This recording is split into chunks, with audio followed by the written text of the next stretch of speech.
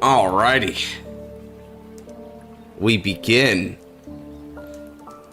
Let's give a moment for everyone to hop on in, as is tradition. Let's see how many people actually hop on in right now.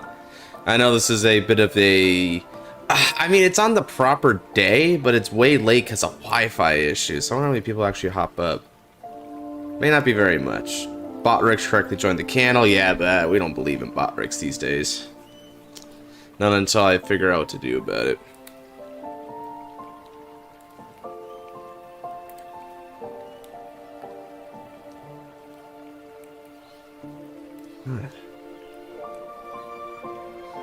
Man, BG3 music hits different.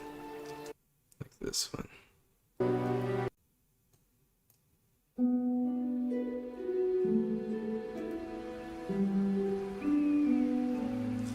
Alrighty.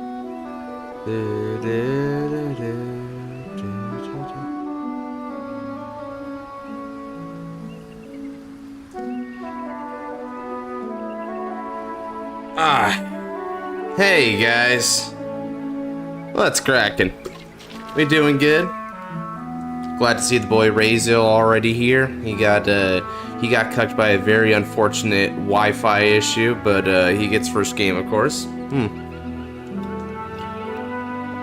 Heck yeah!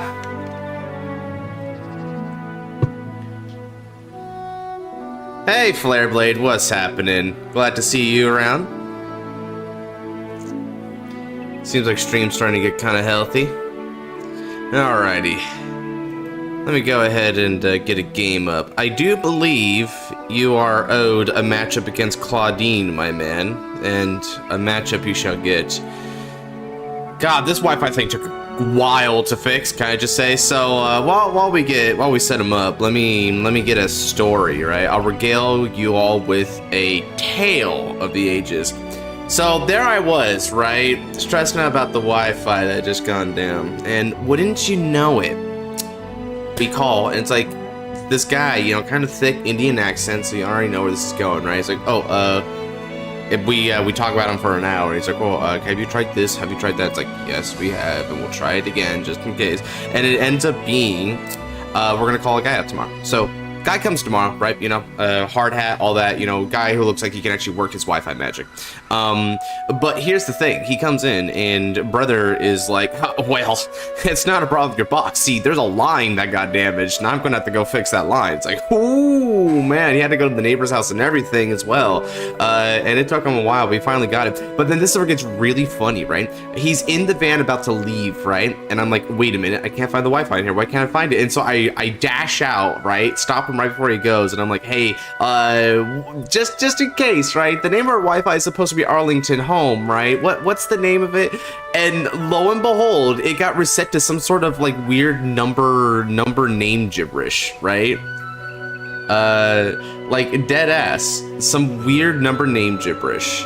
And because of that, like we couldn't log it. Like not only was the login weird, but the password was weird as well, dude. Password was weird as heck.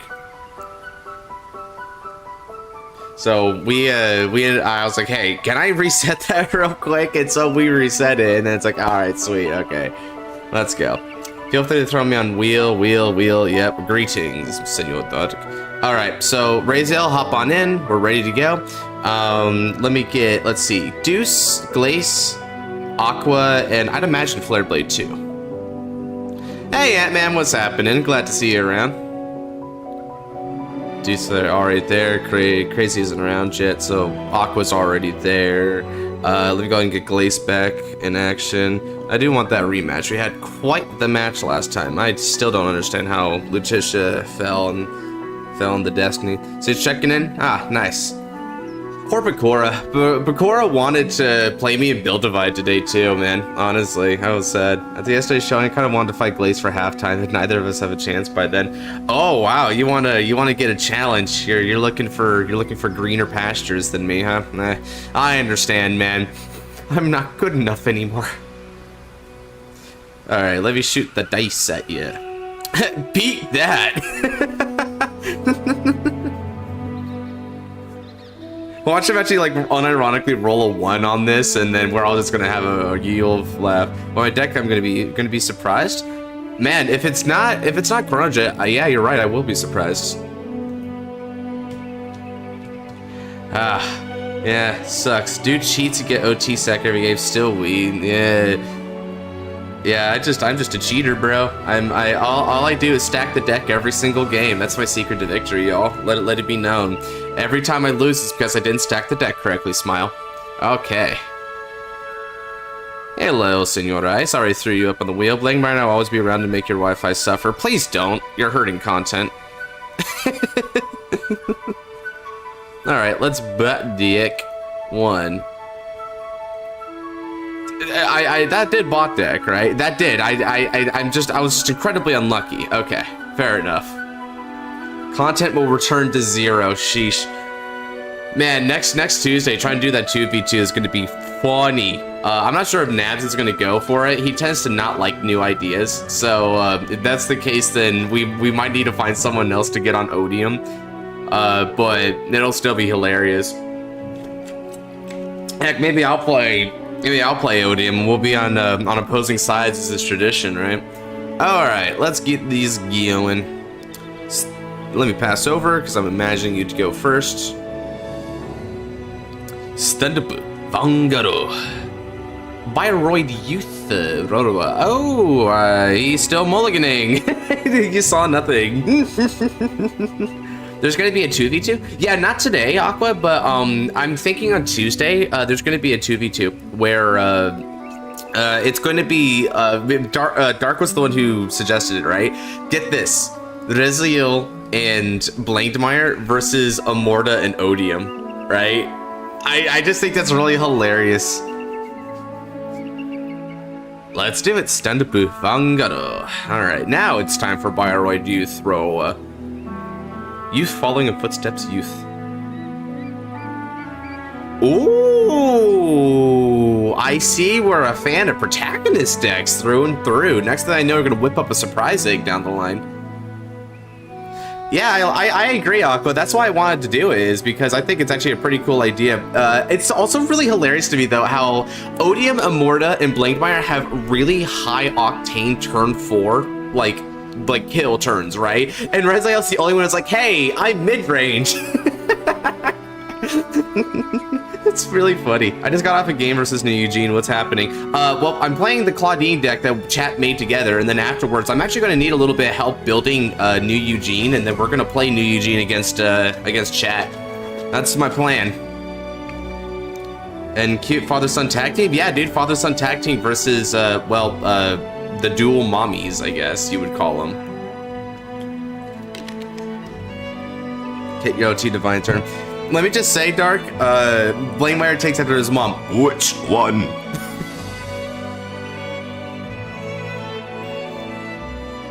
Okay, so modern, okay, makes sense. Very typical start here. He's playing Drilling Angel, so Drilling Angel's an interesting choice because he's either really, he's really wanting to get like all 3 blasters in there in the case of it being MLB, or if he's playing Blaster Dart, I can see where he's playing PBO, and that's the case the Drilling Angel is meant to put PBD in for PBO's crit.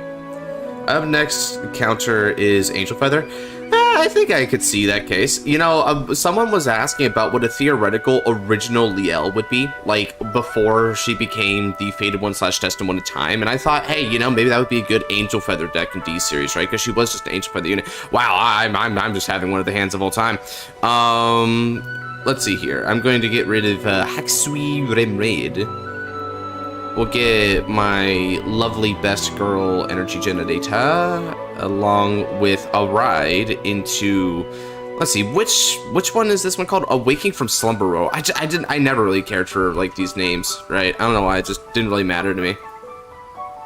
Okay, draw A. Okay, so we got one of the new cards. Oh, you know, in all of the deliberations, oh, felt that. Kiwi hates me, dude. Oh god, maybe we should have went for the elf then. In all of our deliberations for deck builds, we never actually put frickin' plant tokens in this deck. Can you believe it?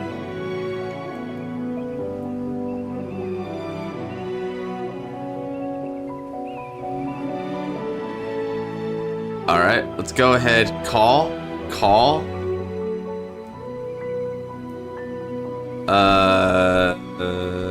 Yeah, why not? I'm gonna go for plant token rush, baby. Oh, it has to? Oh, crap. As you can tell, I've never in my life played Roa Rideline before. He's so fun. Oh, shoot. Well, you know what? I agree so far, even though I barely played him. You know what? Hold on a second.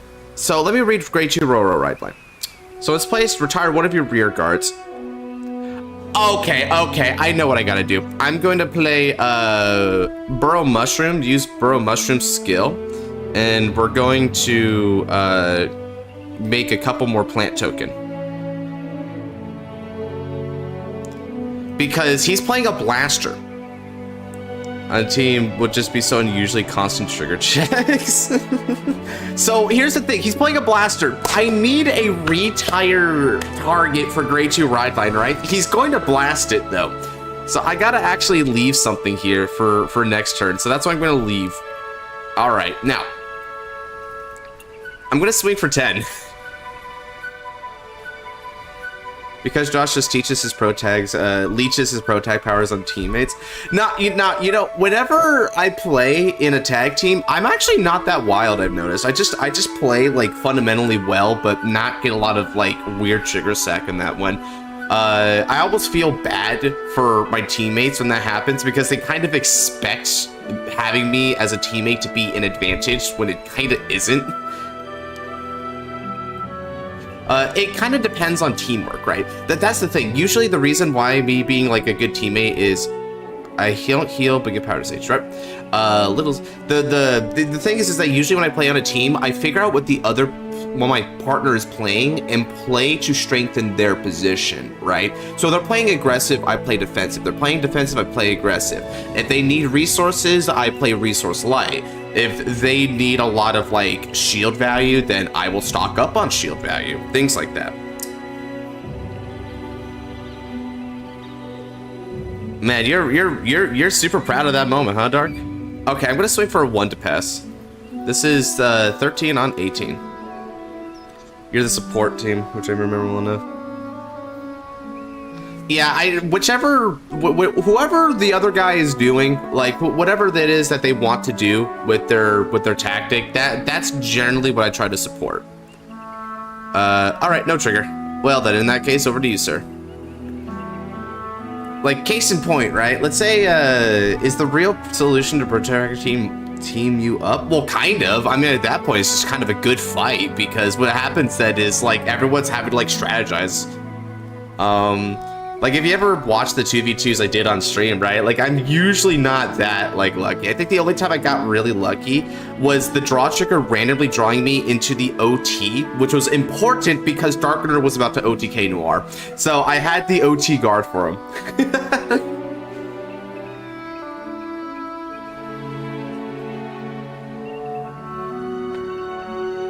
All right, so he's gonna ride in his grade 2. This ride will tell me a lot. Because you can ride for Blaster Blade the Vanguard, regular Blaster Blade, or Blaster Dark, and depending on what he rides, it really dictates what he prioritizes in his deck. I will never forgive you for that, Gods, man. I think it's the first time you've ever had a game against me, right? That must have been a rude-ass awakening.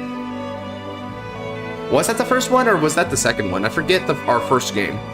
He plays Blaster Dark, okay. And there's Long to Shot, which focuses... Ooh, Long to Shot requires a grade 3 or greater in the soul. He's playing PBO. All right, so he's playing PBO.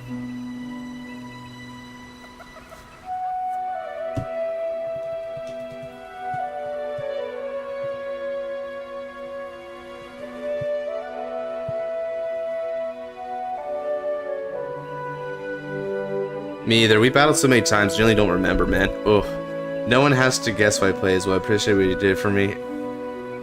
Yes, sir.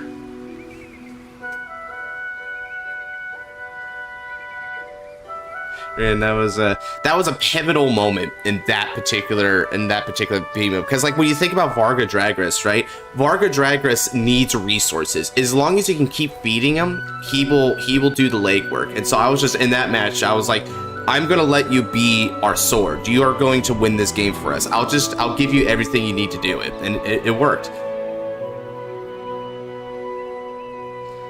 Oh geez, Wingulp, I'll have to sacrifice you. Now, which of my tokens will die? You've got so many choices here. Ooh, the front row one. Now, that's an interesting choice. I guess that means he fully intends to just attack Vanguard and leave it at that. Hey, token. Die. Bye-bye. The power of token go poof. Oof.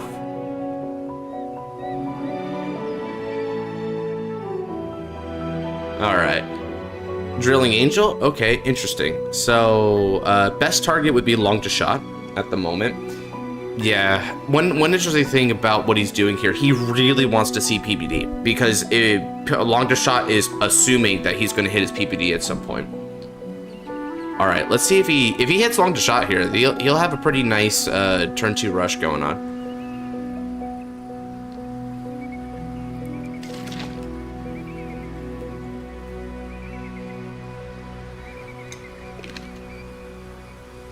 No target. Yeah, you're just in it for the soul, brother.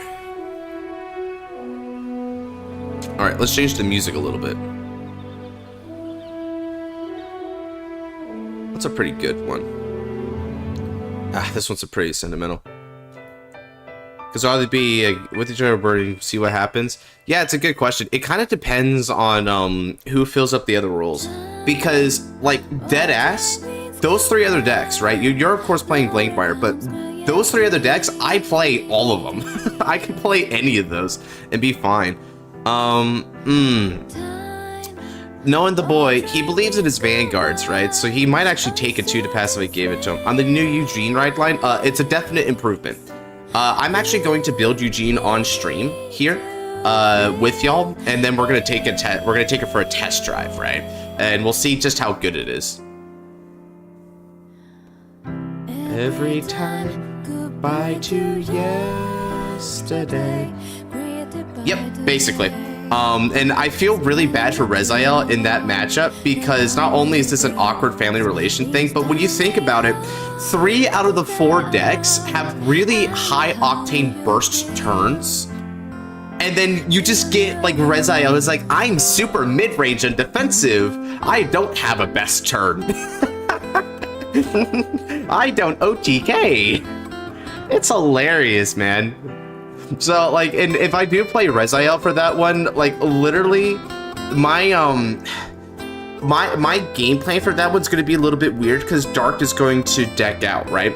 So, I feel like if Darkner is going to deck out, I might have to play super aggressively in order to, like, help push. So, all 4 are gonna wail on each other. Ooh, nice. A double draw trigger is pretty good for him. Every time, goodbye to yesterday.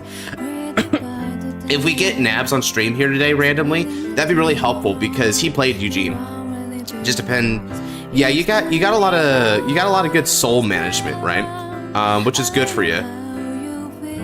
I can give you tons of Counterblast Dark. If you want to play like Counterblast heavy type strategies, you can go for it. The power of Drilling Angel gives me a really nice countercharge. I'm not Drilling Angel, Aerial Sage. Like, I was going through all my angels. I was like, recuperate, enucleate, drilling. All right, and now let's take it. Oh, that's not great, but that is we must take sacrifices. I do have a Rezael list, so I could join, but I don't know if you already have all rosters filled. We don't. As a matter of fact, we have. Here's the thing. Amorta's pretty confident. Because that should be Noir. I'm not sure if Nabs is going to join though. So assuming Nabs doesn't join, then yeah, you can pitch on Rezael, and then I can play Odium. In which case, you two have to figure out your game plan, right? Me and Noir have really good teamwork, so that shouldn't be too hard for us to decide.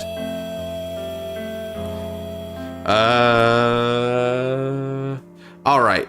Discard fodder is thankfully there, so this is a really easy discard. Now let's ride. The world 3,000 years later.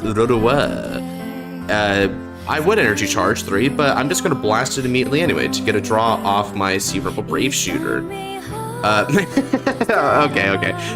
Now, skill. I'm going to retire a plant token to call 2 plant tokens, so I might as well just replenish the plant token. Here we go. Okay, now I call Haksui and Remred. With skill of Haksui Remred. Boom. Call that, and then since I was placed from the hand other than during the battle phase, I counterblast 1. Darkside Princess artwork justice. Could have been better. I kind of like it. I don't know. I think it's pretty cute and clean, personally. I like Darkside Princess. I think Darkside Princess had the old one had a little bit more of an epic posture, I will admit. The new one's a lot more, like, dainty and, like, idyllic, but, I personally think that bringing out the cute side on that art is still pretty good. All your rear guards are replaced by your card's ability to shrink. It's 5,000 power. So, let's go ahead and give 5,000 power here. 5,000 power here. And 5,000 power here. I'm gonna get my dailies done in Star real quick. Yeah, you might as well. Yeah, why would it get overhated? Like, is this like a consistent thing? Oh yeah, these tokens are coming at you, Ryoko. Don't you best believe this is gonna be a harsh turn. Now let's go 20 on the Vanguard.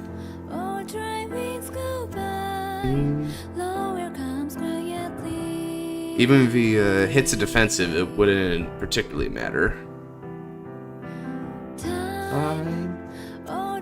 How do you feel future Ikari with no new winning support card? I feel like I don't understand that sentence. Could you re-clarify? What do you mean? Are you asking me what do I feel if Hikari loses, or what do I feel if the support cards don't do anything? Check. Ooh, that's nice. Critical trigger. That'll go there for the critical and power over here.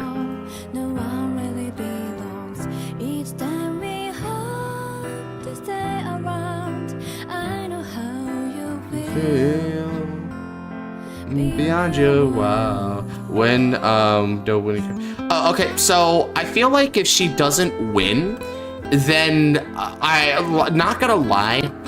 Here's the thing. Well, a part of me would be I would be really sad about that, right? I think that from a story writing perspective, it kind of sucks that. So here's the thing. In card game anime, right? There is generally a writing trick that they do, where the battle that takes place on the field is the same as the ideological battle of the players involved, right? So, like, for instance, in Naruto, when you see Naruto versus Neji, right? One thing that you see about that is Naruto wants to fight Neji, and he has the theory of destiny, right? You know, destiny cannot be changed, yada yada, all that, right? So, when you think about it that way, Naruto beating Neji in the tuning exams would be the same thing as Naruto winning the ideological battle of a failure can succeed and they can surpass their own destiny, right? Now, of course, Naruto ends up being the reincarnation of Ashura later, and it kind of proves Neji right, bro, but we're not going to talk about that. Anyway, the battle on field is the same as the ideological battle.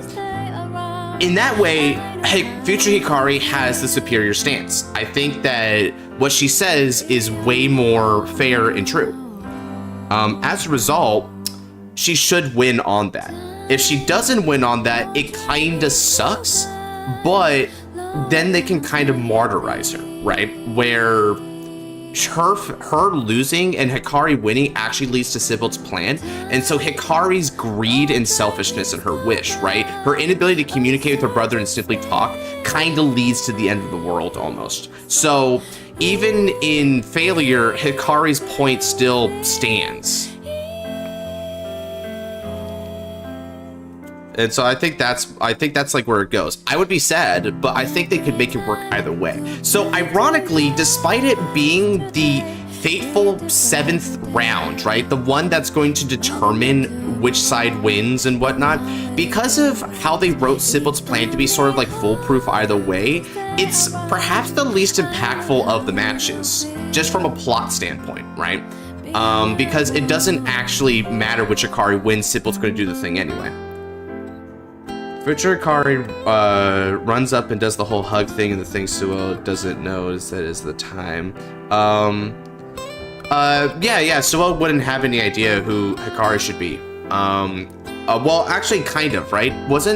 Did I think about it, the battle, was Suo actually there when, I think he was there, right? When Hikari and Akane fought in Season 1? Because that battle took place right after Suo defeated Masanori. So he might have actually known from that point, right?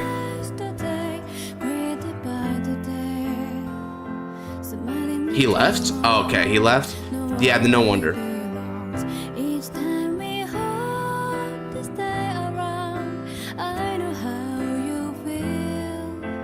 Okay, so if he wasn't there, then yeah, he doesn't know what's up.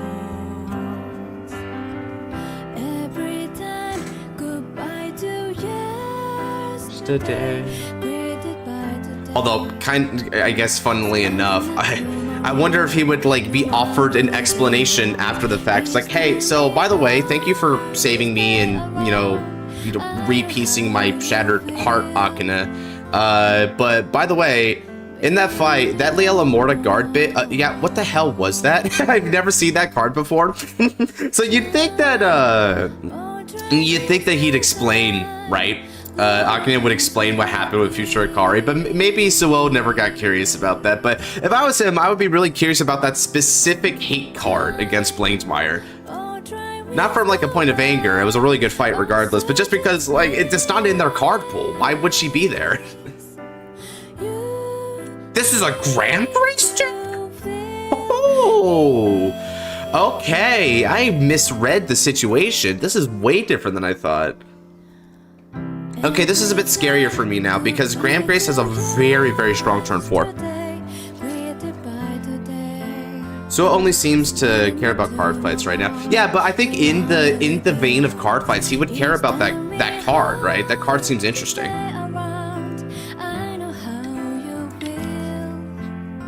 But, you know, this is just me theorizing. We don't know for sure if he ever acquired. So control Blainsmeyer Void to not kill everyone after Fated Team win? Well, that's... I don't think it would matter because Suo doesn't wish for nothingness anymore, right? He has something of a wish, even if it's like barely anything. Probably just like something about wishing for an intense fight or that feeling in his heart.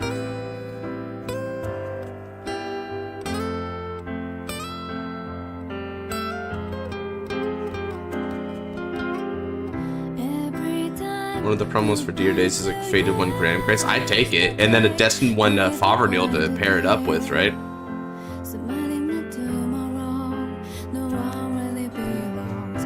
We never see Blainsmeyer using Divine Skill against Kuon. Well, yeah, but at the same time, that's just like on field. I don't think it would actually impact, right? I mean, heck, when you think about it, even if Blainsmeyer does void Overdress, can't Raziel just say, hey, spit him out, son? Aichi's Blaster Blade theme? I'm going to imagine that you're talking about V-Series.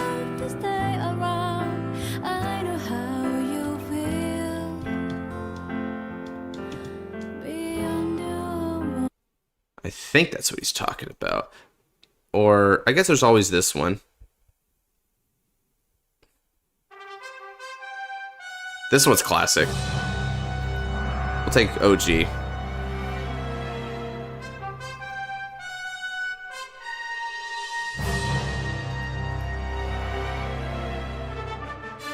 All right, let's do it.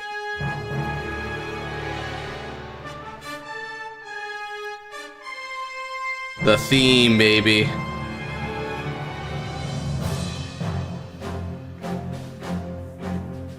All right. Well, he's satisfied, so we'll go with this team. It feels good for Graham Grace. God, my favorite time when this theme played was when Aichi beats Goki. That was a great moment. Like, that felt like such an earned victory, dude, and it was intense, because I actually thought, given the failures that they had, I actually legitimately thought that Aichi could have lost that fight. Like, that was the beauty of early Vanguard, was your characters were very susceptible to defeat there. But Vanguard does do stuff like that regardless, right? Like, hell, you can lose at very random times as well, right? Ah, here we go. This is a good draw for him. Him going first is going to be really bad for me because his turn 4 is going to go crazy, bro. All right, check you later, Dark.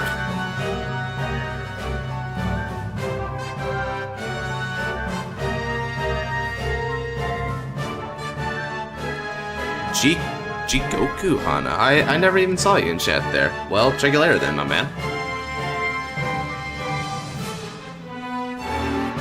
Probably like how Morta helped Rezoil against Odium. Ah, you guys want some Vanguard Zero throwback?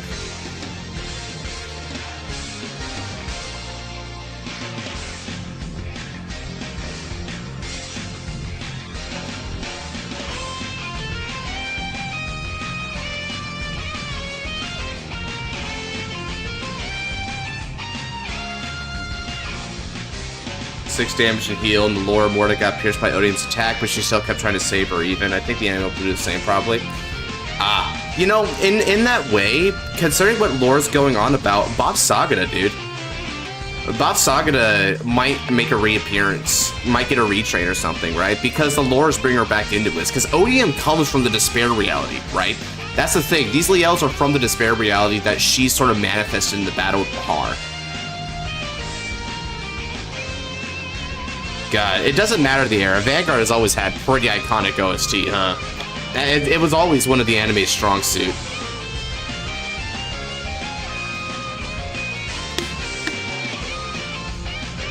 Fascinating, no front row.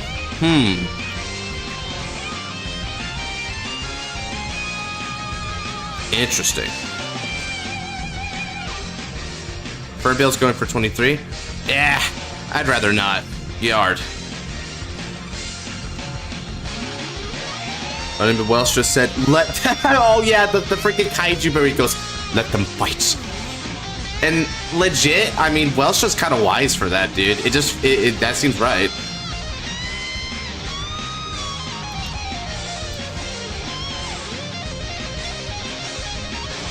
Alright, now you can draw, and then with Fernbale's skills, Fernbale's able to Soul Blast one and discard in order to give 10,000 power and triple drive if he wishes over to Graham Grace. And then Locte's skill would then be able to recur back to the hands if he wishes to use Locte here.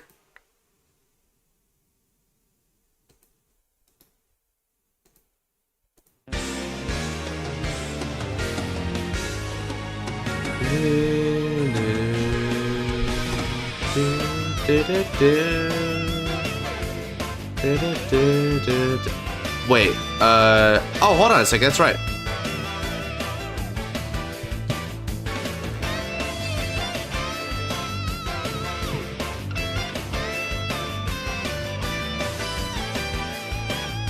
Thank you, Crazy, because I was about to get smashed.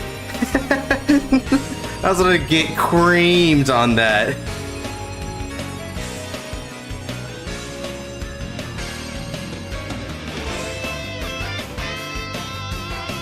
Okay.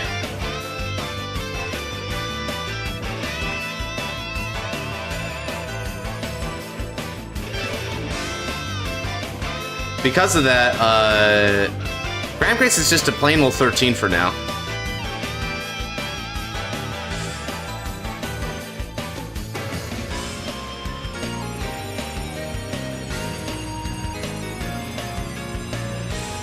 Because I don't think he's getting power from anything else, right? Yeah. Yeah, Divine Sister's still good to go. Let's hit him with Yield 2 to pass. We limit damage now, fellas, because when he gets to his Persona turn, we will have to sandbag a little bit. It'll get scary, but I think if we play our fundamentals well, we can hold on. We can hold on well.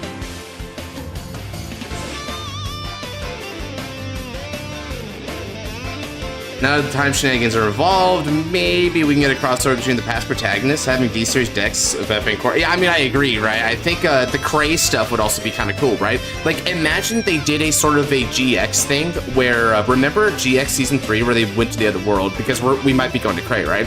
So in GX Season 3, when they fought Dual Spirits, the way the fight system worked was Dual Spirits would, like, use decks of themselves, right? And that's how they fought you. Now, because of that, I'd say that it's possible that what they could do next season is crossover nonsense. Yeah, like what they could do is have, like, let's say they encounter Dragonic Overlord. Dragonic Overlord would then fight using his own Dragonic Overlord D-Series deck. Oh, he's going to attempt the 2 to pass. Well, I did say that he would attempt the 2 to pass, and honestly, his RNG's been kind of crazy so far, so I wouldn't be surprised if he does hit past this. And if that's the case, we might be packing up home early, guys.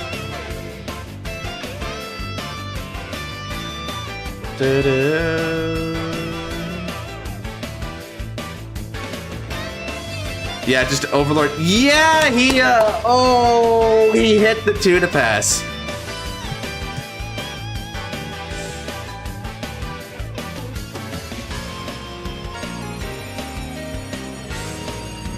Oh, okay, so not only does he bring me up to 4, but he goes back down to 2.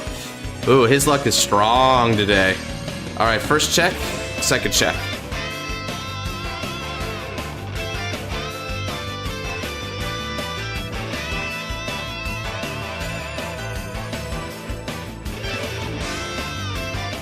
Also, D-Series Mordred and Drag Ruler. Wow, Mordred is one thing, but Drag Ruler, we're skipping a few steps getting to Drag Ruler, right? Is trigger set? Oh yeah, really hard too, but don't worry. I have a plan for this. And the plan is hope. I mean, whoever said that we couldn't trigger sack too, right guys? It's just really crazy to me that he actually bet on that 2 to pass. Like, he knows he's trigger sacking me. Like, look at his damage zone. Like, his damage zone is nothing but triggers, right? So, like, that's the thing. When you sense momentum, when you sense that your RNG is superior to another person's, you go for this. You try to smash them quickly. Like, what he's doing is correct. He knows he's doing better than me in the RNG department, and he should ride this out to the end. If he doesn't take bets like that, he's squandering it. Well, late game, right, but I might not have a late game. Let's keep in mind that his turn 4, once he Personarizes, he's gonna kill me. If I don't get good defensive cards. So he doesn't need to wait forever. He can just kill me on the next turn. So yeah, he's playing well. How strong Dragula is versus Mordred? Well, I don't know. It kind of depends. Go forth a supportive sister. Will you counterblast, I wonder?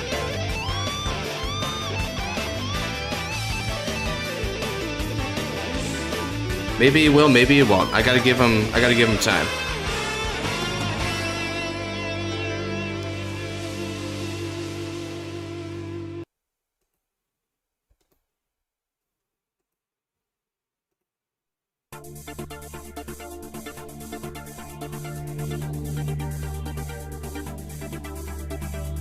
Dragula, one of the really broken decks, like some Liberator ones, on the Magic Wheel. Yeah, sure.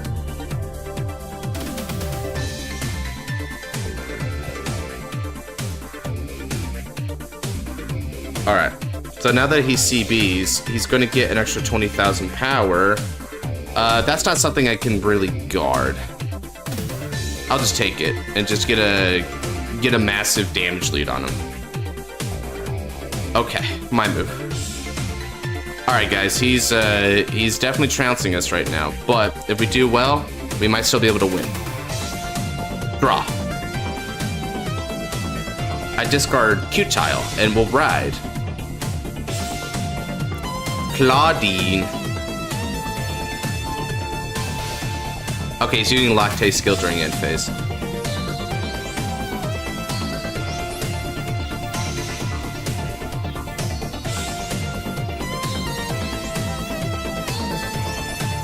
Okay.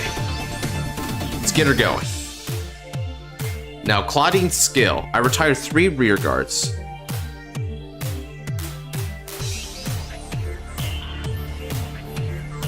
All my plant tokens this turn is going to get 5,000 power, and Claudine will gain a drive.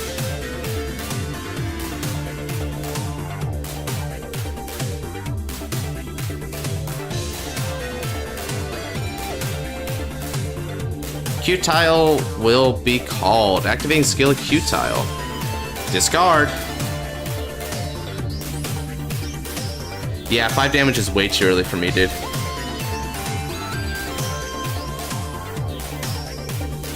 Let's see, which one should I go for? So that's one option. Let's see here.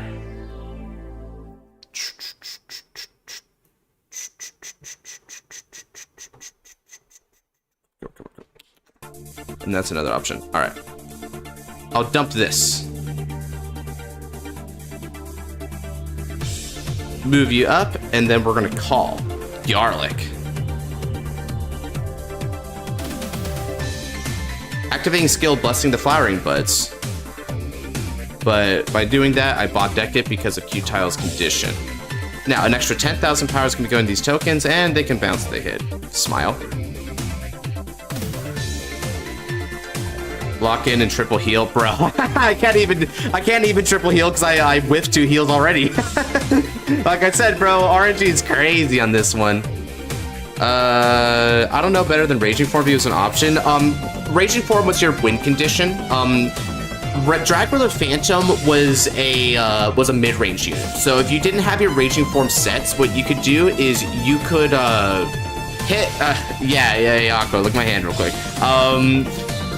But what you can do was, if you knew that the game was kind of grindy, or you're just trying to prepare for a really big burst turn, like for instance, say you're fighting against Spike Brothers, you don't need Raging Form to kill Spike Brothers. This is an overkill. You just need to survive their turn. So what you do is you cross Break Ride into Dragula Phantom, you ping them up for tempo, and then you kill regardless.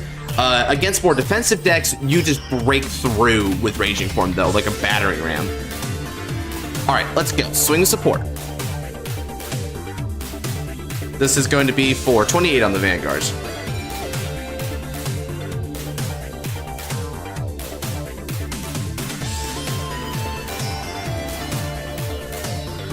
I'm sorry, but it's never happening. In before, right? Like watch out, Scarlight. That's an in before moment if ever I saw one.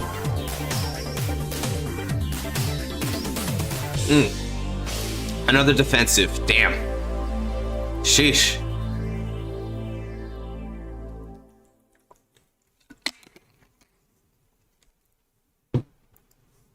All right. Claudine swings. Activating skill. When Claudine attacks, I'm going to Soul Blast 1. We'll Soul Blast Burrow Mushroom. By doing that, I can re-stand Plant Token. When Plant Token stands, this will also get some more power. All right. 13 with Triple Drive.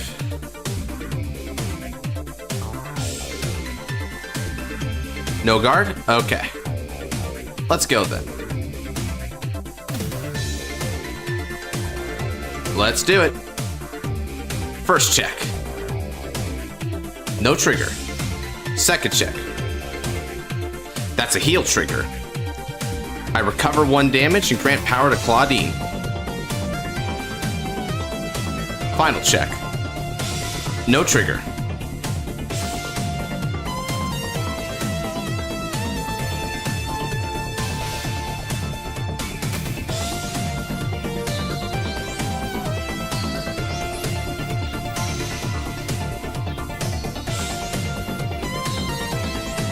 All right. Next up, with support from Coutier, that's another 28 on your Vanguard.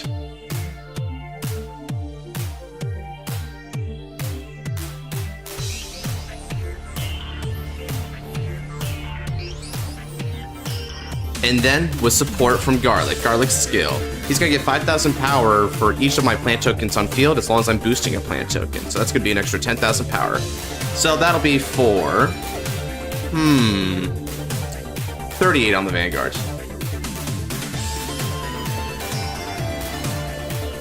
Alright. And with that, I pass turn.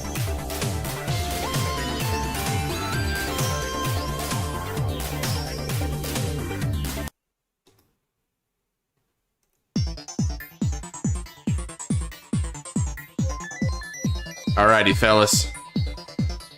I did my best. Let's see if that was good enough. He calls final turn. Understandable. Farmville still without ride line. Yeah, not a really good ride line or anything like that. I mean, your ride line, you do have good ride line options in it though, so it doesn't particularly need one. Like, I kind of like something like Squalid Freaks for that ride line.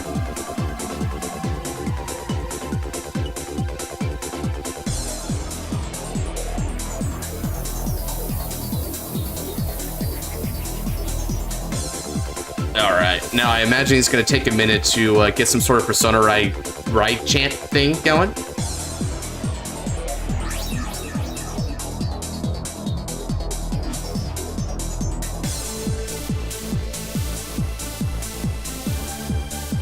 Yep, okay, here comes Road. He didn't draw it? Oh my lord, guys, we might have lucked out. He bricked. He actually didn't hit Persona Ride. Okay, we have a chance then. Since he didn't hit Persona Ride, he's not going to get those ridiculous numbers. If I can get another turn here, we can bring this back our direction.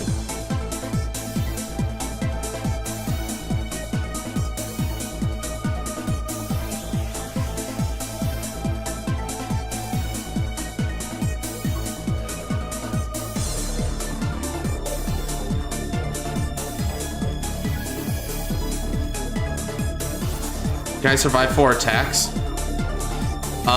Depending on the severity of the attacks, the answer is yes.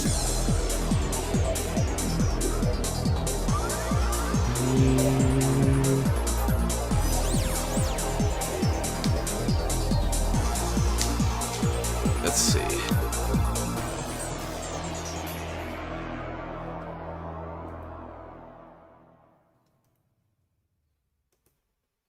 All right, let's see.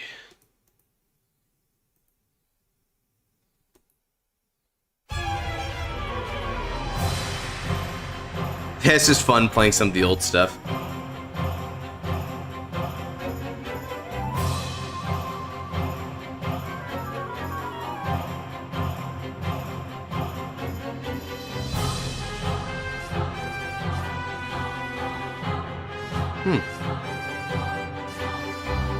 Nice.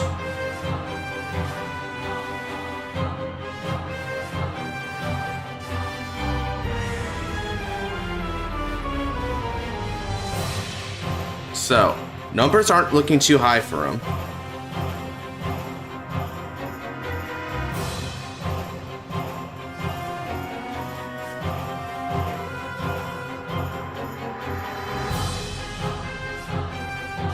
Okay.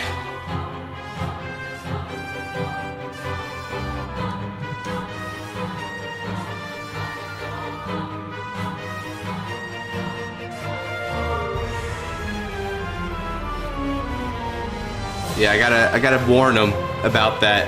Persona Ride's active, so without Persona Ride, it's basically a vanilla. Big Sag. I guess he's just doing it to deck filter. Which deck filtering is fine, because he still needs to try and kill me this turn if he can help it.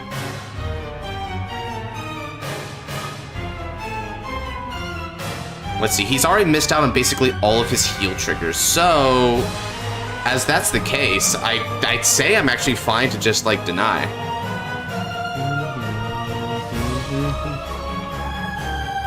Let's guard. Alright.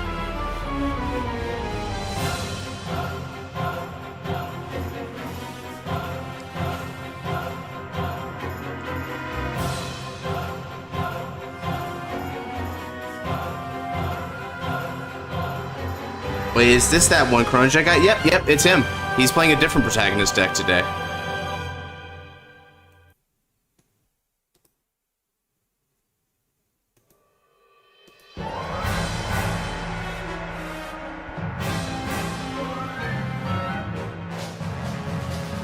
Alright, so now he's going to try and dig.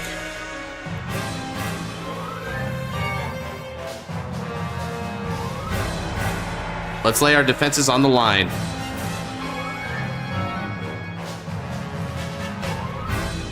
OT to pass. I gotta do it. There's no other way.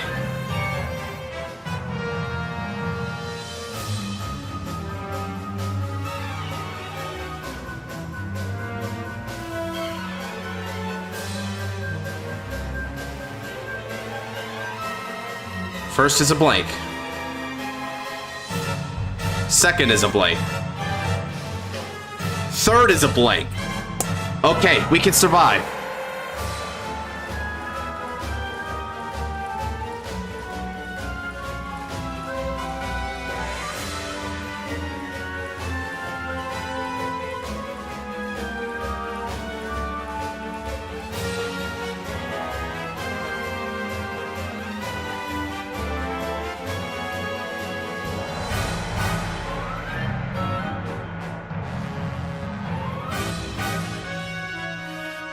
Now he has a choice here. He can either swing on the Vanguard to try and finish the job, or he could try to swing on my rear guards, limit my tokens and my options. Shit, I forgot to draw off Graham Grace.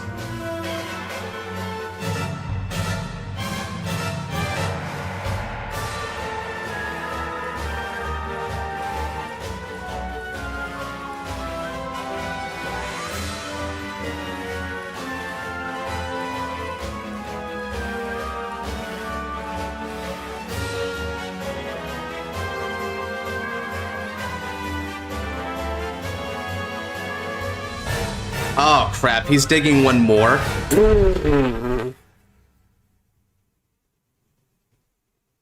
Okay.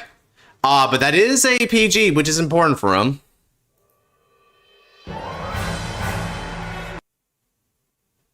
Okay, let's see. What's a better theme for this moment here?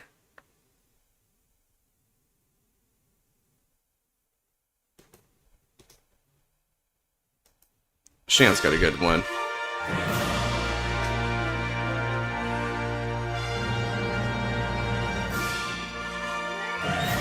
Okay. His image of victory is strong, but we can break that image.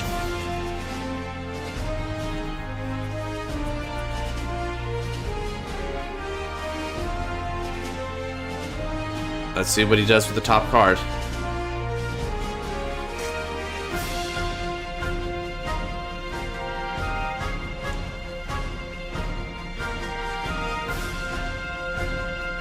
Hand? Weird. Why'd he draw it? I guess he's trying to put it into soul? Okay.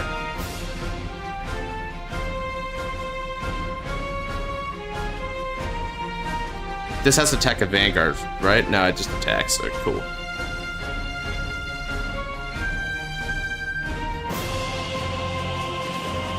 Alright, it's attacking the Vanguard, so we'll damage check. Ah, unlucky again.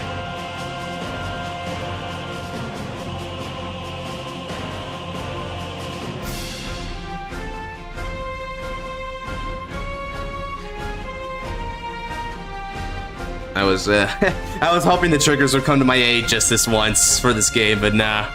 We have to earn it all through raw skill, guys. Raw skill and determination, and so we shall. Conzingardo.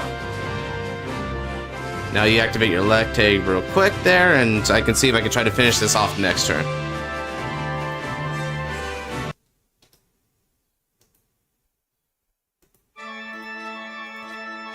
I think the Tokaha theme fits for this one, right? I mean, come on, guys. It's too bad I had to get rid of the Hakusui and Renred. Draw.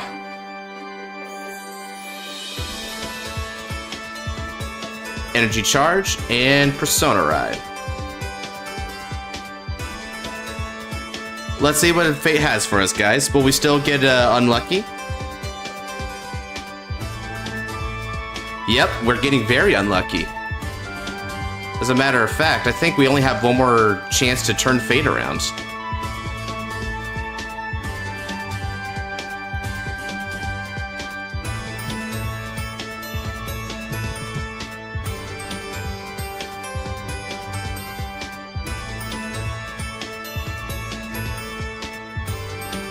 Alright, and draw. Let's go ahead and Energy Blast 7 and draw a card. It's something, but it may not be enough. Since I do not have an order to bind still, I can't call more plant tokens, so instead we'll use this skill. I am going to retire 3 in order to give a drive over to my Claudine and the ability to give 5k to all my plant tokens. Bro is something, I suppose, but it's all I got.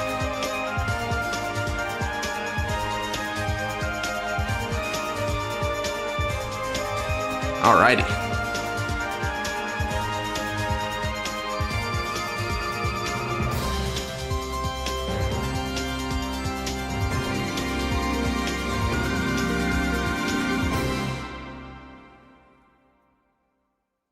These will get 5,000 power.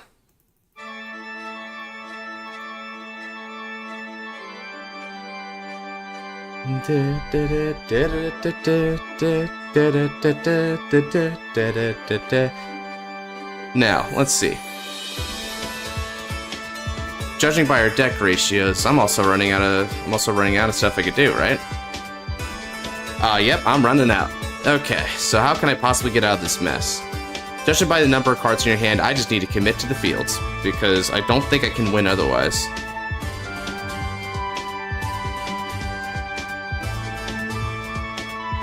At least, yep, Garlic is basically one of the only useful cards that we got in this situation.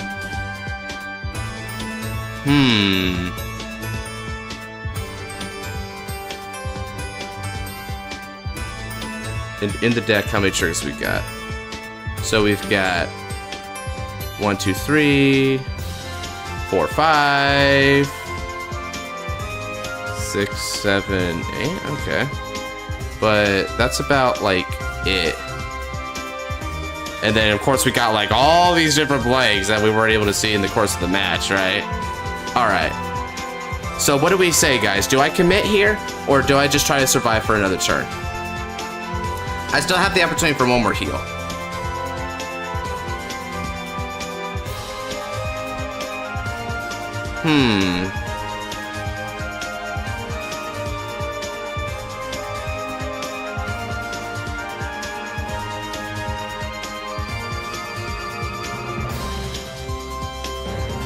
Let me just go for it.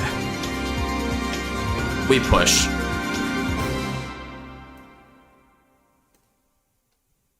Go, go.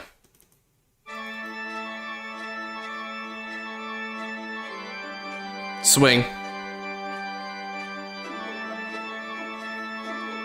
Alright, this is, no guard? Alright.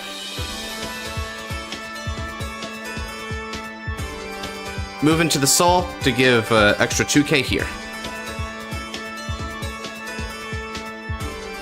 Swing a support with Garlic. Garlic's gonna get an extra 10,000 power. So let's see, 20, 38 on the Vanguards.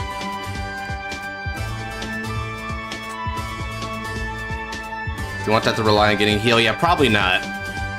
There's no way to tell if I'd get it.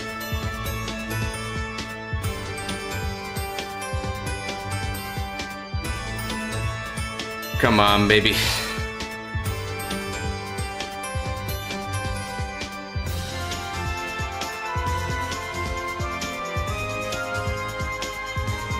Regards to the zone OT. Okay. Swing a support, Claudine's skill, Soul Blast. Stand these up. Alright. This is going to be for, let's see, 17, 19, 29. Okay, PG. First check. Nope, I got it anyway. Okay. Power to this plant token. Second check. No trigger. Third check. No trigger.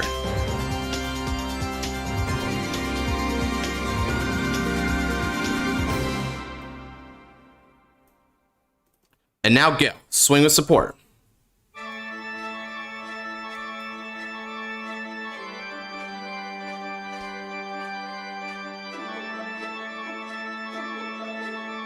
This is 20, 30, 48.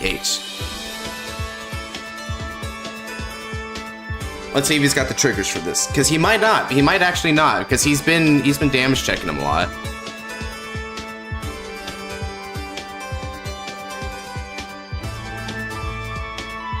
Ooh. Ah, it seems like this attack has failed.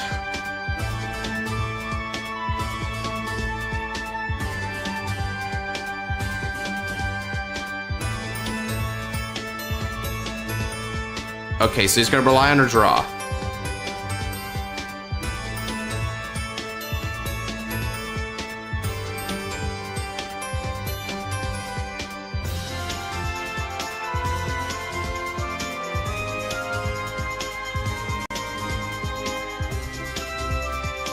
Interesting. Interesting. Does he actually not have enough shield? Is that why he did that?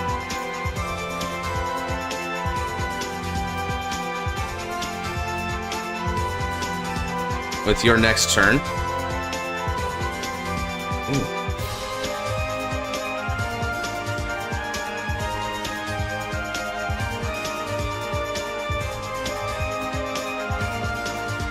You need 40 shields.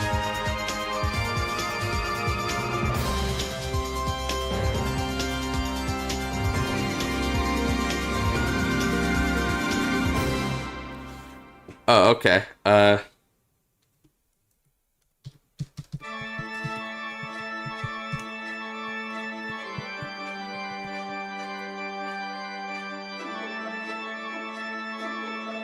Okay, let's see here. So 20, 30, that puts you at 43. Okay. 10k more. Because this is 48.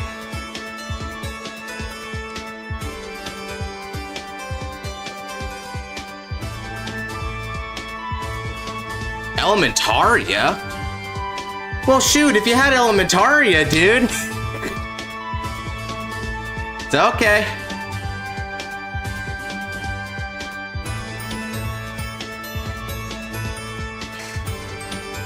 Yeah, now bro's just flexing on me. He's like, I could just use up all those shields anyway. The game's over. He did that math before? Nah. Well, we tried our best, bro. We tried our best. Sometimes the pro tag luck just doesn't come in handy for me. Or I get out protagonist instead.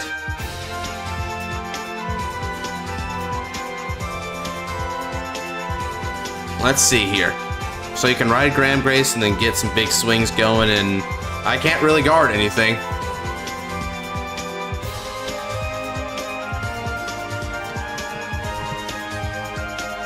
Yeah, all right. Show me your last final turn.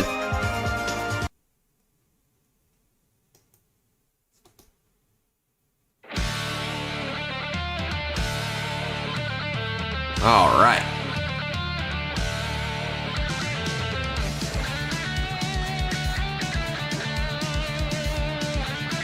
Yeah, he called final turn last time. It didn't work out. The Messiah punch theme, baby. Time to wrap it up. I doubt I even have a method for surviving. I have no OT. I'm out of heals. Unfortunate. Yeah, well, it was a good game regardless.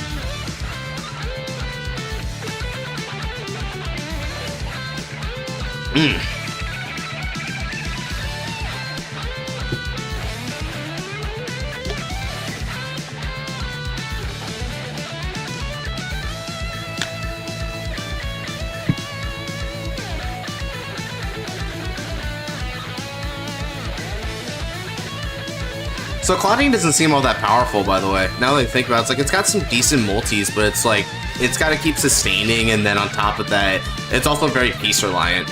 So now that we've played the deck a little bit, I'm starting to get more of an impression here that it's got its weaknesses.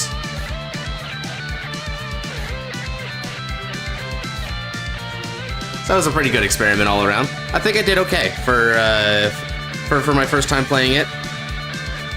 I don't think I made any misplays, right? Is there any misplays I made, by the way, chat? How many orders did I run? Here, let me check how many orders I run. So, you've of course got the Radiance Caliburn in there. And then you've got 1, 2, 3, so that's 4, and then we've got 5. Yeah, not a lot of orders, admittedly. We cut back on orders to try and make way for pieces, but maybe that kind of messed us up. I did make a misplay. I could have how your aggro deck has been RNG screwed. Yeah, so maybe the RNG is kind of like working against me in that way, and I should like accept that accept that issue.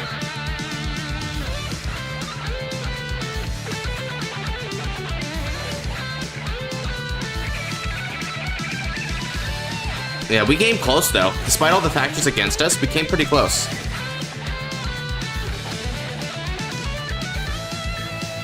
Okay. Let's see here. What did I take it? Well, I can't actually. Yeah, I would just take it, dude. Oh, hi. You came a bit late. Claudine is strong, just depending on matchups. Yeah, I'm starting to get that impression too, right? I think this wasn't a bad matchup for Claudine, that much. It was just more so a matter of me not seeing the things I needed to see, right? Like, we didn't see an order all game. He broke through a 2 to pass with a heal crit, which is really grievous for me. I think just about like any deck would suffer from a tempo swing like that. So we missed on key stuff and he hit key things. So I think that this is a little bit weird data to take it from, right? I guess, you know, that thinking about it though, right? Like, I think this was more so rather like my deck's failing than anything, right? What do you think about it?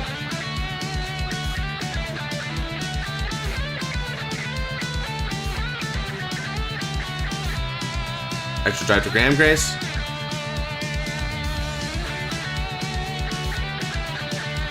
Let's see here. So it's 33 to 23. Maybe I should make a show of it and just resist anyway. Nah. If I'm gonna die anyway, I'll let it be from Graham Grace, right? That's more honorable. So end me.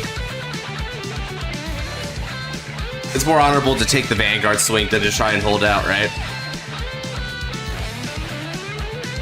Well, at least we can help it. The Hari game, I couldn't help it. I just happened to damage check something good. Your avatar?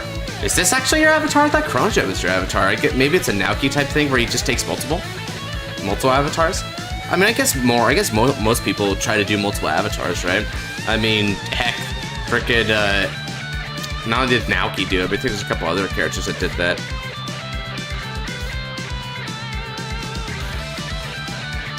Okay, now I'm hoping for anime finish on this. Ah, nah, this is broccoli.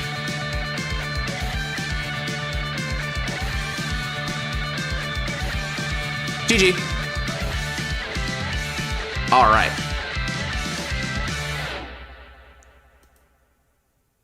Oh crap! I forgot to record that. It'd be like me never settle on one avatar. Yeah, right. Like that seems to be another way you could take it.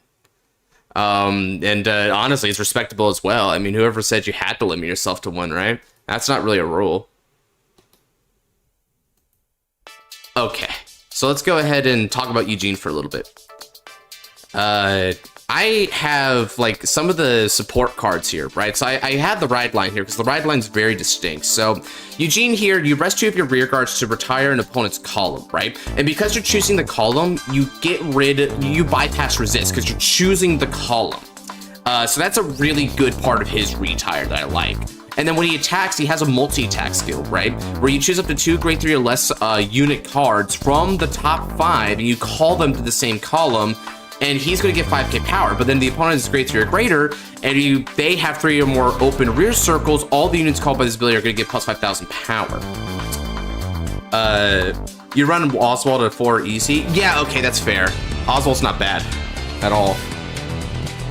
too bad though that Eugene's multi-attack doesn't work with Oswald very well, because Eugene has a once per turn, so we can't like counterblast 3, soul blast 2 for the big burst turn.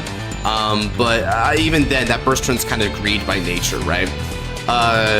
Okay, let's get some of the obvious stuff out of the way, right? So PG, so we'll get Twin Buckler. And Elementaria Sanctitude is probably a good bet for that. We'll get Elementaria. Triggers, right? We're gonna get some critical triggers. Oh, is Grand Grace a girl? I never knew that. It's halftime now? More like I just wanted to build this. This doesn't necessarily have to be the halftime entertainment. Let me see here.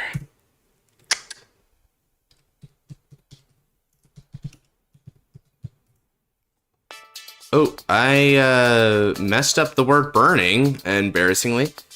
This thing cost called cost of effing multi-attack. No one knows Graham Grace is generated. Yeah, and honestly, it really doesn't matter when you think about it, so fair play, I guess. Let's see, let's get Blaze Maiden Rona and Zone. Zune.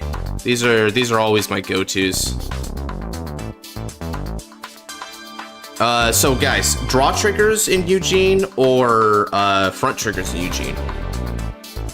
But after a while, he's not as fun as he used to be. He needs some better support. I think the best, we can play Youth Burk like in a based way, right? Where we actually don't full blast turbo, and we just don't run full blast cards, right? We run like pre full blast cards, just like set 9 Youth with like new DZBT02 support. You think Sibyl's using non-nation or Dragon Empire? Considering Eugene got relegated to double rare, I'm thinking it might be Dragon Empire. But draws if you don't see Harvest. Oh, right. Best Harvest. That's a good point. So, Best Harvest is probably, like, yeah, that's probably the way we gotta go for it. Best Harvest, okay. Yeah, because of Best Harvest is draws and stuff, and also, like, trying to establish numbers. Yeah, because front triggers are really good in this deck that I think about, because if you do hit full Oswald combo, you can double dip on a front. So that's kind of nice. Yeah, okay, in that case, Parama it is. So let's get Parama down here for now. OT should... Okay, so Oswald's a little bit weird chant because it doesn't synergize with Dragveta very much.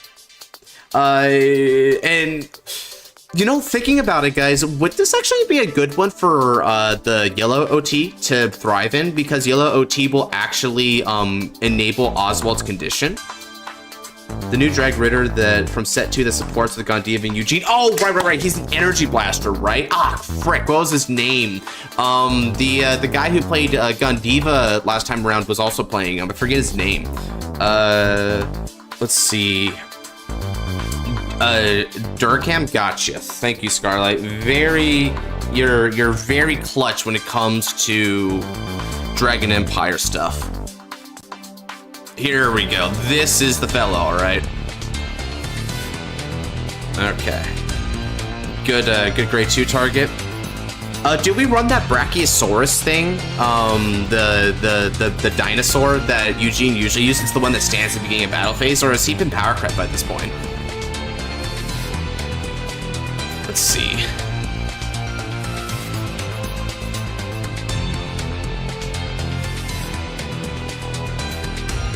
Let me see here. Bright Sky OT might be better. That or Ragnit, both are the same. Power crept due to support. Okay, let's see. Ragnit. What's up with Ragnit? Actually, now that I think about it, Ragnit, let's see, if you have a Eugene Soul Blast, rescue when at the start of your battle phase, your opponent's one or less rear guard stand, this unit gets 5k. This is interesting as well because it's a Dust Storm unit, right? So I think technically you can run this. Oh frick, what was his name? Dustin, I think his name was. He was specific to the normal Eugene, and this has that name. What was his name? I think his name is Dustin, right? This guy. Let's see. So if you got that, you can put a card from hand to soul to draw and you retire. Stormbrand. That's a good one. Dustin. Yeah, Dustin's a good beater. Okay, so we can get Dustin in here. And then Stormbrand's also probably good.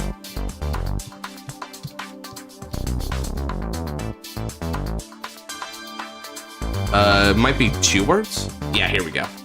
Let's see. If you have a gun, Beaver, Eugene, Energy Blaster, retire. If not retired, start the battle phase. Your opponent's... Damn, Stormbrand is so good for Eugene. Okay. Beat us. Search for Harvest. Let's see.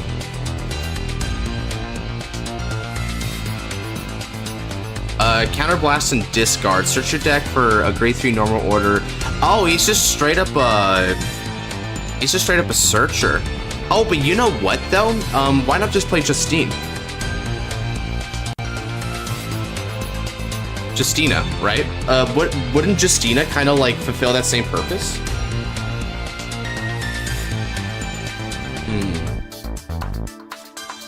So let's see, if we throw Justina in there, Travis. That name sounds familiar. Travis is the one that they use in Boss Saga, I think, right? Yeah, but I don't think we have soul issues in this deck, right? You don't want Fetus for restand though, but up to you. Oh, because Fetus have that. Is Counterblast a better or worse condition? So we get a lot of Soul Blast, but not too much Counterblast. So yeah, maybe Fetus is better, but it's not shield, right? So we can't guard with it, but it is a booster.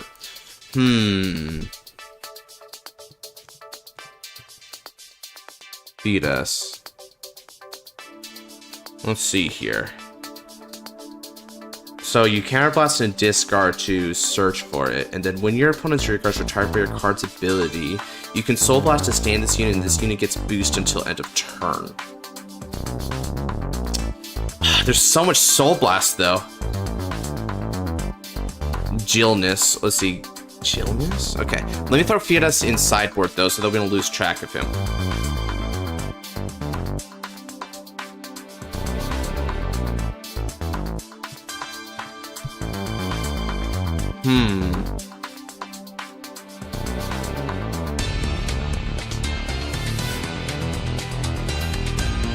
What's his name?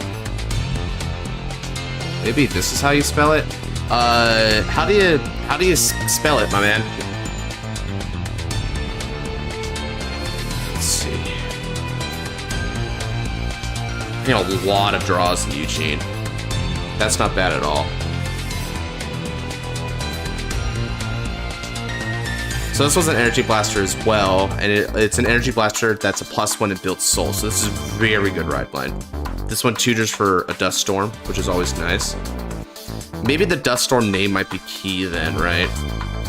Because Drag Order here actually isn't a Dust Storm, thinking about it.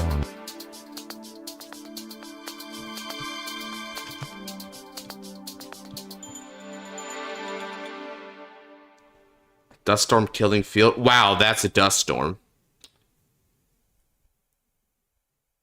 Oswald, yeah. Nigel. Oh, Nigel's old news. Caliburn for Gradle for numbers. Gradale. Let's see. Caliburn. Yeah, Caliburn's pretty good. I agree. I don't think there's a lot of other stuff we would run.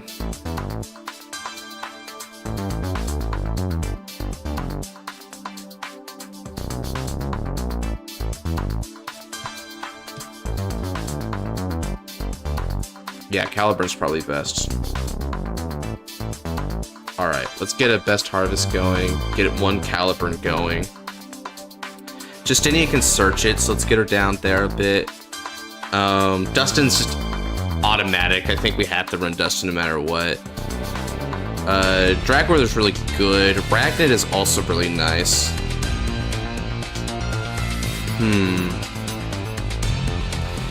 You know what? We're discarding... You know what I'm thinking about, chat? We're discarding a lot of cards, aren't we? Right? Like, we're discarding off of Oswald every single turn. We're discarding off of Justinia or even Fetus. So, like, with all these discards that we're going through, maybe would it be... but the Dragon Empire one's really bad, isn't it? Because I think the Dragon Empire one's just, like, a bit of power for, like, the whole discard refund kind of thing. Clifton for counter charge, and Oswald is optional. Clifton's the one that returns cards, right? Let's see. Let's see, so Clifton, when this unit attacks or boosts, if your opponent's Vanguard is retired by ability, if your Vanguard this turn, it gets 2k for each of your opponent's open rear circles. Retire, choose with 3 cards from your soul, return to the deck and shuffle it, you do not countercharge this turn. Oh, shoot. Oh, but I like the recycle. That's interesting. This one's a good stand target, so I kind of like that. This one's a good searcher, so I like that. Clifton might be good. We get a lot of energy blasts. Ooh. Drag Ridder's important just by virtue of the fact that Drag Ridder is going to be one of our primary ways of actually like getting the most multi-attack going, because we can potentially OTK if we do well. Yeah, Oswald's a little bit optional by comparison, so we can throw that down to 1. Okay. So this got us down to 50 cards, but what do we think about these ratios, chat? Do we think these ratios are good to go, or is there something that I'm not prioritizing well? Because like for instance, Stormbrand might get up here, but we suddenly got very energy hungry. We got energy hungry because this is our energy blasting 3. And then from there, we have the energy blast for Durkamp. So now you have Durkamp and Stormbrand, both of them asking for it.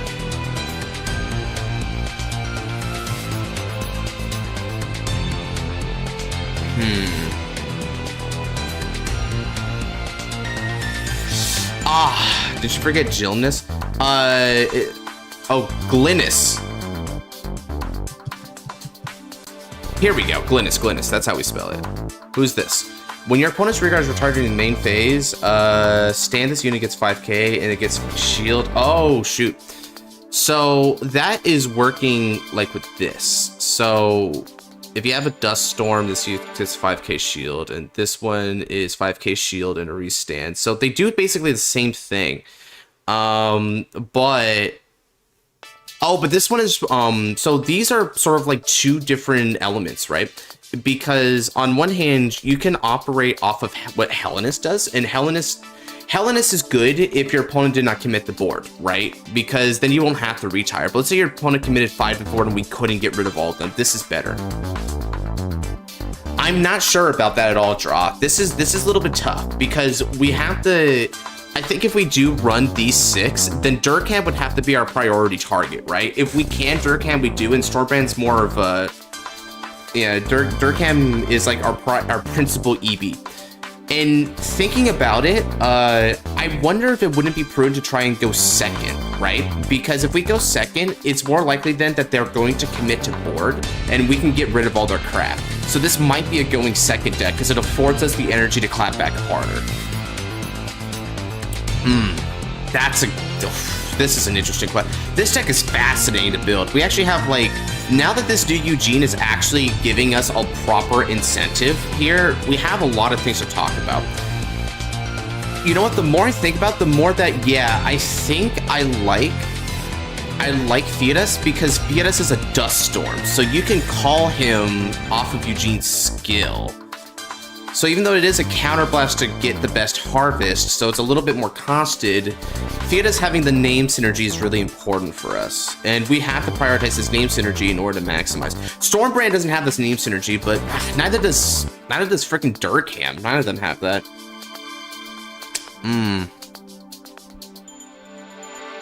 Okay. Is there anything else that we can think of? So I put Glynis down in the recommended section here, right? Is there any other units, particularly Dust Storm units, that we might be forgetting about that would be useful here? Let's see, how many retires do we actually physically have? This can get us 1 to 2 retires. This gets us a retire. This gets us a retire. This gets us a retire. Does Durkamp actually give us a retire? Yeah, Durkamp gives us a retire. So we do have a fair bit of retires here. So that's not that bad. We should be able to clap back kind of hard on them. One thing I like about this Ragnit here is a main phase retire that, like, it's an axe skill. So you don't have to keep placing her. As long as she stays on the board, she can keep doing that. Ragnar's an interesting one to go for, though. You should be set. Every other Death Storm is man. You're essentially Gondiva, but man. Okay, fair enough. Let's see. Let's get some sleeves. Let's get some sleeves here. 2 Durkham and Waswald, you really can do 7-8 attacks. Yeah, right? So if you do Durkham and then establish with Eugene and stuff, you could get some really big things going on. And that might be our plan, right? So deadass, we could, if we went first, right, we just play it cool, and then we can clap back. But if we go second, we have a really good, we can do second pretty well, because not only do we get more energy for that, but it also means that like the whole opponent's grade 3 or greater thing is in effect. So Eugene will be able to give all units called by the ability an extra 5k, and I think Oswald also requires the opponent to be grade 3 greater. So if we go second, we have a good clapback, which I like that about Eugene. So you don't really lose on die roll very hard. Heavily matchup dependent. You're fighting like Greedon, you're not going to have a good time. Yeah, that is true. That's one of the reasons why I like Ragnit and stuff, because Travis retired to get counted 10,000. It's more numbers, but I don't like that. Like, it does build soul though. But here, I'll throw Travis in sideboard. All right, so Travis is going to go into the sideboard for the time being. This is trippy. He is a Dust Storm though, and name synergy is important. Okay. Let's get him sleeves. Eugene. Is there a funny Eugene sleeve that we can do here? That'd be really funny.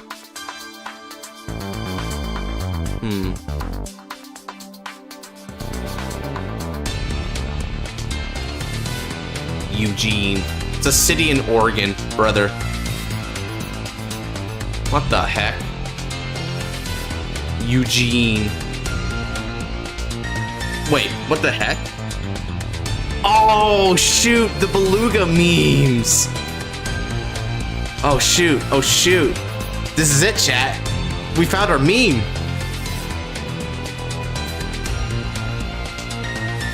This is Eugene. Eugene sleeves. Yeah, yeah. Now we're cooking with gas. Oh crap, we actually can't do it yet because Untap doesn't update to let us do sleeves. Damn it. Alright, let's spin that wheel. Hey, Scarlet, you want in on this? That doesn't scream Eugene best deck. You want in on this wheel, baby, before I give her a spin?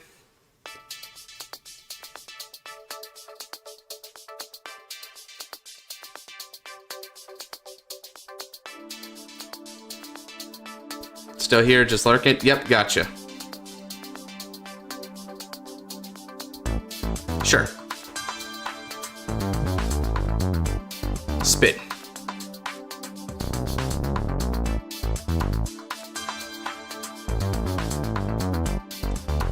Okay, so we got Aqua Styles here. Aqua, you present? Let's see if he's good to go here.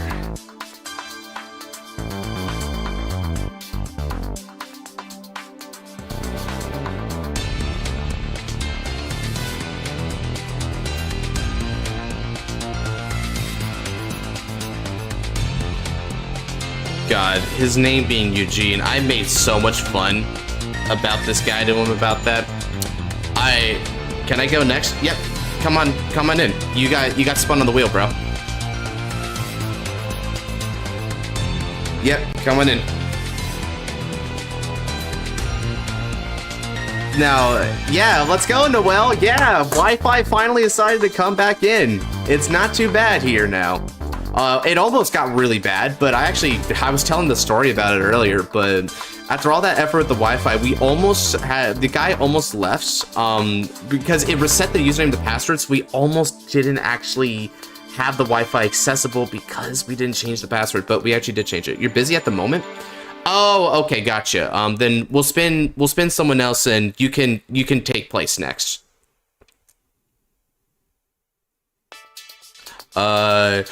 Oh, the Glace rematch! The Glace rematch! rematch. Let's get it.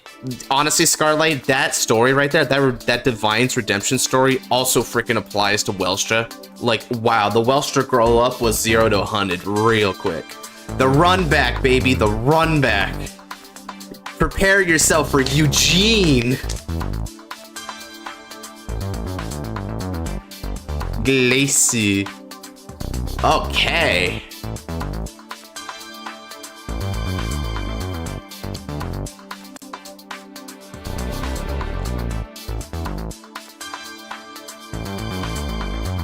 Yeah, like they had to go find a wire, it was damaged, had to go in the neighbor's yard for it. It was just awful. Okay.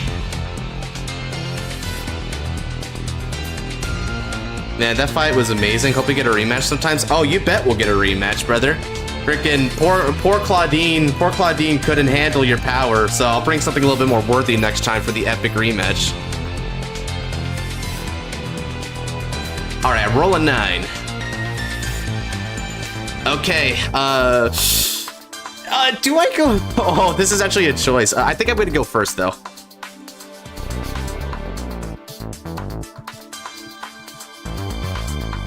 I'll go first. Why not?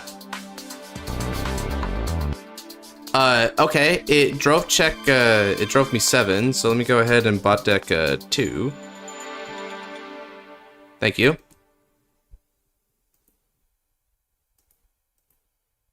I didn't mean to hurt Claudine. I apologize to her. You're playing a dragon, don't apologize. Just say get better. Get good, Scrub, like Kai would. He's the king of dragons, as Ren would call him. Okay, this isn't a bad hand so far, it looks like. We have some pretty decent things to give.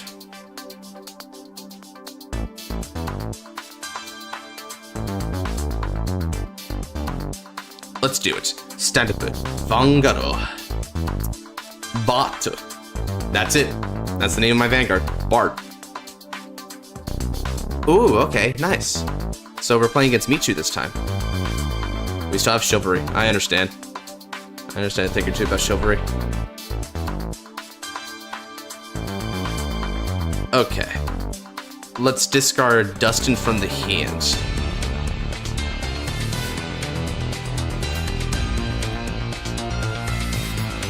Let's ride into Colorless. Iniki Generate set. Tanshurio. Your move. Not gonna lie, I didn't expect a rematch to come by so soon. Let's see if we can get some redemption on this one.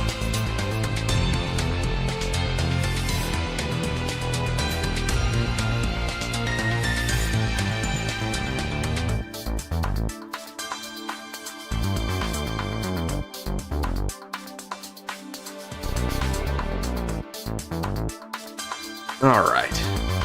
Discarding a Nokino, so they're already in good shape. And then with skill here, this should be able to get you for the all set up. Nice.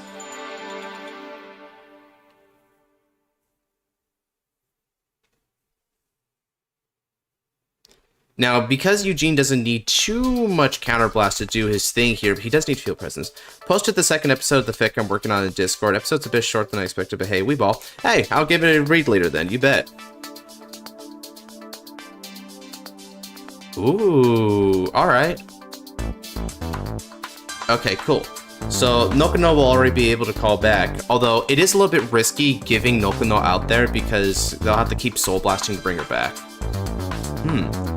Interesting, they didn't even use all set up. Alright, no guard.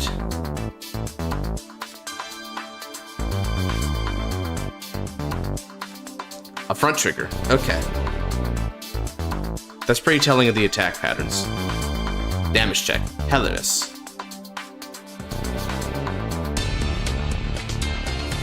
We stand a draw. Alrighty. From my hand, I'll discard Clifton. Energy charge.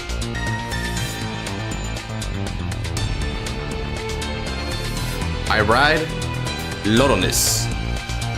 Skill of Colorless when rode upon. I'm gonna look at the top 5 cards of the deck. I'm gonna reveal a Dust Storm off of that and put it in my hand.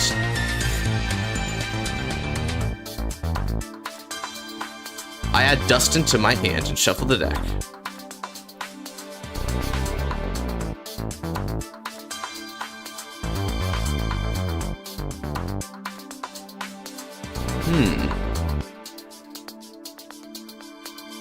Let's call. Ragnit. Ragnit swings for 10.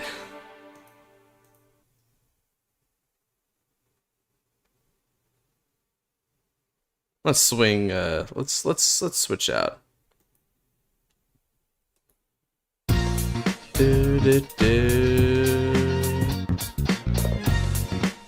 Damage check, alright. No trigger. In that case, we go again. Loadedness on the Vanguard, 10 for 10. Because you ain't alone.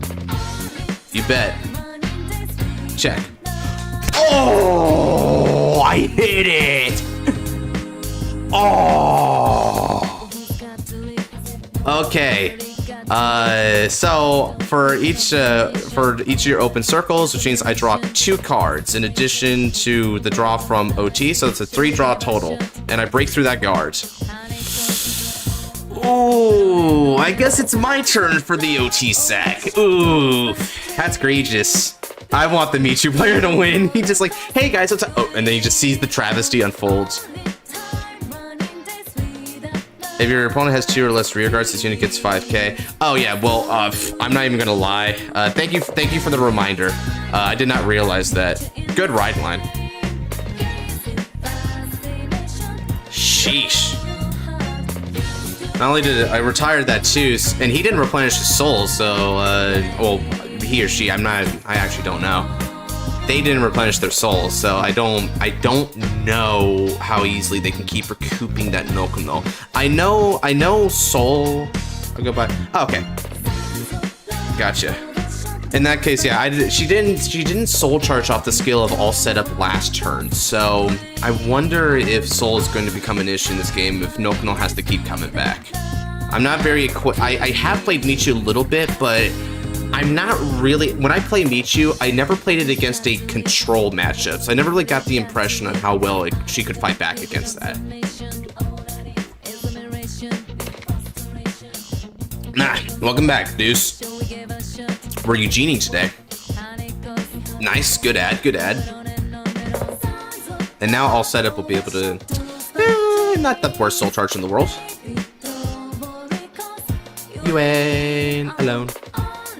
This one is when you put in the order zone, you draw 1. Okay, cool. And choosing gets 10k, choose your opponent's rear guards. They cannot intercept nor stand in his stand. Oh, right, you have, it's the really funny Mega Colony adjacent effect. Soul Blast again, bring back Nokuno, good stuff.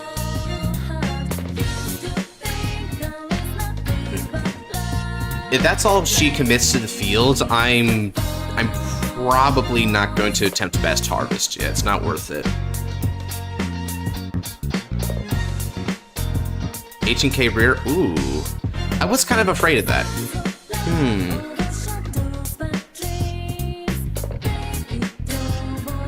What do I do about this?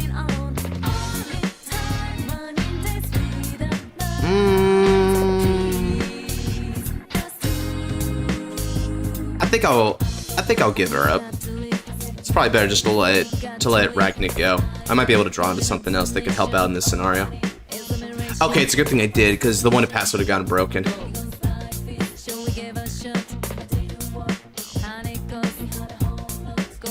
Alright. Draw. Noko can revive herself, yeah, pay the cost. That can't go the same for the create you. Noko can always revive back new Michu. Right. Because new Michu either searches for like a cannonball or a Nokuno, if I recall correctly. Let's see here. Got a lot of Dustins to work with, so let's go ahead and get rid of 1. And now we'll ride the king of the deserts, the terror of the tundra, Eugene. Energy Blast 3 off of Lonidus. I'm going, by doing that, I'll be able to draw 2 additional cards and then put 1 card from the hand of the soul.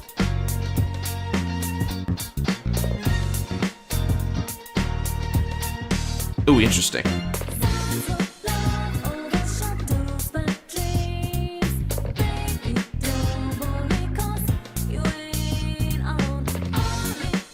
Time to release the burning eye of the storm, baby. Eugene, you got support. Bottom locals, ZB City with 2. Next time going for the win. Yeah, boy! Freaking Eugene's gonna be back with the fire, bro. Just a double rare? That's because he just wanted to make the triple rares feel better about themselves. She's a regard, she's a column. Okay, so because of that, I had the opportunity to do that. Let's see. Oh, you know what? Yeah, just... Ooh, hold on a second. And this Eugene can... Hey, what's up, kid? Welcome in. Okay, I've got a gnarly idea here, now that I think about it.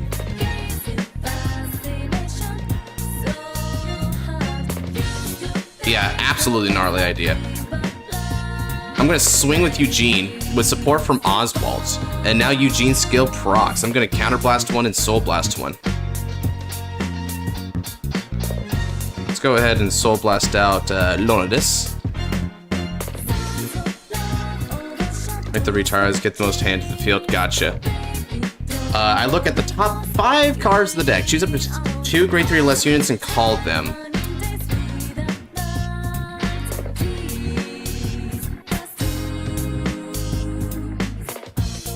Let's call.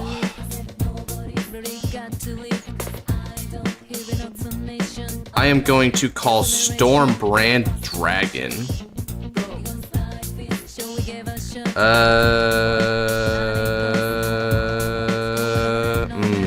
Says up to, so I'm just gonna go ahead and call Stormbrand, and then I'll activate Stormbrand's skill when placed. I can Energy Blast 3 in order to retire Nokono. And Eugene gets 5,000 power for this battle. So this is going to be coming at you for 26 on Michu.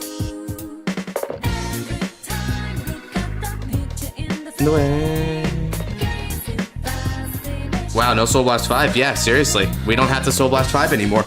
We just Soul Blast for the various skills of our deck.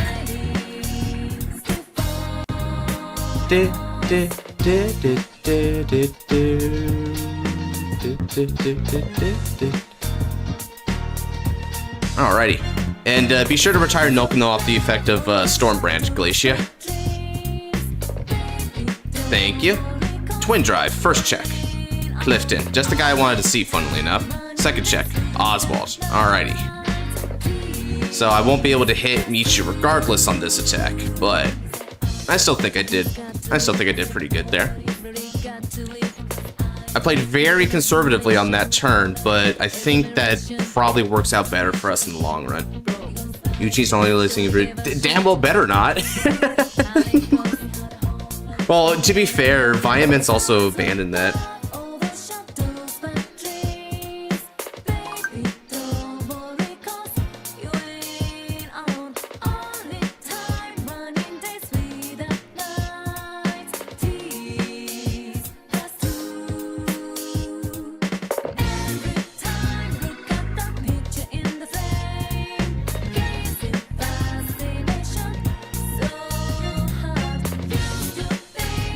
Rights into Michu.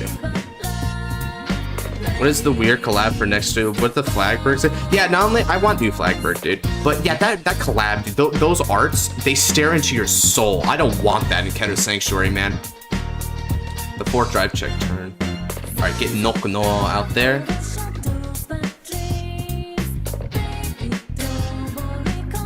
You ain't alone.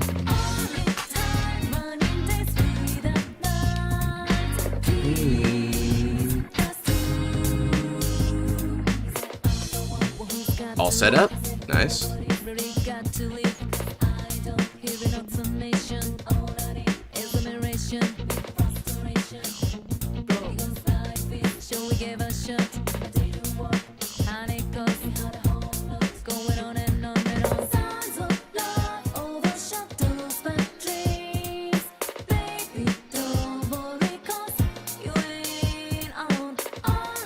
Yeah. Alrighty. Can't stand.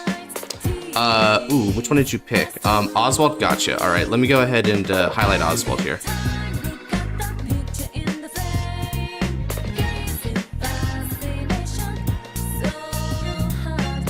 have new forms. Orphis still needs one because mascot redundant. We already got Regis though. I think Regis counts as it is. I think what really needs a new form more than anything is Flagberg. Flagberg has always just been Flagberg.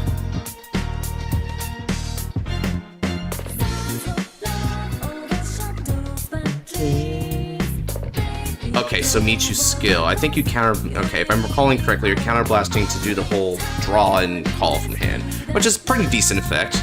Oh. Retire? Alright. Sorry, Stormbrand.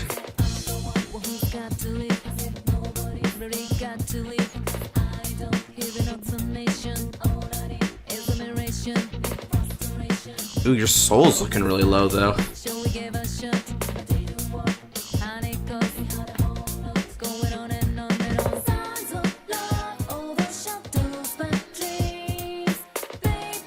$28K Van? Okay. I'll let it go through.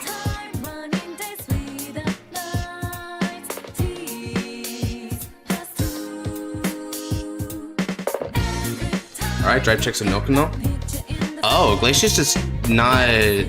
Glacier's just avoiding committing to the field. That's trippy. Orion was crazy. Yeah, they didn't know how to support Eugene well. I think that's pretty clear to a lot of us at this point.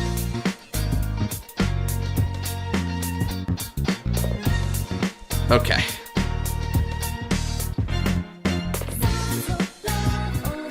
$20K with one drive. I'm going to shoot for OT to pass.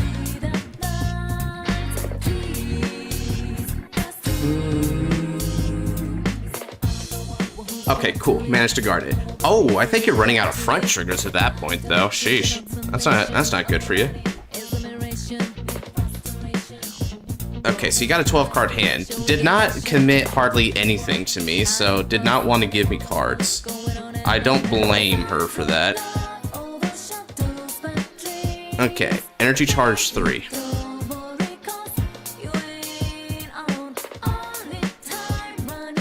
Let's see here. I'll call Dustin, activate the skill of Dustin. I'm going to throw a crit from Hand of the Soul to draw a card. And I'll retire that.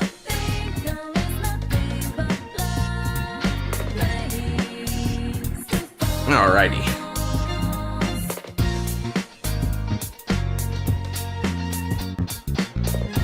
And then I'm gonna call Stormbrand Dragon. Stormbrand skill, Energy Blast 3 to draw a card and get plus 5,000 power.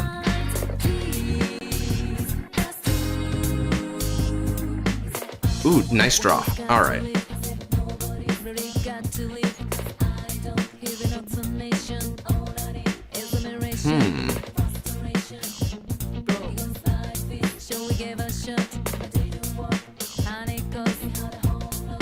Let's go ahead and call Clifton.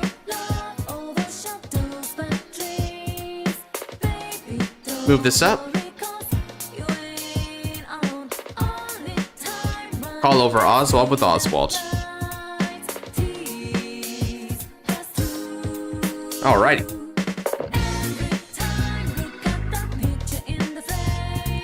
It's time.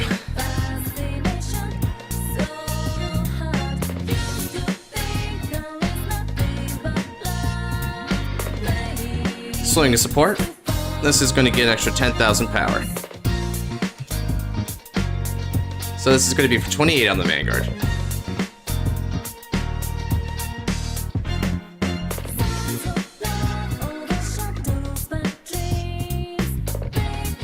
Pause? Yeah, what's up?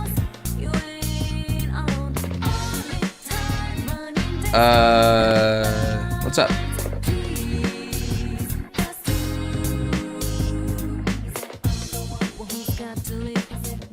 Shouldn't get 10K because it was a recard that retired no. Hold on a second. If your opponent's regular battery. Ah, okay, cool. In that case, let me see. What can I do about this? Because I think I have another way I can do this. Yeah, I do.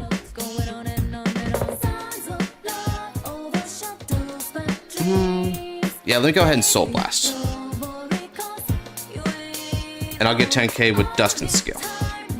Alrighty, same number.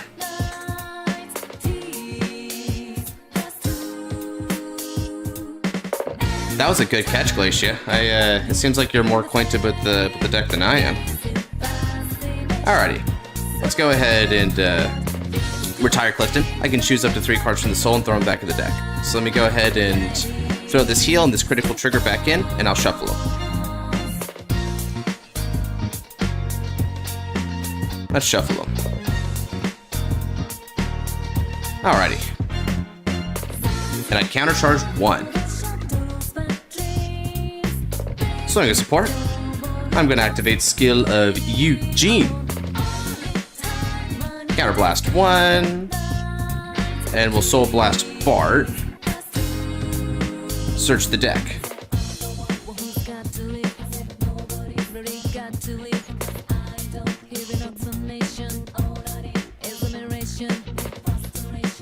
Let me go ahead and call a Eugene and an Oswald to the rear guard circle in the same column.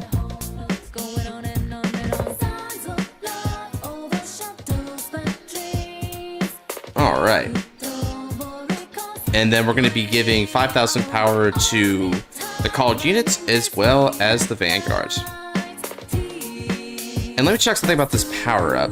Until end of turn. Ah, okay, so Oswald will be able to restand it with its 5,000 power still intact. Gotcha. That's not bad. Alright, this is 26 on the Vanguard with the Twin Drive ability. And my deck is getting a little bit compressed here at this point.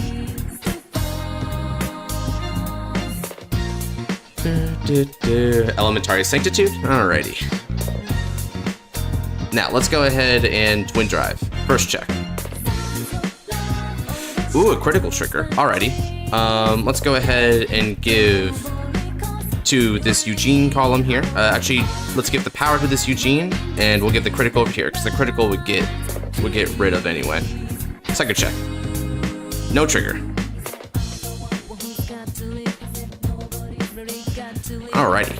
And now we're going to activate Oswald's skill. Oswald's going to counterblast 1, and I'll get rid of Feed Us from the hand.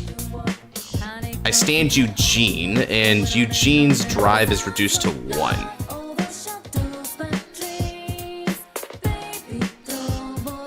I'm going to swing for 13 on the Vanguard.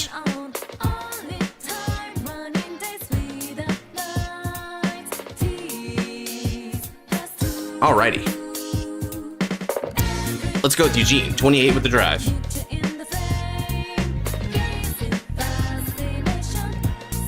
Deaths in the Showers. How's it looking so far? Glacia's playing kind of an interesting game against me because her game plan seems to be to try and like whittle down my resources and just wait for a burst turn, which might be next turn. Okay, first and only check. Ooh, it's a heal trigger. I don't recover, but I can break through the guard.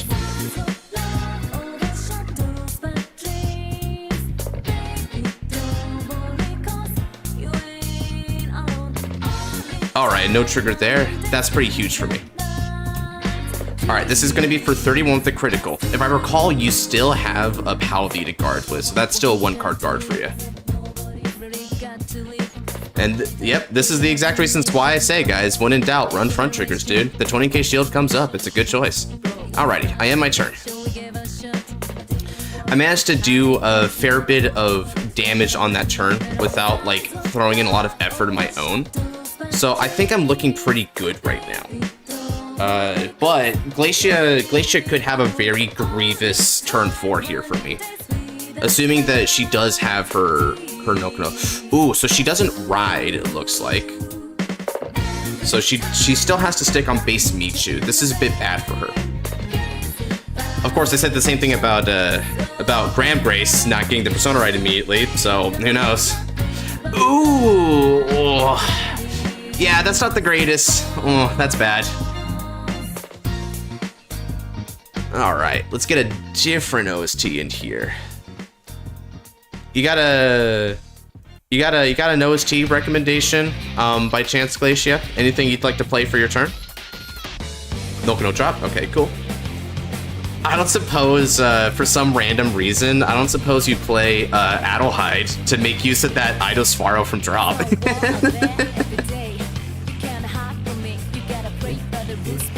Not gonna lie, this song that plays right here, this feels like a good Eugene track in general, just a good comeback underdog theme. It's like, yeah, y'all doubted me, y'all laughed at me because of my name and my playstyle and my lack of good dedicated support. Well, now look who's back, bitches.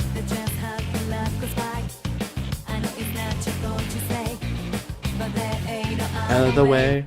Oh, okay, good. Ride Fixer. With Ride Fixer, she'll be able to get the Persona Ride. You'll get rare promo, but you have nearly enough. Whiff? Okay. Oh, you whiffed on the Energy Blast. Gotcha. Yeah, that's easy to whiff. There's not a lot of cannonballs. But here comes a skill you can't whiff on. Now, what I'm curious about, I think you drove check a Nokono last turn, right? So, since you did that, if I recall correctly, yeah, you would be searching for, would you be searching for a cannonball, or would you just go for another Nokono?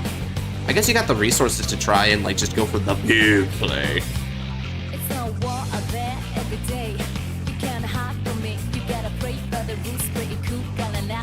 Okay, you go for cannonball, yeah.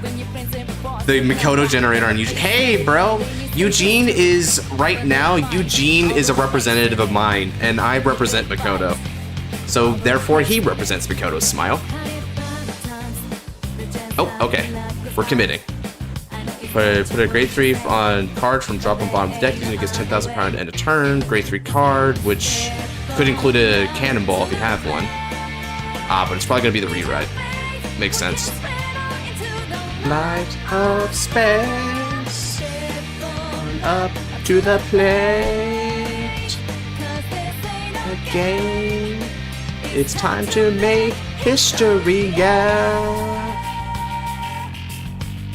Okay. Soul Blast here, cool. Okay, you bound to meet you, so now you'll be able to get rid of one of my cards. Ah, okay, you're getting rid of my attacker. Sorry, Rearguard Eugene. It was real.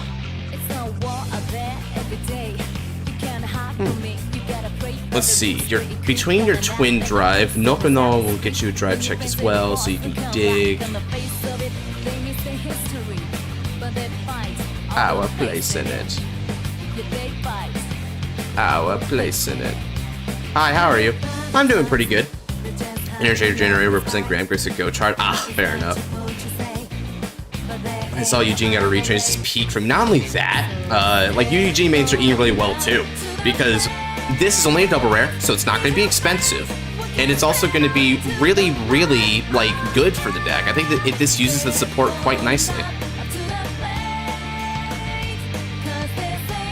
Alright, she's burning a lot of her resources this turn just to try and clap back, which is correct. She needs to go hard on me this turn, otherwise it's going to be too far gone. Thankfully, there's no Idospharo left, so I can't get blown out.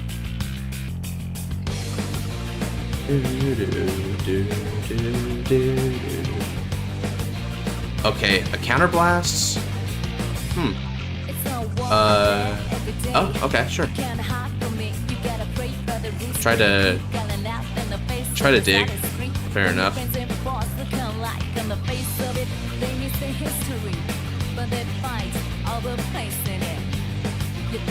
Fight our place in it.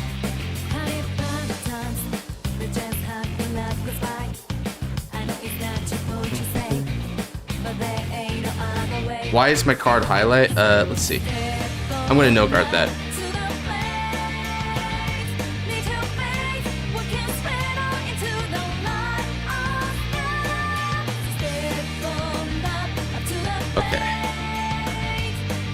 Get 4 SR Eugenes. Yeah, boy.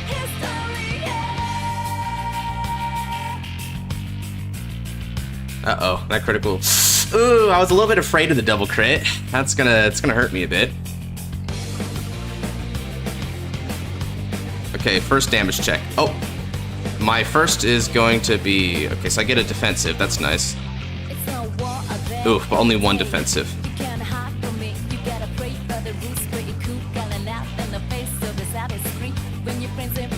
Yikes. Ah, I took a lot of unnecessary damage on that. I just didn't expect her to hit double crit on that. Placing it. Okay. This is gonna get rough for me.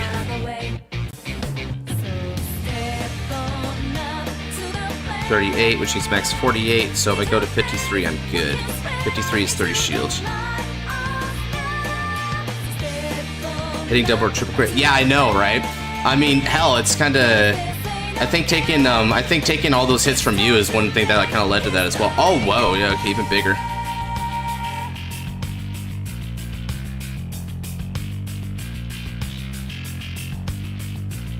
Okay.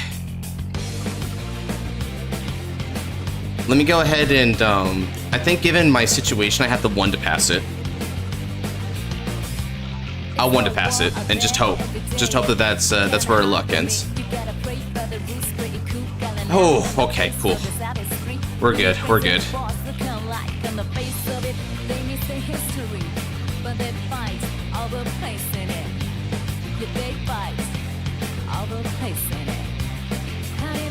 $48K Van, 48 means max is 58. Let's see, so that's gonna be 43, max on that's gonna be 53, so if I go...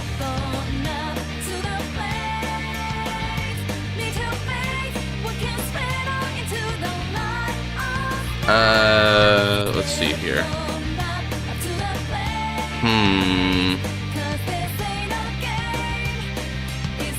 Okay. I'm going to PG that, and I will discard Zone for it.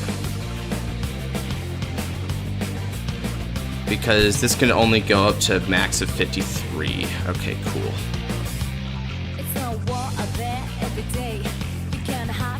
Which deck, or just be a whole deck or just one card? Ah, that one's a debate. I kind of like the idea of it just being a singular card that like unifies. Okay, I'm gonna guard. Wow, that double crit really put the squeeze on things for me. Okay, now this is even.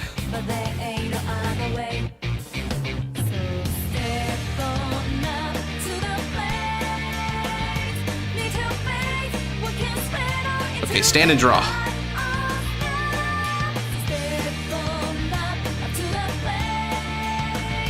Ride. Eugene.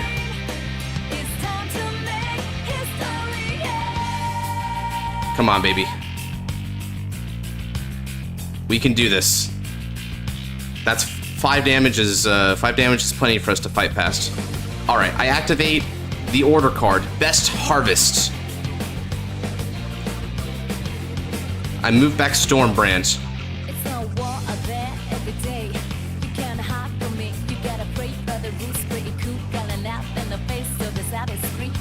Let's go ahead and call. Activating Eugene's skill. I'm going to rest these 2 rear guards. And I'll retire this unit in the back row. Which means I draw a card.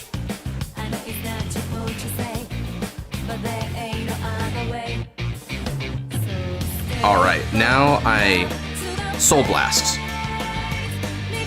Ooh, actually, do I need to Soul Blast to stand up? Oh, actually, I might actually just overcall him now that I think about it. So I won't use this skill. Yeah, instead I got a different idea. I'm going to call. Energy Blast 3 and Soul Blast 1. I'll retire. And then he gets the skill that at the end of battle my Vanguard attack, and choose my front or rear guards and stand it. And then because I've retired, I draw a card. Call over with Dustin. Dustin's skill. I retire.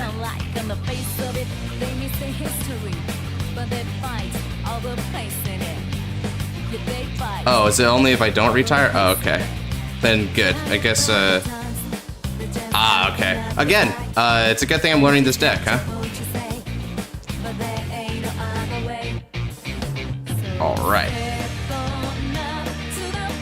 For now, anyway.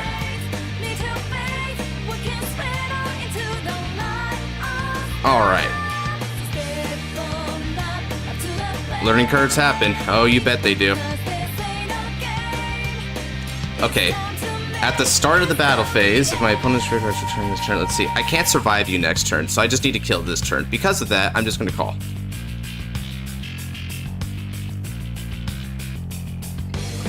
Alrighty.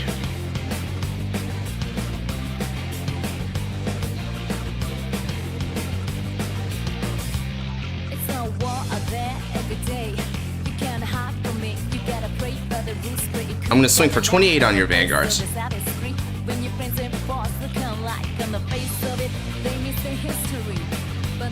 Fight our place in it. But they fight our place in it. Alright, cool. It's time. Go, Eugene! Activate skill. Counter Blast 1 and Soul Blast 1.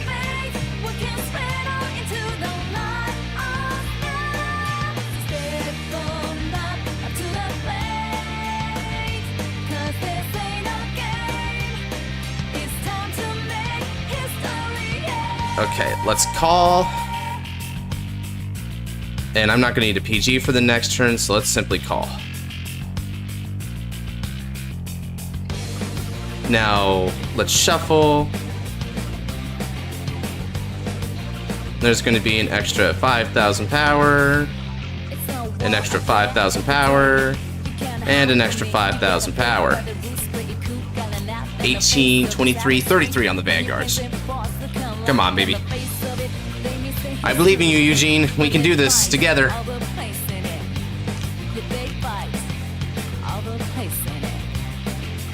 We should have a really compressed deck, by the way. Can I just say? Like, look at all these triggers that we got. We got, like, a double frunge and then, like, a bunch of crits. Like, oh my god. Like, this could definitely just be a double trigger right here. Oh, PG. Alright, let's go. First check. Yep, case in point. Let's go ahead and give everything to Dustin here.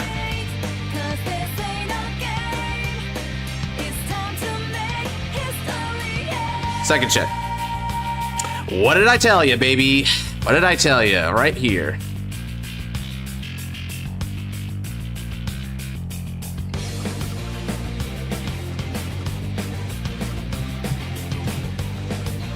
Sheesh. Deck thinning takes effect, bro. Swing the support. This is going to be for, let's see, 48 with the crit.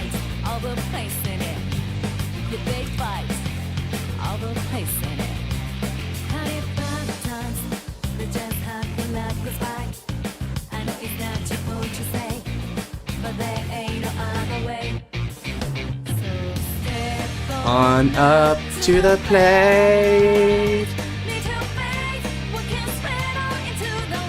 Okay, another PG. Let's see. 46 Vanguards. Come on, baby. How is Eugene so far? Eugene feels good, but I think I'm dead. Glacia had just enough cards to survive the offense. Crap. But Glacia is basically out of cards.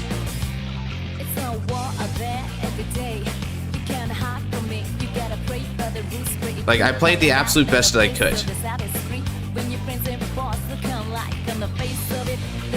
Let's pull it back, Michu. Pull it back? What do you mean pull it back? Pull back my hair? Oh, just the hard persona, right? Okay. Now, with any luck, she won't have many cards to work with here. I might be able to still come back.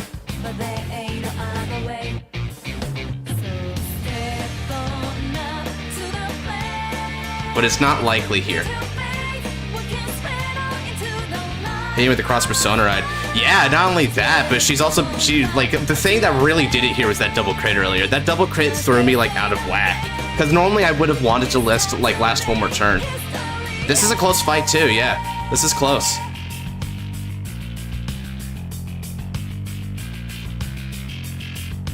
So she adds a Nokono, gonna bind that, choose a rear guard and retire it, which is probably just gonna be one of my, like, yeah, it's just gonna be one of my interceptors. Go figure. Yeah. We tried our best, Eugene. There's no shame in how far we went, bro.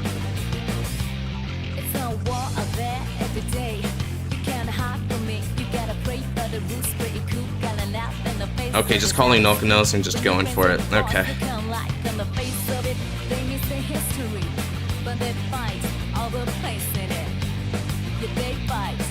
Yep.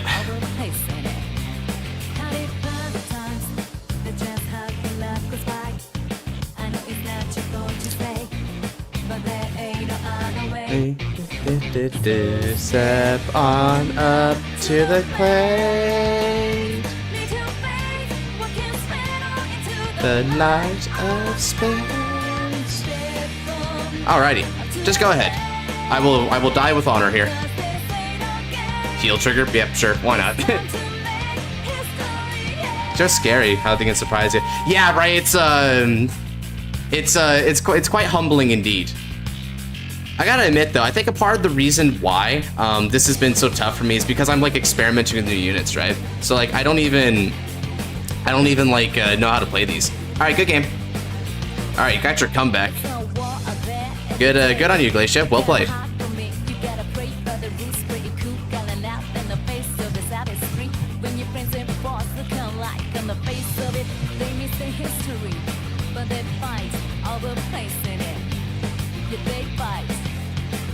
Thanks for helping me learn this deck, by the way. That was there was some really good like niche things here that popped up. That's really nice. Taught me more about how this works. Taught me a bit more about where are you? There was another really important card. Well, you had out of the Claudine, so an A for effort. Yeah, between Claudine and Eugene.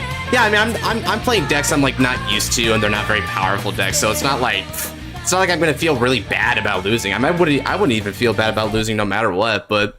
I mean, with that one, if people wanted to make the excuse, that would be the excuse. But why make excuses? Fights are fights. Ah, welcome, Aqua. I'm gonna use the restroom real quick, and then we can get it going.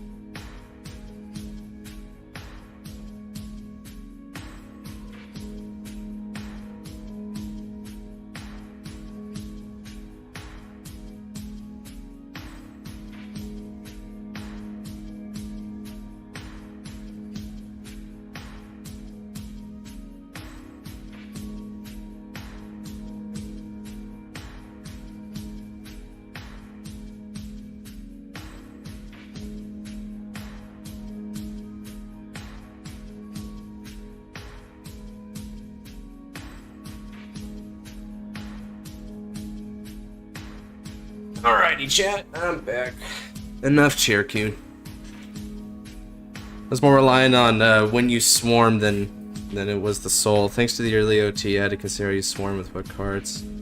It didn't help that the cannonballs were rare that fight. Yeah, I will say the RNG does even out a little bit though for us, because not only did you hit the double crit on me, but you kept seeing your pieces. Whereas for me, I actually all my top 5 calls, were not that good, not very dynamic top 5 calls. So that's kind of sad. It's Aqua's turn for now. Hey, what's up, Ikora?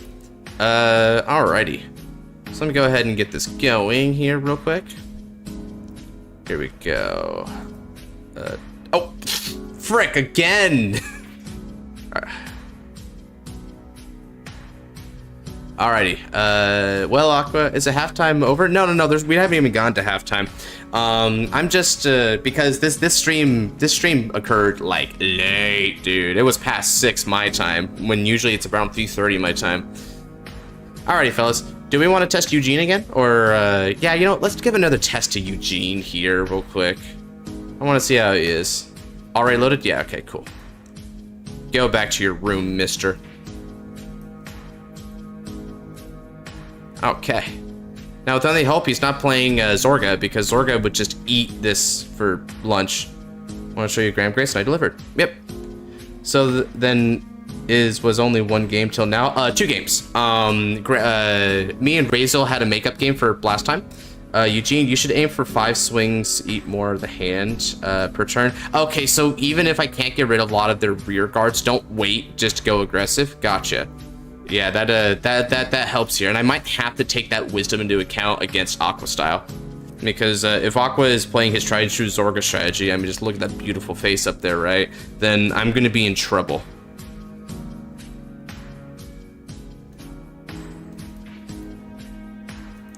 Alright, here we go. Ooh, okay, not a bad hand. I like the start. Aqua only plays Zorga. Well, Aqua had a Claudine list that he showed, so maybe he wants to, like, show us what's up with Claudine.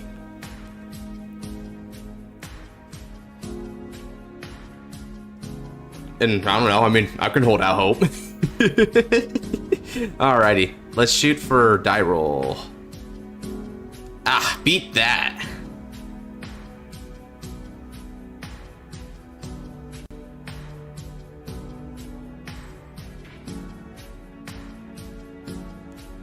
Where rolled you 1? Oh, okay.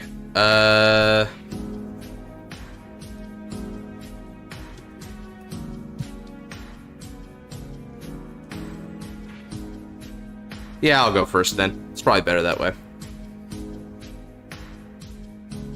Well, time to build the Majesty Lord. God, I'm gonna have a field day with that build. I bet. Let's do it. Stand up Vanguard. Battle. Ah, okay, yeah. Let's see here. Stand. Good card. Good card. Let's discard. Cherokee is just going to keep progressing as time goes on. Cherokee is a dynasty, a legacy of power and struggle, of worth.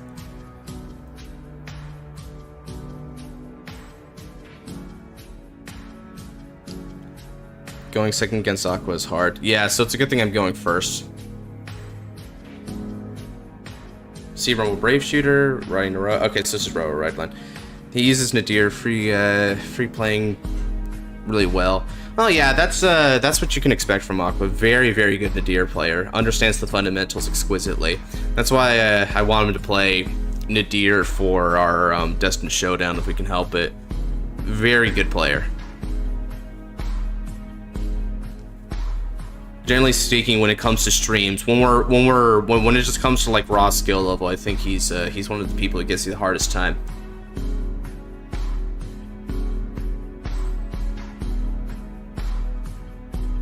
Luke also gives me kind of a hard time too, I've noticed. Luke's son hasn't been around by a lot of the streams lately. I kind of miss that too. He usually gives me a challenge, win or lose.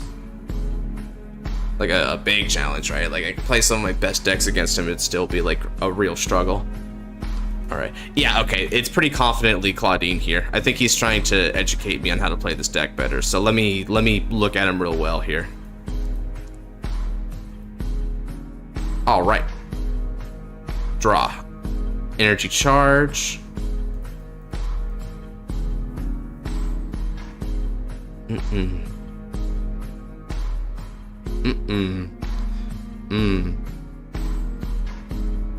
I'll discard Clifton. And I'll ride. Colorless, let's go ahead and get ourselves a P5. And I can add a Dust Storm. Wellstar versus Michu? Oh, I like the idea of the cannons. I mean, if you get a... You know what? Yeah, considering considering that just playing test decks wouldn't cut it against you. Yeah, I'll play Wellstar against you next time. Should be a much better challenge. I'm gonna add a Persona right off top, because I think I can do that, right? Because it's just a Dust Storm. Yeah.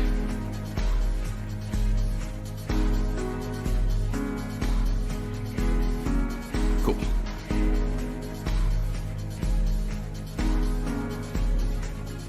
I'm gonna swing, and with skill, gets 5,000 power as long as you have 2 or lesser regards.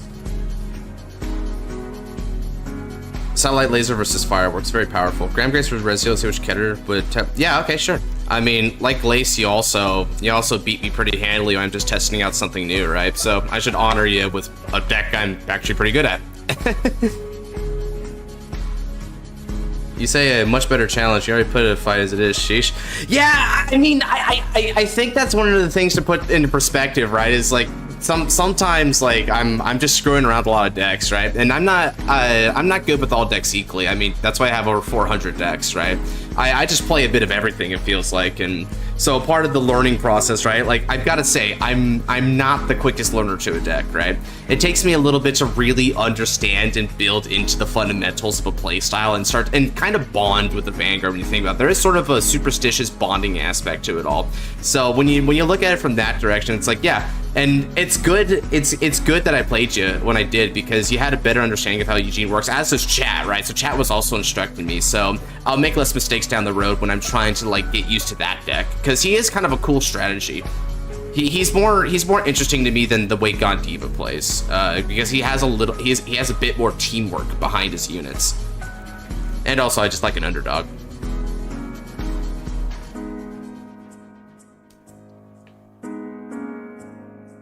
Superstitious bond is kind of true. Yeah, I mean, we have bonds to it, right? I mean, people can manifest things in reality. Like that's kind of the truth of the world when you think about it.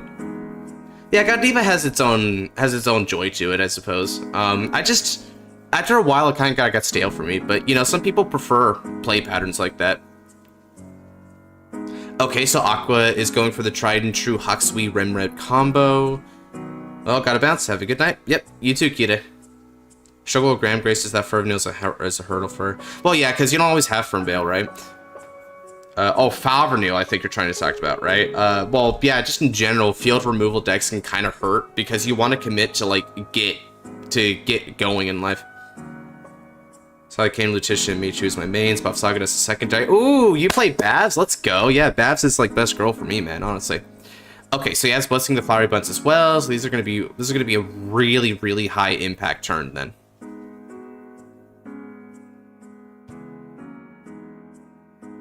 It's kind of funny to think about the whole you may return this unit to the hand, but for a token that's just like retiring itself voluntarily for some reason. For me, Gander, it's just Paldia before Paldia. Gander, that's your nickname for Gondiva, huh? Interesting. Alright. I'm gonna shoot for an OT to pass here, because this would be one that I actually can guard pretty effectively. Now, with any luck, he doesn't hit like a crit or a heal here, because that would throw... Oof, crap. The tempo just went out in my favor again. Well, that's Vanguard. Gone Cena. I meant to say Gondiva. Okay.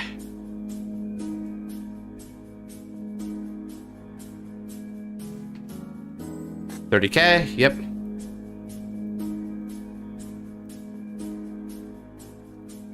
Ragnit.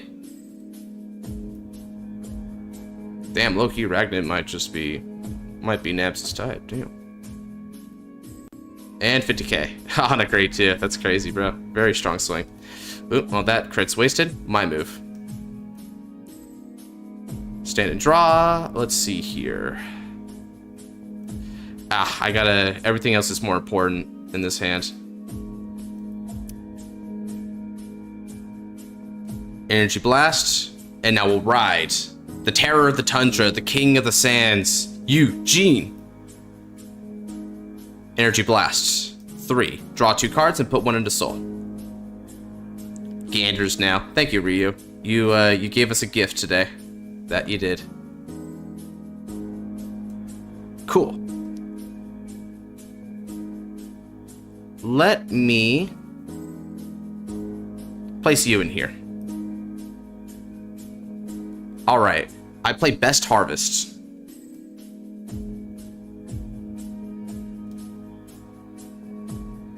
I'll call. Activate skill. I am going to retire this rear guard. And then I draw a card off Best Harvest.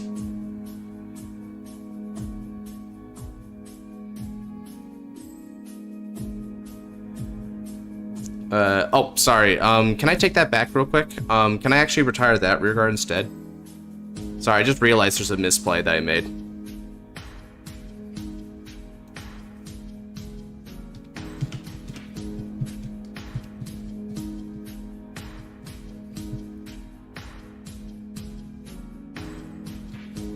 Okay, cool. Because I just realized something, yeah. So let me go ahead and call this. And then we're going to...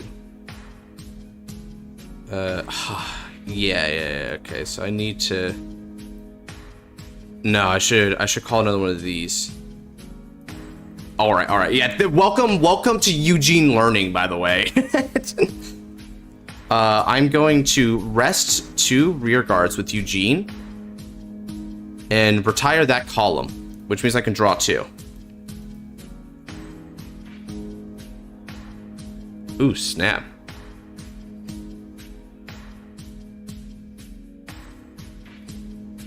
Now I'll call. And with her skill, I rest her and Soul Blast 1. In order to retire that rear guard, which means I draw again. Okay, Eugene's looking a little bit more convincing on that.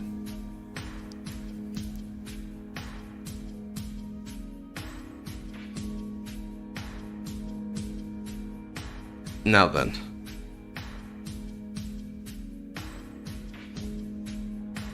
Let's go ahead and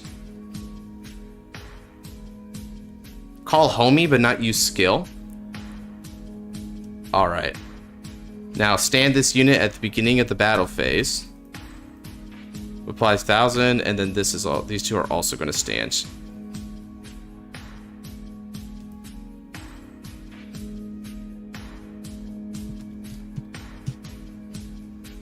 You know what Eugene might need? Now that I'm thinking about it, guys, a Dust Storm unit that gets rid of itself after battle. Clifton was a good start, but like a good attacker Dust Storm unit that throws itself out afterwards. That might be nice.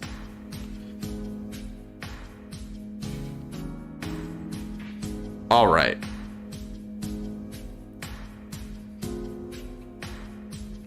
Let's go ahead and swing a support. This is going to be for 23 on the Vanguard.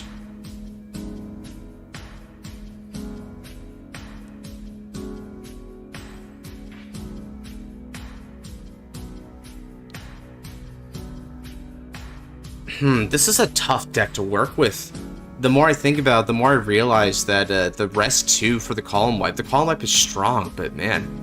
I also like the aesthetics of Crossbow Archer Core. Nice. I agree, especially when you have like the Dragon Empire Flame and Lightning bit behind it.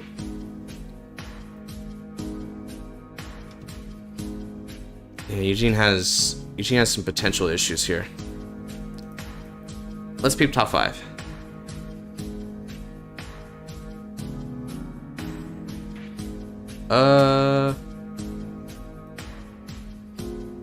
I'm actually just gonna call Oswald. Orlando? Yeah, I guess so. But Orlando doesn't seem that strong.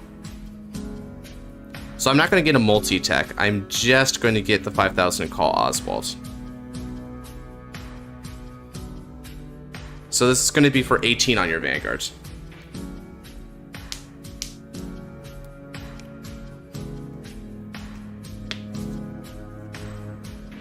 Alrighty. Twin drive. First check. And second check. Ah, more whiffs. I hate to brick, but so be it. Ooh. Okay, swing with support, and we'll activate skill. I Soul Blast 1 to get an extra 10,000 power. Alright, 28 on 20. Can I be added to the wheel? Yeah, sure, man.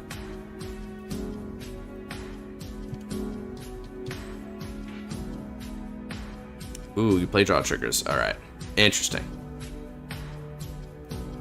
Well, I wiped out a lot. I couldn't do a lot of damage to Aqua, but I did wipe out a lot of his resources. So hopefully that matters. Unfortunately, I bricked really hard when it comes to hitting triggers. So if he has a sizable offense for me, I'm dead. Playing about Gondiva was you can't play around was crazy to me. No, Gondiva was hard to play around because it just kept stacking up numbers, right?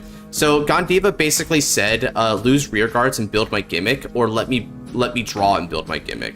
Gondiva didn't have much counterplay at all, right? Especially when Sturgna was at 4. Sturgna was really hard to deal with. We have to bear in mind, Draw, that the main thing that made Gondiva bad was that it was racking up too much power, right? Like, it was a control deck that had too much power in the fundamentals. Right. Gondiva, along with Stride deck sets, basically brought us into a, like, new era of power creep that really wasn't good for the format. That was too many numbers being brought down.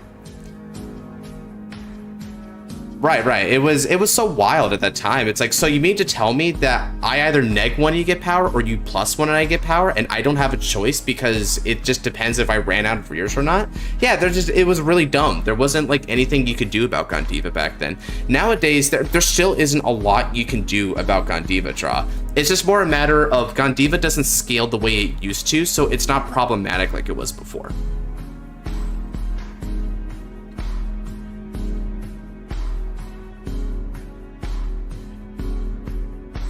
Catch-22. Yeah, exactly. It's a catch-22 type situation, Ryu. And unfortunately, that's just the way they designed that deck, man. I think that deck did not have counterplay. And they just wanted it to ramp, no matter what. They wanted it to ramp, which it's not a very good design philosophy, really, right? Like, it doesn't feel very fair. But nowadays, because Power Creep succeeded it, now it's just kind of like, well, it sort of needs to be Catch-22. Made it fair to me. Well, yeah, but it wasn't fair to everyone else. Like, that's the thing. Keep in mind, Gondiva was a set 10 deck, right? So by the time it's set 10, we already had access to Chronojet and stuff like that, and it was still effectively a tier 0 deck. So if it was beating up on Chronojet, that should tell you something, right? Gondiva was a deck. I think the designer just wanted to have Kagero again. Can't say I blame him. Yeah, but even then, right, Scarlight, the thing about Kagero is Kagero like retired as a punishment type system, but still had like good strong Vanguard fundamentals to back it up, right? With Gondiva, it was a ramp strategy that just sort of like was a damned if you do, damned if you don't. With Kagero, you'd have the ability to play around Kagero. You could minimize the impact of a Kagero turn while maximizing your defenses at the same time, depending on when you did it. I almost beat Gondiva with Vitamins Bruce. My friend damage checked OT, so I conceded. Yeah, I mean, I would concede too at that point, right? When the matchup is that, like, disparate, it's like, yeah, just move on to the next game, right? We don't need to play it out. That's just kind of the unfortunate bit about OT in general. OT's not a very fair mechanic at all. Definitely went overboard on that designs. And that's the thing, even if the community can try to deal with bad designs, just because we can deal with it doesn't mean we should deal with it. That's something that a lot of people make the mistake on, right? Like, here's a lesson, right? If it's like, oh well, it wasn't immediately tier 0, right? People still play. I'm like, yes, but should we have to? That doesn't mean it isn't bad. It's just it means that we try to play the game through it. Blaze is like the only Kagero deck I find hard to play around other than Lock. Yeah, Blaze is another one, right? Like, I liked Blaze because the thing about it is that it costed resources. Like, actual resources in committing cards just to try and do that. Oh, okay, speaking of committing cards, Aqua is throwing down a defensive card just to try and beat me up. Alright. He's going to lose a lot of cards on this turn, so he might be trying to OTK me here. I don't blame him for that. Okay, Claudine's skill. Claudine's going to retire 3. Okay. Now Claudine gets a drive, and plant tokens get 5k continuously for this turn. Cool. Aqua's almost out of cards. Like, yeah, like look at this. Aqua's like way better this deck than I am, and even he's struggling to have like cards. I guess he's against a retire matchup, which is one of the reasons why that's bad, but I mean, even then, man. I see why people hate OTs, because if a damage check kills you to internal if you're playing Dreadnought. Like, that's the thing. OTs kill fundamentals. We have to guard in bad ways just to try and account for OT. And if we don't account for OT, or even if we do account for OT, we just lose to it anyway. OT is the exact opposite of what you want in a strategy game, right? In strategy games, moves should be determinate and able to be countered. When OT... Like, look, if a strategy game represents a battlefield, then hitting an OT on a battlefield would be labeled as act of God. Guard. Ooh. Bro does not have a lot of rears to give, but I think I can understand why.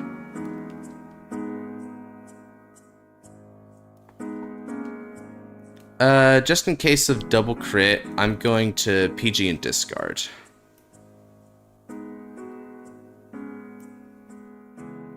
LT does suck, man. They wanted literal God to descend into the fray and give the win. Yeah, Deus Ex Machinas, right? Like, exactly. It is an act of God. If we're looking on the battlefield of Cray, right? Like, just imagine you're seeing something like, I don't know, Zorga is fighting against Eugene or whatever, right? And just in the middle of it, just a random bless favor just comes down and smashes Eugene, right? It's like, who was that?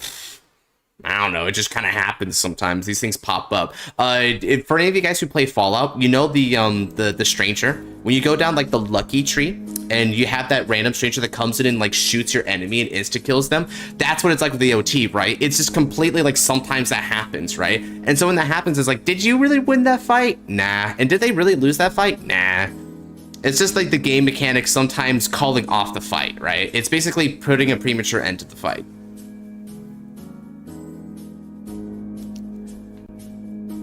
I lost Aqua one turn. At least Dragon Tree make OT kind of good. That's the thing. I think if they wanted to fix this format, right? Like one of the things they could do to fix this format is make OT only on Dragon Tree. They could do that, right? Or they could errata OT to only be 20,000 power. And I think that would have been nice too. 25k? Oh yeah, sure. Take Dustin.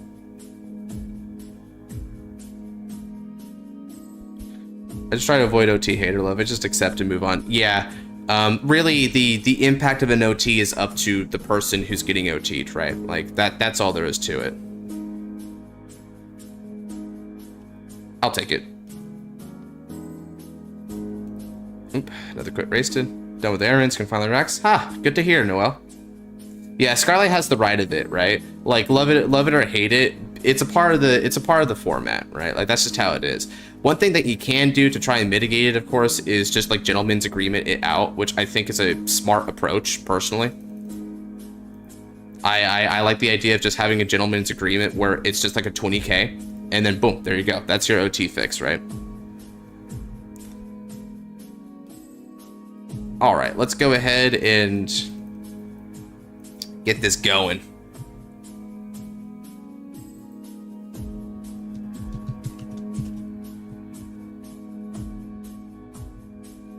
I know the counters for Eugene.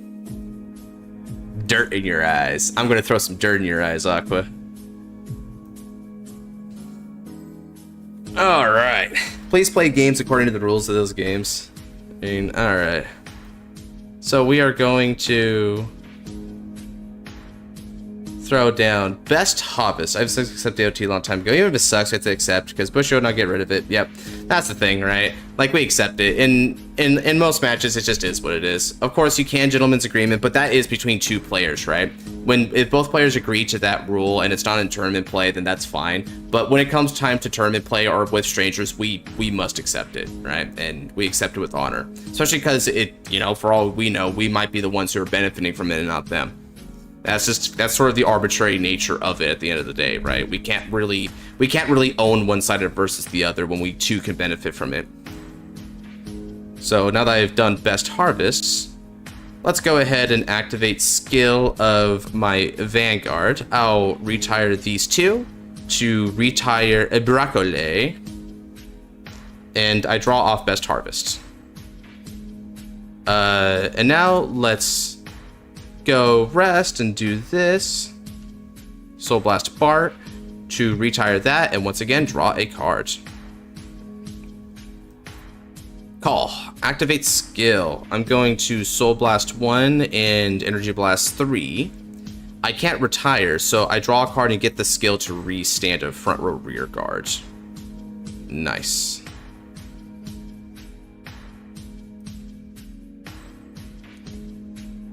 Now, at beginning of the battle phase, let's go ahead and stand up all these lovely units. Say OT makes some of the most wild. You have to say OT. Yeah, OT is definitely like a really, really funny card sometimes, right? Like, Spectator Sport is really funny with OTs. Oh man, like when like for instance, right? Like let's say the opponent is absolutely screwed, except if they hit 6 damage OT, and then they hit it randomly. So now like the game state progresses to the what if scenario. It is kind of funny that way, I will admit. I think one of the best moments I like is when like an OT gets checked offensively, but then it gets countered by the defensive OT, and then it's just like, but God said even. That's really funny to me, dude.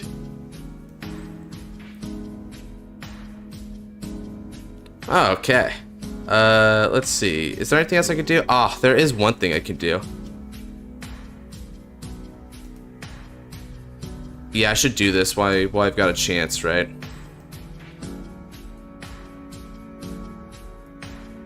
I'm gonna call Dustin. Activate skill of Dustin. Dustin's going to throw...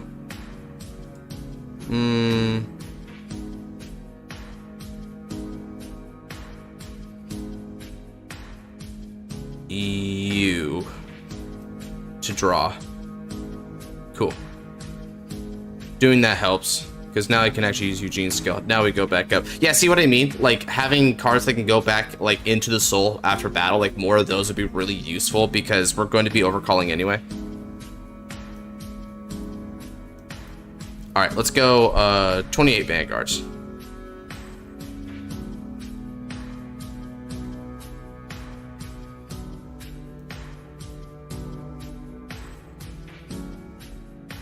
Also, I noticed that Eugene's a little bit Persona Ride reliant, because he doesn't get a lot of power. So yeah, this is definitely a good card, but I think he needs like updated support somewhat. Some good updated support that can like expand on his playstyle more. Ooh, okay, interesting. 28.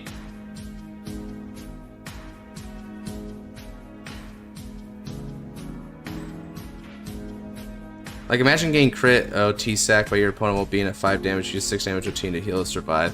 Yeah, it is pretty funny.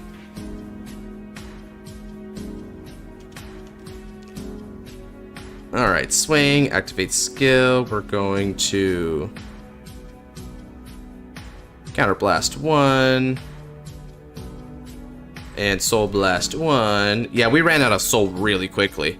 So definitely a deck where you want to conserve your soul if you can help it. Dustin is a mandatory for this deck. Oh, speaking of Dustin.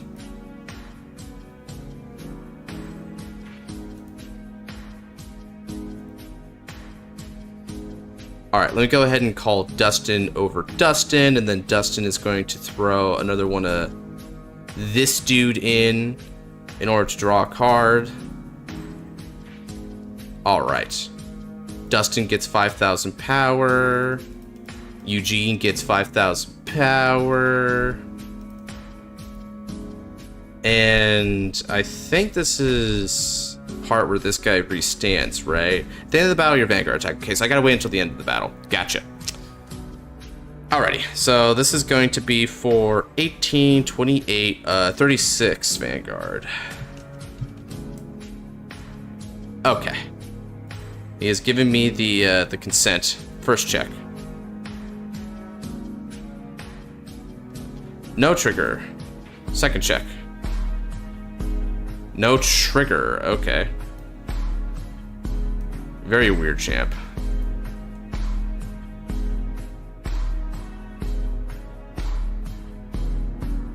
Alright, this guy's going to stand back up, and then I'm going to activate skill.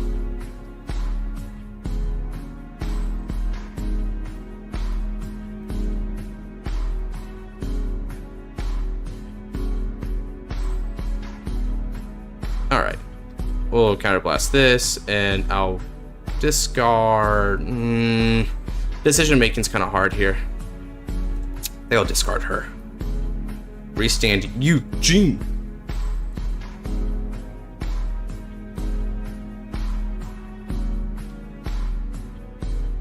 Alright, let's go 20 on the van.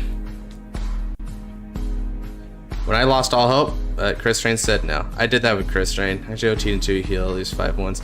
Ah, yeah. And you know what? I will say that sometimes like those Saki comebacks are really like those kind of give. What are your guys' RNG? Oh man, the RNG is just crazy sometimes, dude. I love those RNG moments sometimes because those are like bonding moments between you and units, right? Like one of the things that made me bond with Fenrir, who ends up being like he's basically my G avatar, right? The thing that made me bond was I was playing against brawlers of all things, right? And wouldn't you know it, like I double 6 damage heal against brawlers. Like Fenrir just absolutely refused to let me down on that. All right, we're gonna go 28 with 1 drive.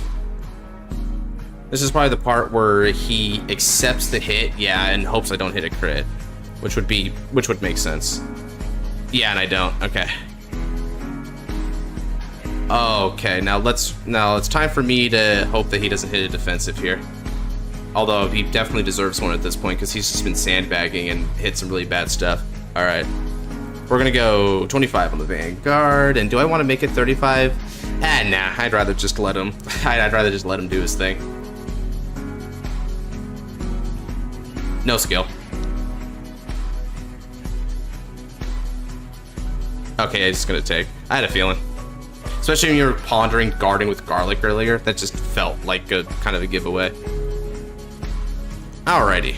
So Eugene managed to deal a grievous injury to Claudine. It's kind of funny having this come full circle, right? I test Claudine and she gets smashed. I test Eugene, he gets smashed. Now Claudine and Eugene have to fight, and it's like, so who's bigger loser? I'm a hero main in Smash. If you do not know what that means, my luck's insane when it activates. Oh my god. So many people were pissed with hero, man. People did not like hero meta. RNG either loves or hates you, bro. At least how dare you. Yeah, okay, Scarlight knows. Scarlight knows. I whiffed a nair on a Luigi, and I will now be punished by losing half my health.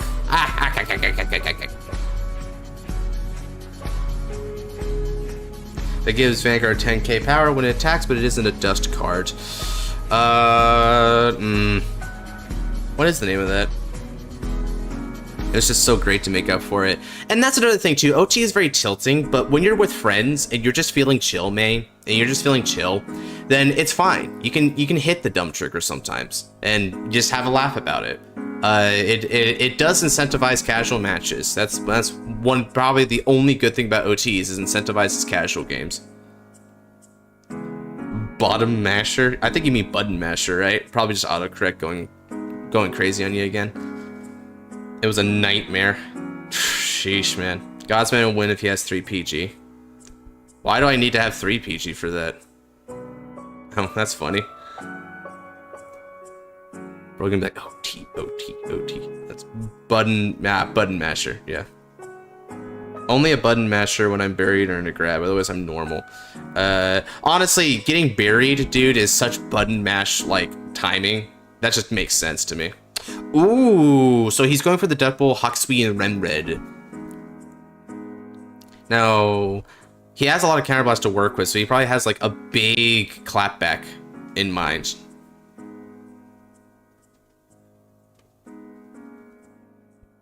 As a wolf main, I resent hero due to his $6 gimmicks. Wow, $5.99. That's I actually have no semblance of how expensive that is in the context of Smash. I barely played Smash. I just know a lot about like Smash meta and lore and stuff like that. Let's see if YouTube will get mad at me for playing this.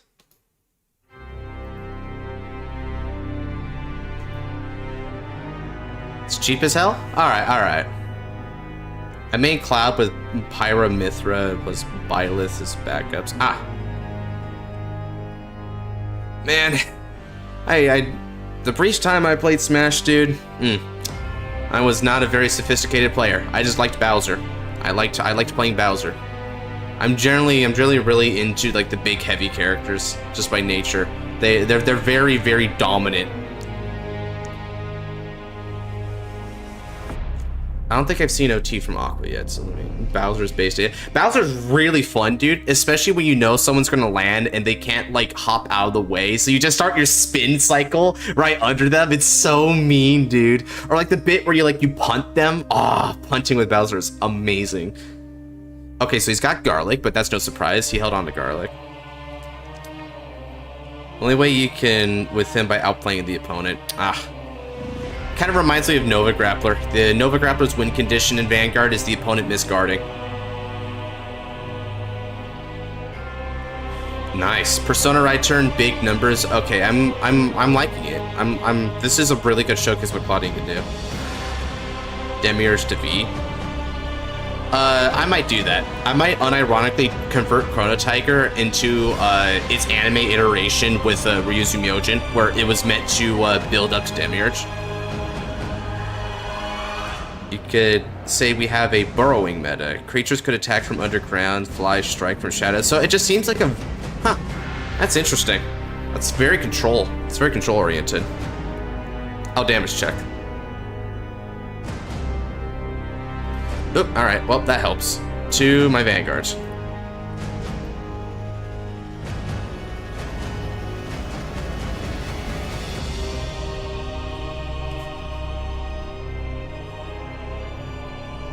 Greninja was annoying, but fine. Joker is good with him. He's a nightmare.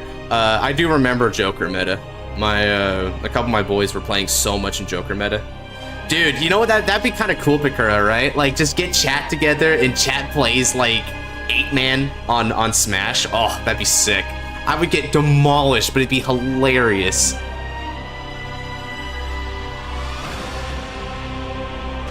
Let's go ahead and get rid of you.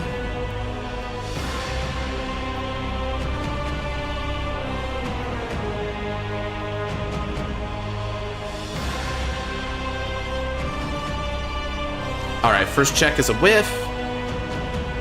Second check is a heal. Okay, cool. Smash 4 Bayonetta. Ah, Bayonetta.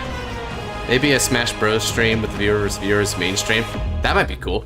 Hell, dude. For halftime entertainment, you might just actually do that build divide thing after all, since you're here. Assuming you're still, like, you're still conscientious enough, because I know it's probably late for you, right?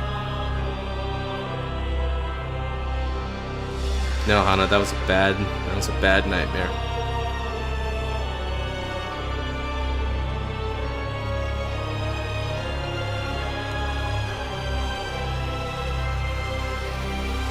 Ah, okay, gotcha. That would be fun. A Smash Bros. Fight night would definitely be a bring the popcorn stream for the ones not actively playing.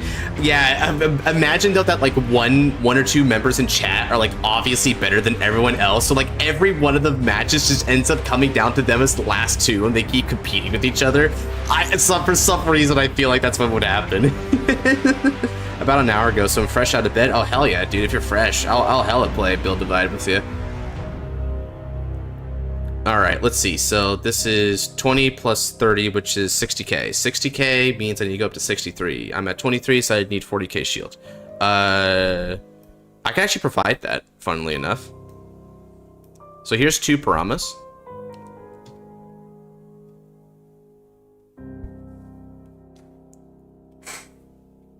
Cool. Okay, but I gotta make the deck for Build Divide. Alright, go make your way, have a chance. This fight might not last long. Yard. So these are huge columns he made. So I see, Aqua's teaching me here. So the idea with this deck is you get a lot of columns but you play more orders because you can facilitate the use of tokens, because tokens scale with garlic. So tokens are really important. Draw. Alrighty.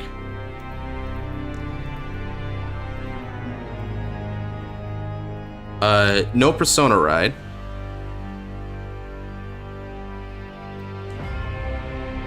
So I'll Energy Charge.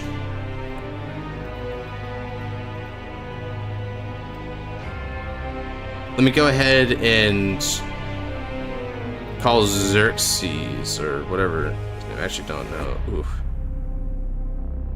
Make Zaddy proud. You bet, bro. I'm gonna make you real proud, Dad.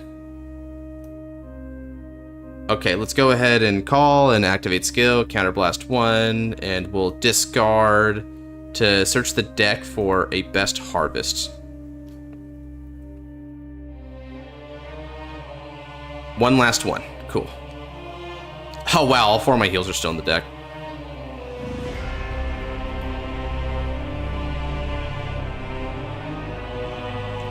Alright, now then.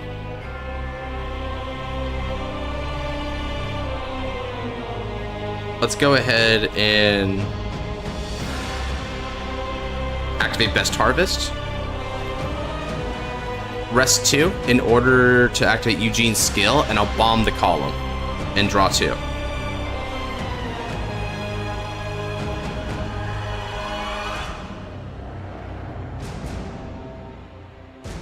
Sweet.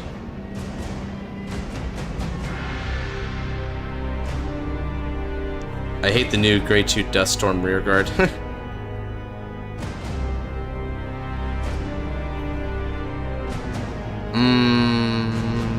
Anything else I can do to reach higher? No, I don't got any more reach higher, so I think I'm out of commission for now. Let's just go ahead and start swinging. At the beginning of the battle phase, these stand. Casino Bloom versus Tower Bloom, or Bloom versus Ishtar. Reed versus Les. Play Ishtar. I think Ishtar's cooler.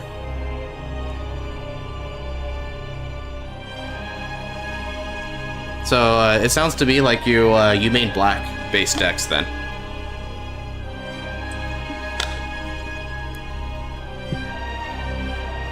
Xerxes is Gryanja. Gotcha. Now.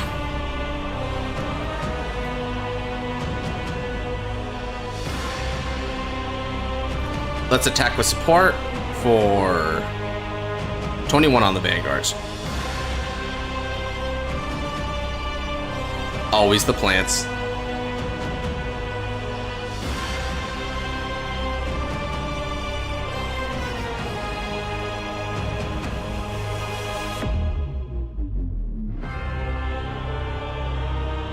Then we introduced the Ground Burst, a spell that deals 2 damage to all non-flying and to all, so no one was digging anymore. Okay, so no one seems very knowledgeable about the meta. Okay, Energy Blast 2 to dig. Cool. Hey, I'm expected a Shadow Paladin. What you expect? I mean, you already know that not all Shadow Paladin players think alike that way, right? But everyone. Chikahana, it's because of the Duststorm name. She's searchable with the grade 1, but not Jiba Brachio. Ah, right. That's the name of the Brachiosaurus that I was wondering about. Thank you. Alright. Go. Eugene! Counterblast and Soul Blast.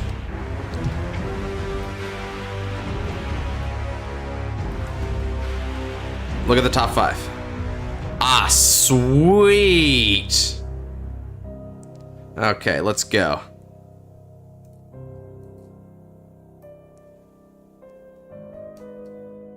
Let's overcall you. And let's overcall with you. Oh yeah, I got a wicked combo. And now let's go. Shuffle. I throw Clifton into the soul to draw a card. And I don't have any Great Tier or Greater Rear Guards to retire, but that was not the point of that skill. Now that's going to be 5,000 power to my Zone, my Dustin, and to Eugene. 26 on the Vanguard with the Twin Drive.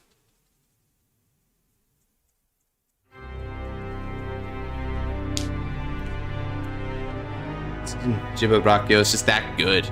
Yeah, Jiba Brachio. It's trippy because it was almost arbitrary to put in the Dust Storm name, but I guess it could also incentivize them to give Eugene very strong, dedicated support down the line, right? Because the Eugene, this new Eugene plays pretty well with a lot of the support, but I also think that it could serve to get some more cards that mid-battle remove themselves to different zones like Soul or whatnot, so that you don't have to constantly overcall over your own allies. Alright, so this is going to be 26 in the Vanguard. Oh, he's going to guard with Broccoli. Broccoli gets a little bit of extra shield. Guard with that. Okay.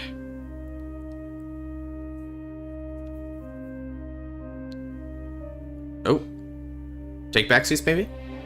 Yeah, you might just take, huh?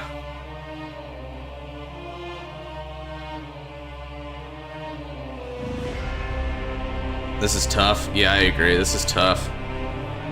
And, like, honestly, dude, let me just tell you straight up. I got a lot of triggers still left in deck, dude. I got a lot. Like, I still have, like, half my deck is triggers. Sure.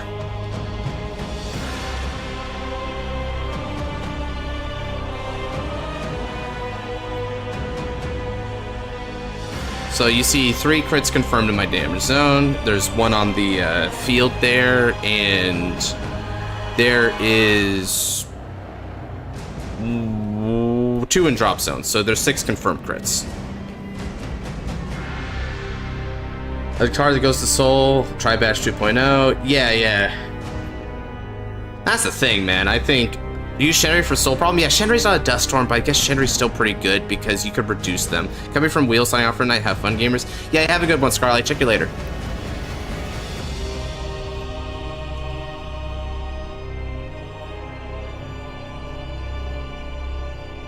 Okay, he'll just take. Cool. First check. Yeah, there it is. Critical here, and we're gonna give power over to my boy here. And then second check. Ah, front trigger. Okay, so your boy is going to need to hit that over trigger to win this game.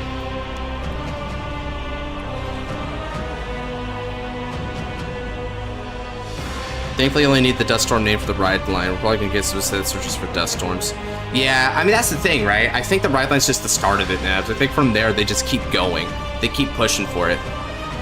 Ah, alright. GG. Okay, so in the Battle of the Redemption arc, it seems that Eugene managed to redeem, but Claudine did not.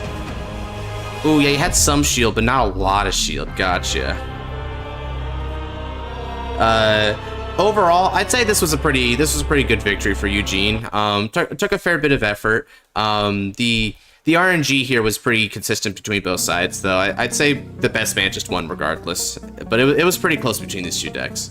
So overall, the new Eugene, very strong boss. I think Eugene has like a fair bit of growth potential, but he does, that's the thing, he has like room to grow still. So I hope that this fresh start for Eugene means that later on down the road, they give him strong, dedicated Dust Storms to keep going. We can move away from Stealth and D-Empire now. Someone supported Clan, by the way. We'll support a Clan of Vanguard. Stealth, oh yeah, the Stealth name is just crazy.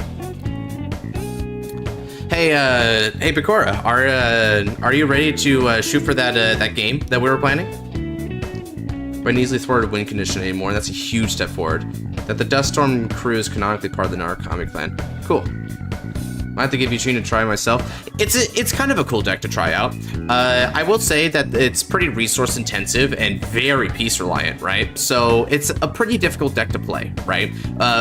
Compared to like Gondiva, which Gondiva has some similar stuff going on, but Gondiva is not nearly on the whole piece reliant spectrum like this. You can go one more rounds before that. Okay. So, finish the morning routine first? Sure. Okay, let me go ahead and spin.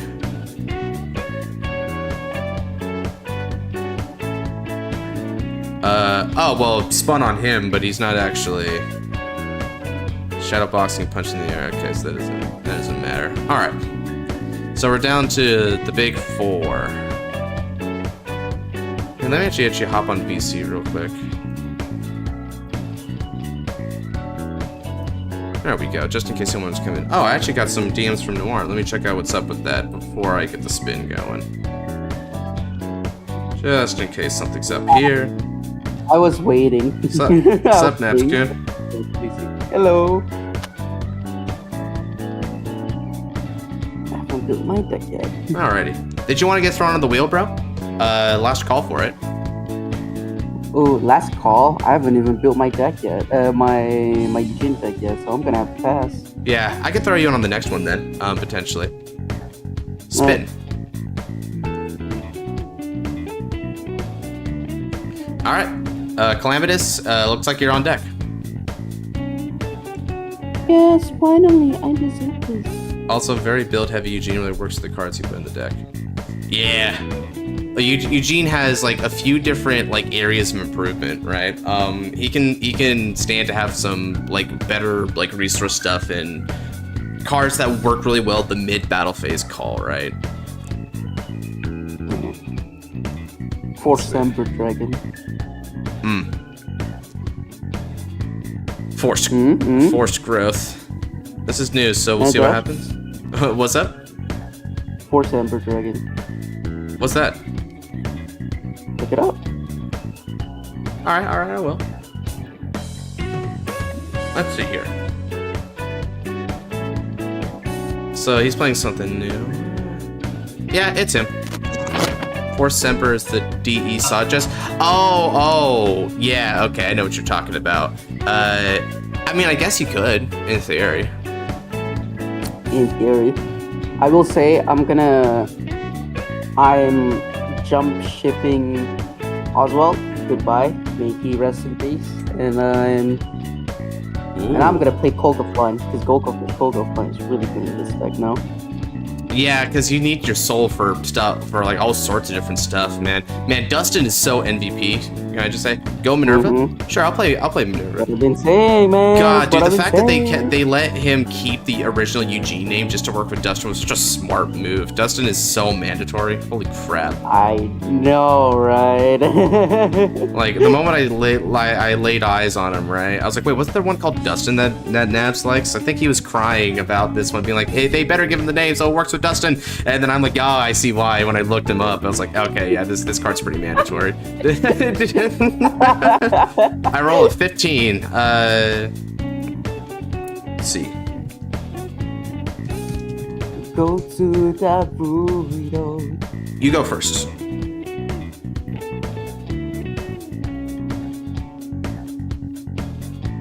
Cool.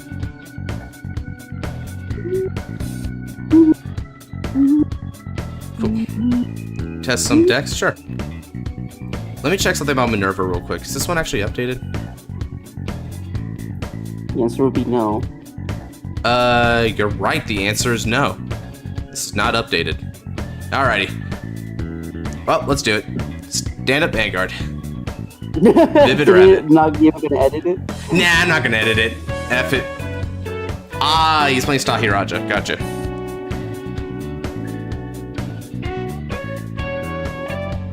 And I'll play a rabbit. Okay. Ooh, I'm about to make a name for myself, yeah? There we gave it old name, or no dang sure not using the old one never. Yeah. Well, the thing about Draw is because it works with Dustin. Dustin required by name the original name, Eugene. So by getting the name, it gets to use Dustin.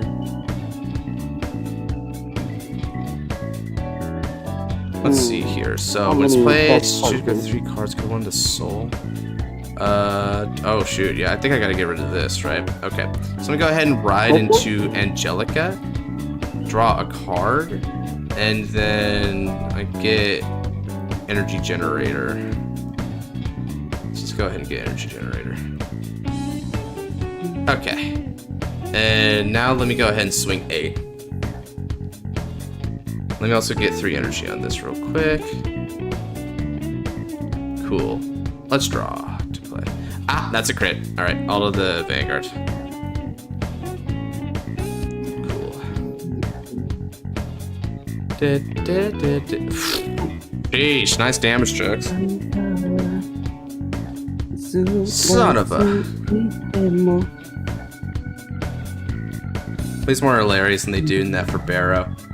Oh, I know, right, dude? Like the Barrow, but then again, there was a few cards that required Master of Gravity Barrow, right? If I recall correctly, like more than one was like, this Barrow you must play.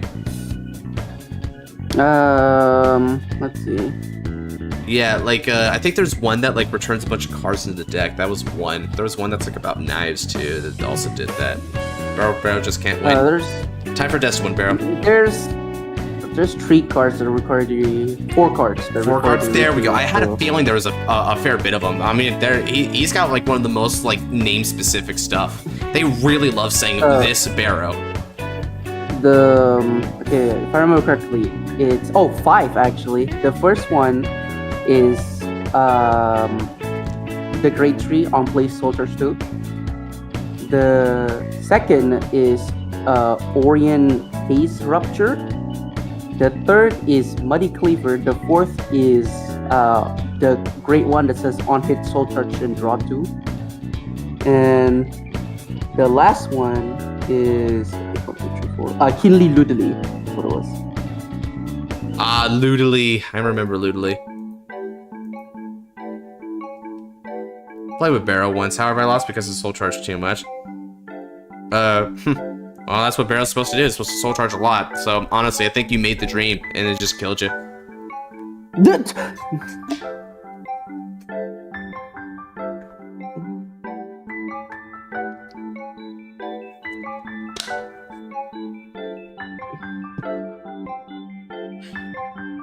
Goodbye, Naufal. You're not needed here. Let's see, this guy. Choose a scripture card, or you draw. Alright, cool. Good card. Honestly, I prefer that to the countercharge effects.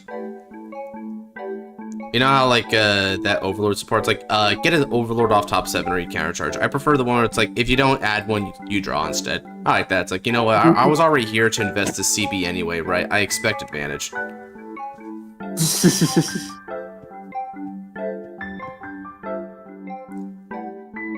Bet Eugene's laughing at Barrow to how much better his upgrade is. Yeah, but you know what?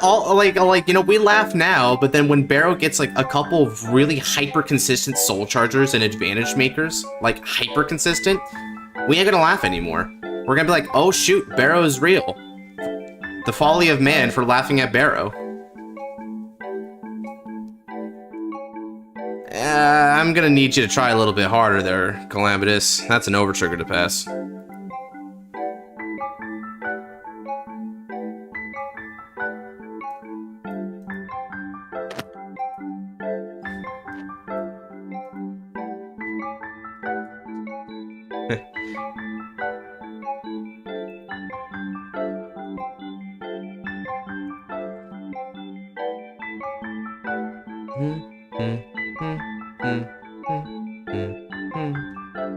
Sure.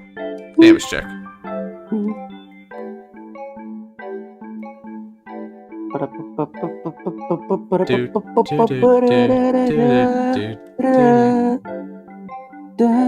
Codex card.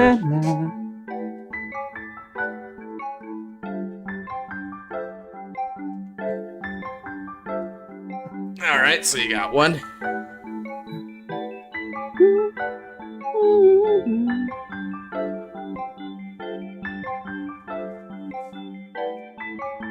Remember, one says Codex, one says Scripture. Let's see, 28 on that, which means a 25k card. Here, let me go ahead and give you a couple of these. You are not going to deal me early damage, sir. I take damage when I want to.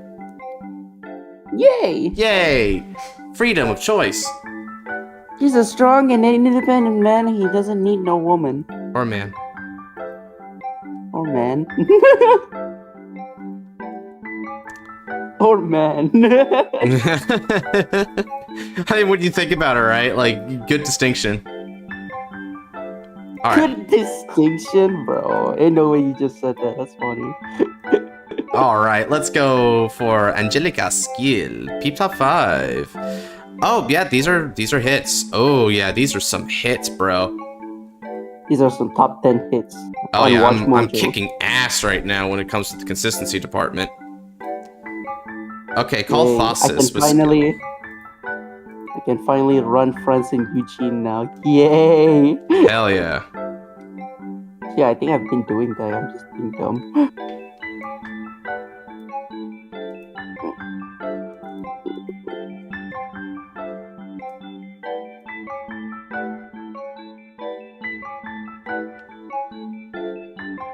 Yay, now that I got rid of Oswald. Now that I got rid of Oswald, the life is better. Rejoice, Oswald is gone.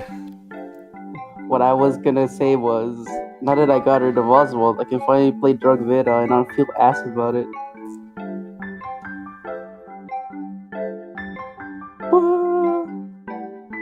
He was a trooper though. He hard carried the deck. He hard carried. Let's go. Or 3 sets, and then he got annoying to fulfill. So.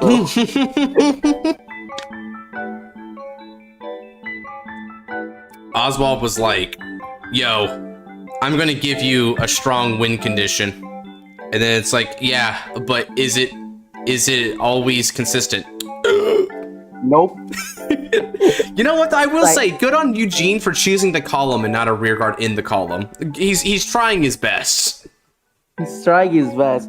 Like, both of his effects deal with columns now. Isn't that nice? Right? No hand for Godsman in this game? Yeah, I decided to early game this one. Felt more prudent. On a whim. Okay, cool. He both him and I are running out of our critical triggers fast. And I forgot to put in my PGs, so... Alright, would you like to take this one to pass, or are you going to guard over it? I love giving people this choice because it's always a debate. Alright. You know him. Loves debating. Let's check this. Ah, alright. This time around, the die went in your favor. We pass. Oh look, no regrets. Yeah, how about that? Remember, guys, humans are always communicating or something. Yep. Even complete silence is a form of communication. Base. With back row though. Yeah, I had to get rid of back row center in the Nokono game, right? Trying to get rid of her and stuff. So it is pretty useful. Was deep water researcher. Oh, okay. That's a different game. Okay. Let me not interact with that particular comment. That's beyond me. Hold on, that sounds mean. That sounds mean. Worded a bit better, Josh. Come on. Well, you could do better than that. Whoa.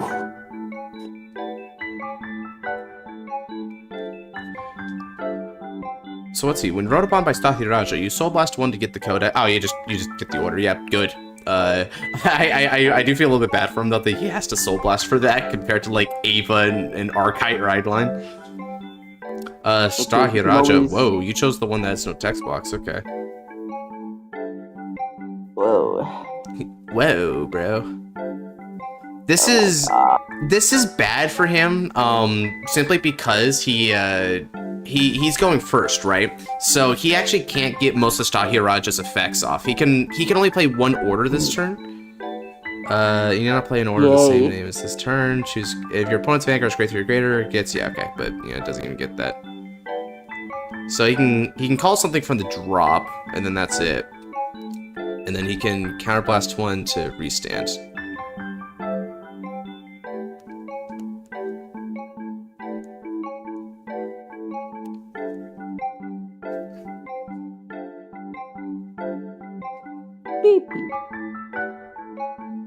Sorry, I got carried away by nostalgia. Oh, no, don't worry. I'm not saying no to it. Y'all are having a good conversation. This turn is +1 critical for this codex. He skilled losed out.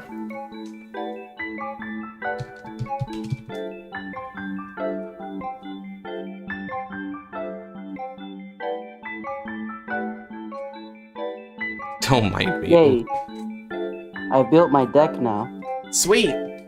That's all you need to do is, you see, now guys, if we want to see true Eugene tested, we need to get Nabs a game, right? We need to get a Nabs a game because I'm just a little babe trying to make that deck work. Nabs here, he's been with the Dust King since day one, it feels like. Thank you. I mean, it's true. I've never seen someone cheer harder from the bleachers than Nabs when it came to Eugene. For you non-American fans, bleachers are seats at the stadium. They are not cleaning products.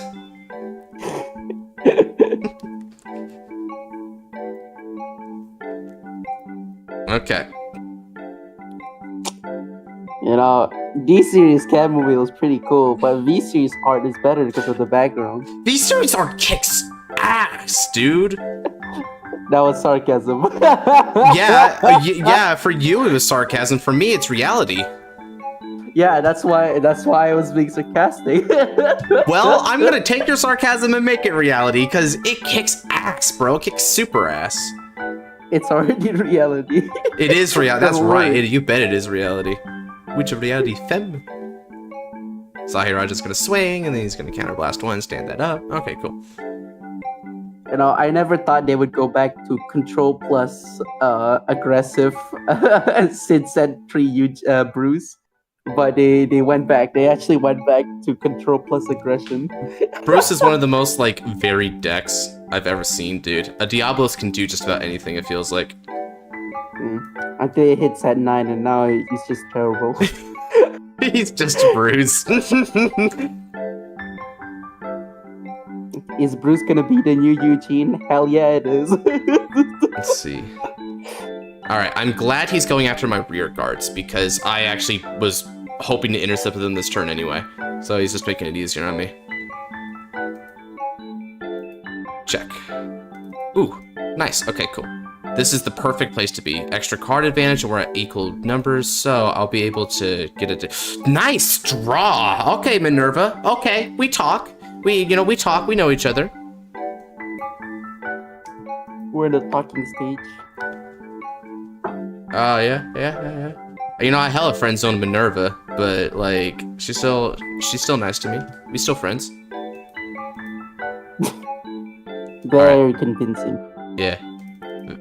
If you couldn't tell, I'm very charismatic and persuasive.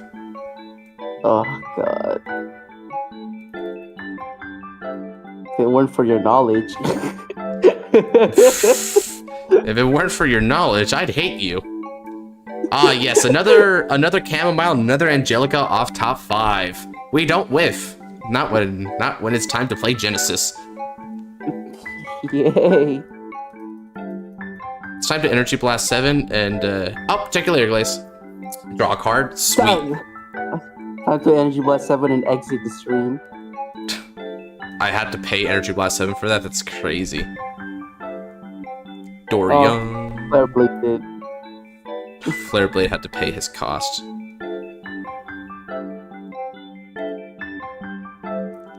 Oh my god, I forgot Angelica has 4 versions. That's funny. Yeah, Angelica's all over the place, dude.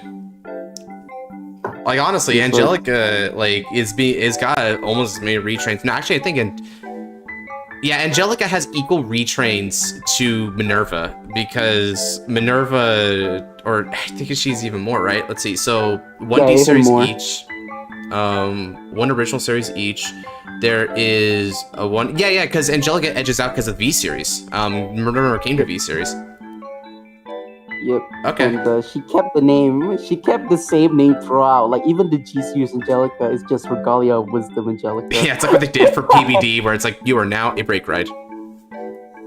But this one isn't a break ride. This was a Strider. So it's like, here comes Strider. You know, it's like, oops, different format. Good times. What? Let's see here.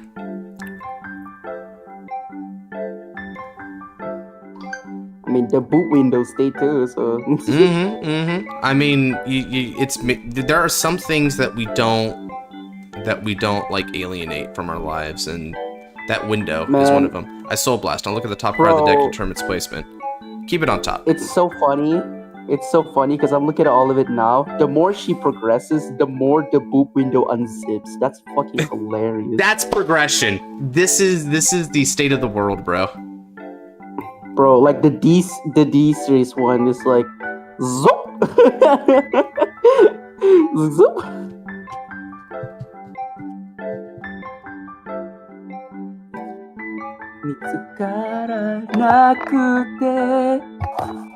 V disappointed me by never playing Minerva. D made up for that. And now we play D series. Wow. And that's how I met your mother. But how? Eine guten. Let's...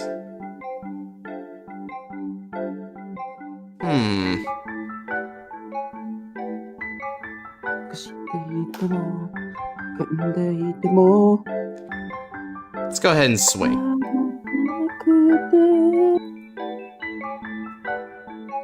This is going to be for 23 Vanguard.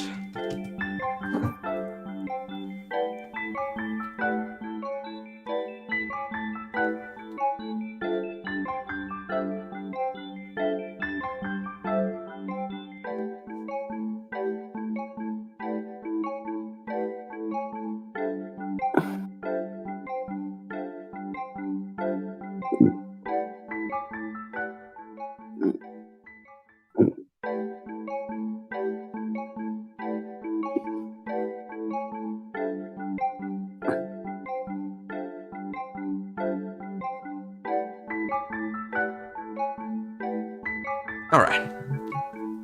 Needs any energy blast kind of consistent she is. Yeah, I mean, I didn't even update any energy blasters on her. I just do EB7, right? And if it lasts a couple extra turns, I can just EB7 again, and there you go. There's your blessing.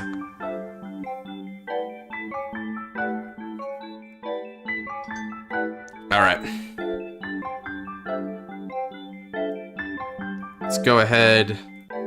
I'm going to Soul Blast and retire this. Now I can put a card from, choose a card from your hand and drop it in your soul. Alright, so the baby just put this Minerva back in.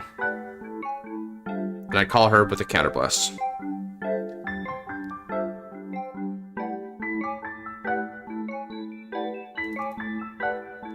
Alright. Swing for 18 on the Vanguard.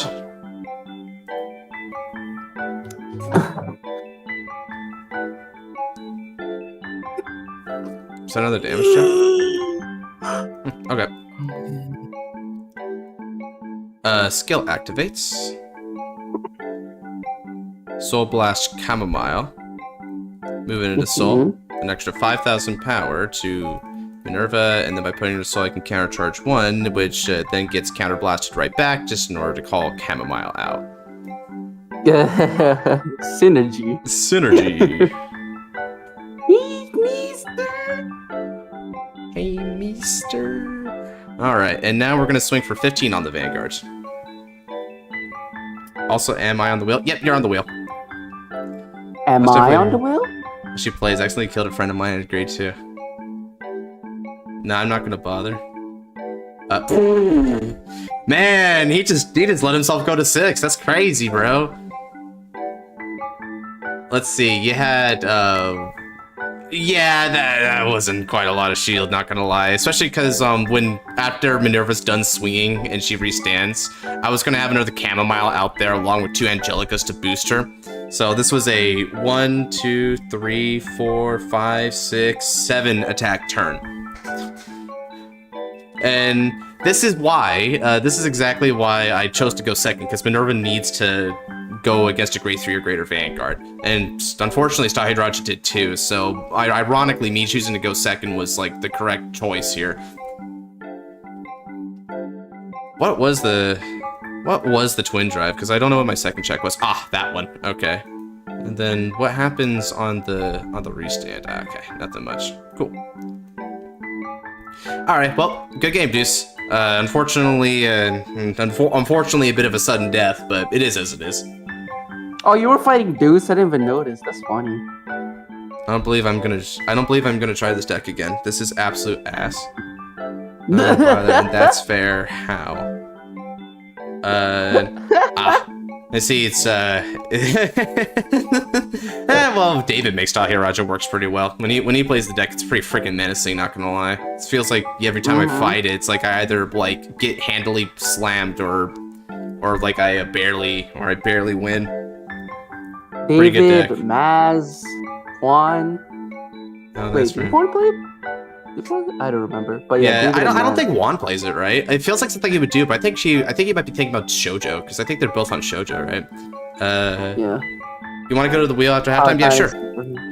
Alrighty, halftime entertainment is going to start now, fellas. Ryu, are you there? Yay! So we've got 2 rounds for halftime entertainment. One is me versus Ryu in a random build divide, assuming he's still there. The other halftime entertainment, if you want, Nabs, is you can play one of the guys on chat, and we'll watch you. You can demonstrate. You can demonstrate Eugene. Yay! Okay. Kind of like a Kanzaki exhibition match kind of thing there. Yoai Sugira! Yeah, you just see freaking what is it? Spinal Marquis gets smashed by a freaking like Jiba Brachio or something. All right, come on in, Ryu. Let's do this. Yoasawa Sumida gets pushed to 5 damage. Starts crying. All right. Wow, don't cry just because you're just getting creamed and it said, this is the champion, too weak. I think he was hoping he would have killed him that turn, to be honest. Not gonna lie. That's the only explanation.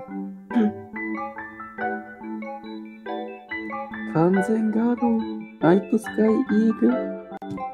Man, I remember people fucking that episode triggered a lot of people, not because of what Kanzaki did, but because of how he explained the Aura Geyser. Yeah, it's like an add to my hand nullifiers. What do you mean add to your hand? Yeah, oh my god, so many people got fucking pissed when Aura Geyser got revealed. Oh man, I bet, dude, that's hilarious. Hello there. Alright, let's go ahead and play ourselves a haughty old game of Build Divide. It's been a minute since I played this deck. Alright. Build Divide is basically a JP exclusive game. It's interesting because it's kind of like Magic the Gathering and Vanguard had a child. Thank you. Alright, let me go ahead and show. I have 3 territories here. And just to be that guy, I am going to have it be random. Now, pick one for me to use, sir. Start. If only she just moved her legs slightly. Max be like, you pick territory, I pick yours? Yeah, sure thing, bro. Now, do you know how to do the shuffle thing? That's funny. Like scroll over and press shuffle, and it'll do the face down thing. I think doing RNG is cooler that way, because then it's sort of like up to fate when we play. So territories are sort of like field spells that you start the game with. They don't turn up immediately though. You have an ace card, which is kind of like your Vanguard. And because of your Vanguard, when they get placed, your field spell also comes up. In this case, your territory.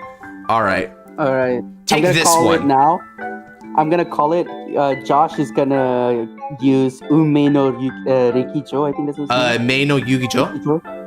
Yugioh, yeah. The second one, right? Yeah, because I think it's Mei no Yugioh.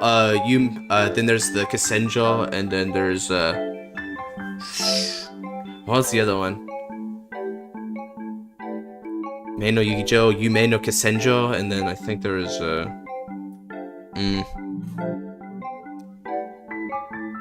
It's okay, the third one doesn't matter. Yeah, although I like the third one. The third one's really cool.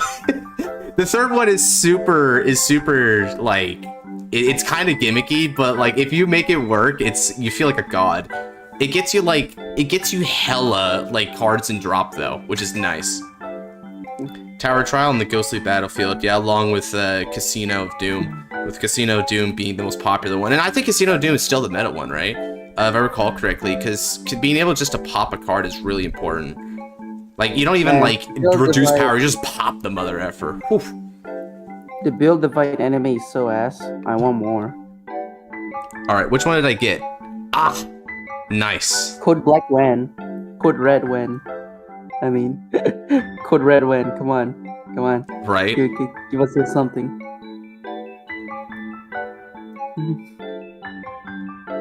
Man, code blue, bro.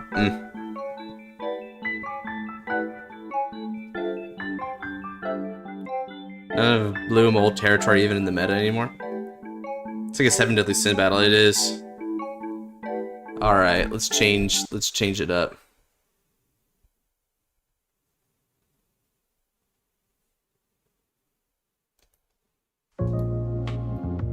Wow, that's funny. Cost 6. She got a cost 6 territory alongside a cost 6 upgrade. Oh shoot, I didn't even know that. Yeah, your deck's probably way more updated than mine then if that's the case. Holy crap. Like, I totally expect your deck to be, like, way updated compared to mine. Alright, let's see here. I'm gonna roll a 9.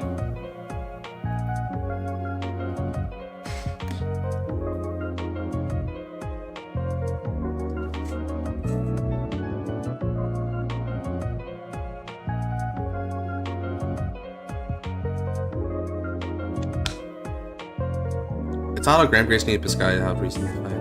Those cards are not in Untap yet? Ah, okay, so you know what they do and stuff. I'm so curious then.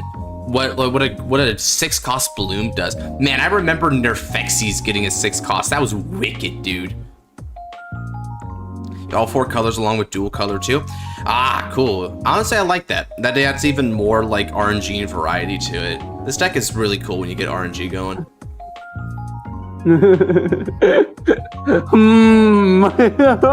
Well, there's a reason why I play her, right? It is because the cards favor me sometimes, a lot of the time. I'll go first. Man, you're not even as good as Vongola Primo. Why are you? His RNG deck is real because it's actually RNG. Right. Then life, then energy. Okay, draw 5. Then life, then energy. Okay, gotcha.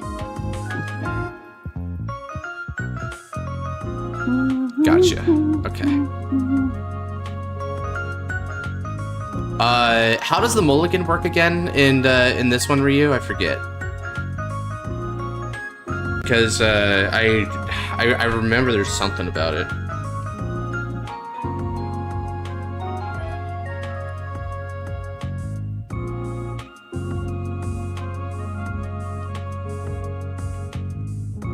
Before you put your life, replace your whole hand. Ah, okay, gotcha. Oh, right, so it was it's a hard mulligan, but at least I think we kept the same number of cards. So that's nice. It's more lenient than the way Magic the Gathering works.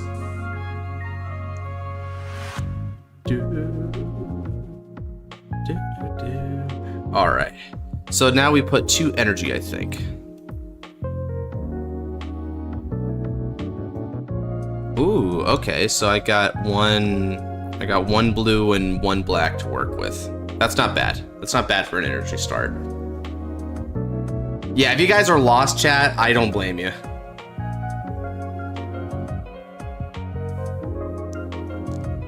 So, like I said, right, you have territories. Now, territories are opened by ace cards. Let me show you an example of an ace card.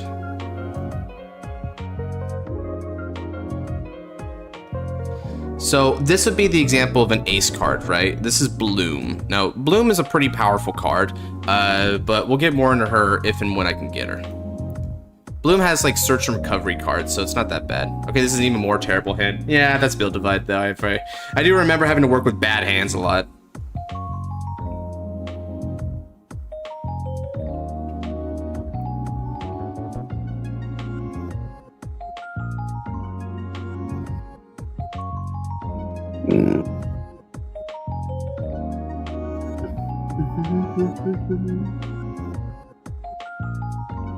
I just noticed my Ishtar art is a secret rare art. Nice. God, when Ishtar popped in the... Oh man, what was the name, Nabs? Yugioh Daiyu or something like that? Remember that crap? I was like, they don't even give this player a name, and they said her name 3 times. I felt so bad. It's like her name. I'm Yugioh Daiyu. Like 2 or 3 times. Said, okay. And then Josh said, okay, at least that's the only time. And then Kika says, Daiyu, please. Miss Daiyu, please. That was the best thing ever. Alright, because info, yeah. So in this game, we shouldn't be looking at our decks as much, because the difference here is there's actually like, we don't know what our face down life is. Our life is totally random, so we can process elimination if we did that. Okay. Damn, you can actually. I mean, if you're willing to go through that work. Yeah, I mean, not gonna lie though, it can make a difference. Although it would be really funny if you just find out that your entire like face down life is just busters, and you just go doom. Yeah. Shot the trigger. All right, are you ready to begin, Ryu?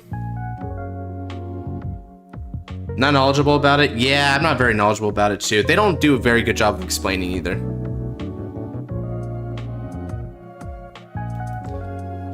Alright, so... That anime was a cesspool of terrible exposition. Yeah, I mean, Season 1 wasn't that bad. It's just that, like, Season 2 really fumbled. Fumbled so hard. But guess what? You know how they say show don't tell? That show was just only show, no tell, so it was really bad. Like, where's the tell, bro? And that's what Ishtar is. Yeah. Okay, so, Ryu, do I draw for turn in this game, or... Thank you, guys. Oh, the opening is so fire. I'm not gonna lie. When I heard that opening, it's like, okay, yeah, this rocks. I just read the anime review for Code Black. It says, fucking terrible. The opening is good though, but that's because the band is just that good. All right, I'm gonna place an energy from my hand. Accepto.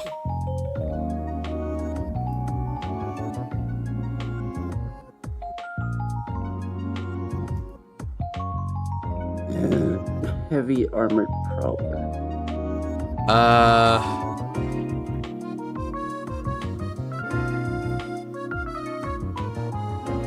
Okay, I dump Bloom. No Yugioh. Shuffadu. Alright. Heavy armor prowler attacks your life directly.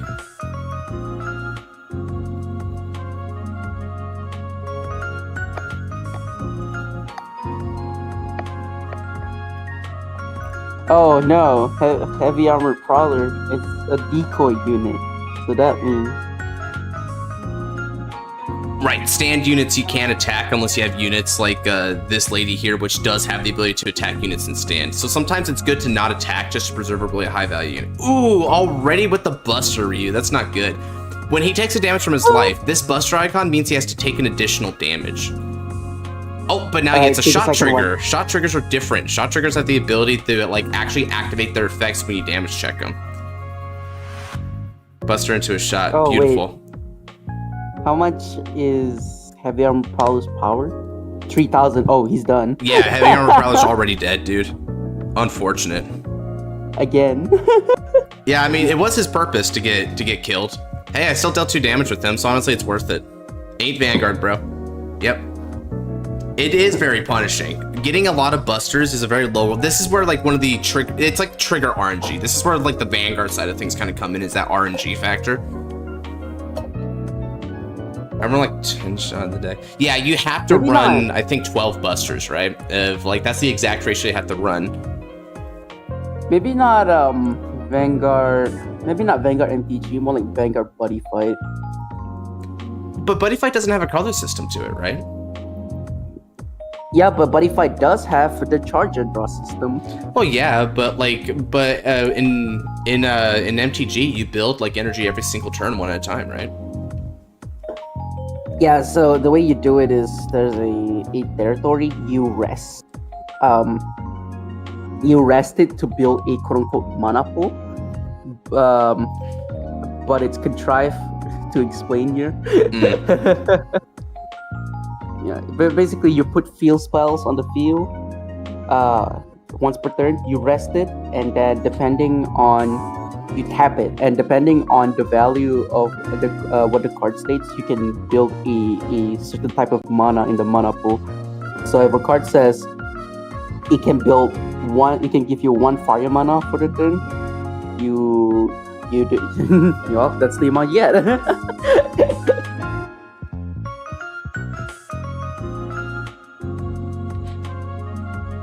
Let's see, building black.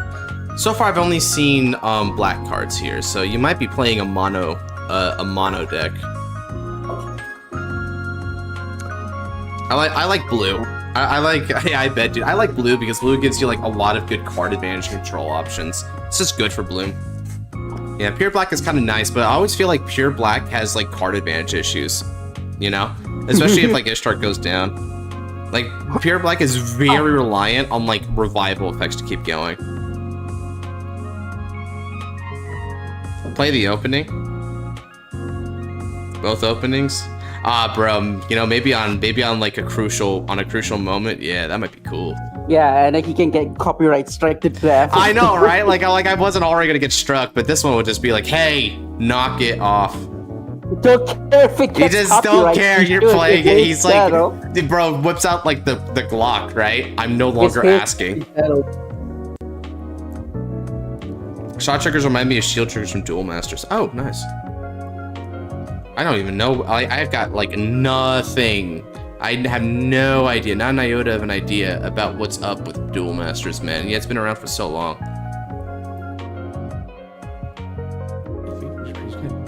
Okay, except though, let's see. If your life's in the red zone, it gets +1k decoy. Oh, that's a nice decoy. Okay, so you're gonna attack by life. Check.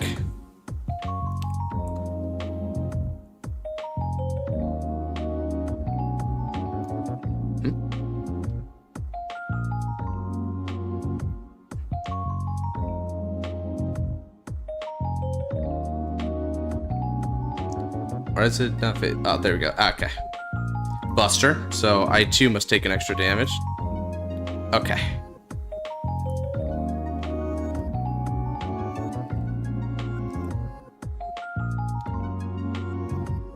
Boom, a Buster for a Buster, but unfortunately I didn't get a shot trigger to make up for that. Ooh. Okay, stand my energy. Iniki Seto. Alright. I pay 2 to activate the command spell and throw Bloom back into the hands.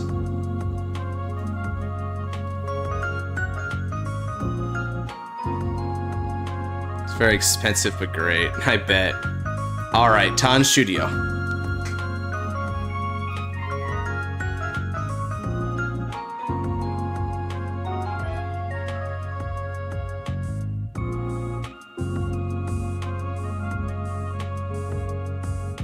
Well, your damage is Digimon makes effect. Is this a different kind of magic? It's kind of like magic, yeah.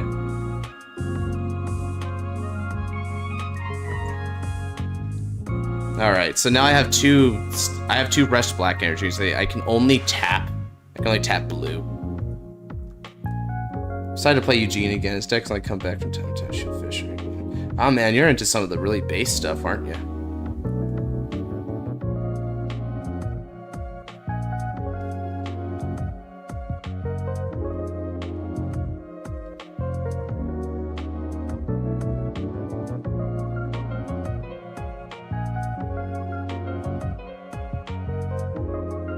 Alright, another one of these. Cool.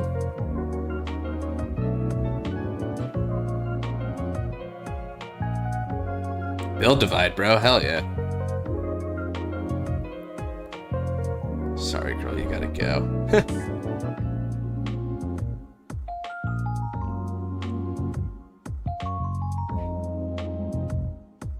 There's one thing I don't like build divide. What would that be?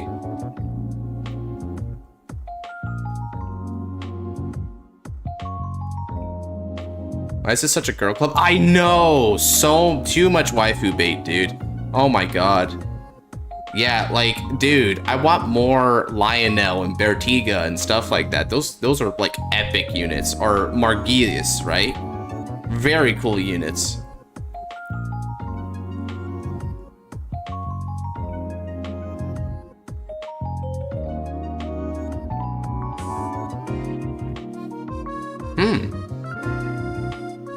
Oh, interesting. Maybe we're conserving at something. I think that's enough. I'm going to draw a card and reduce your hit by 2, so I take no damage.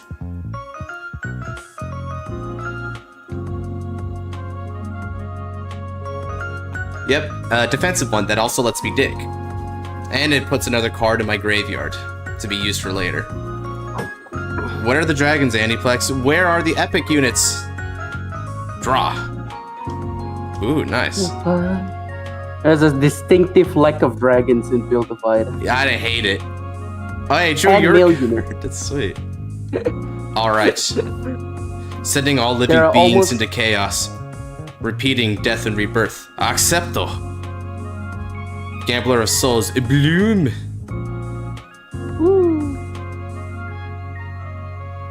You don't even have male units. Rise.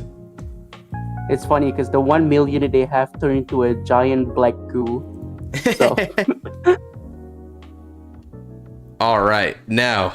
Oh shit. Ume no Yugioh, fuck. Let's go. It's time to gamble.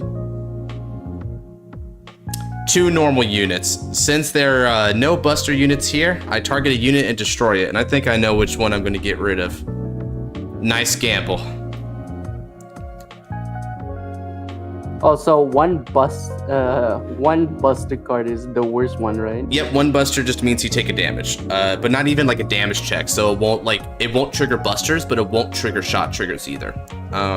If you hit 2, you just win the game, but the chances are so low on that.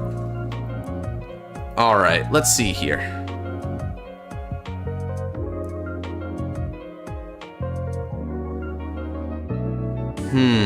Oh shit, Drag Veda support. Oh, Drag Veda support? What do you mean Drag Veda support? No, COTD. COTD? Damn. Let's see here.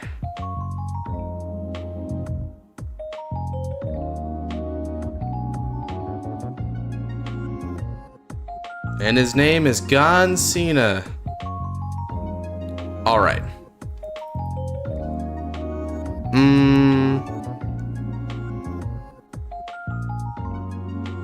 Guess why?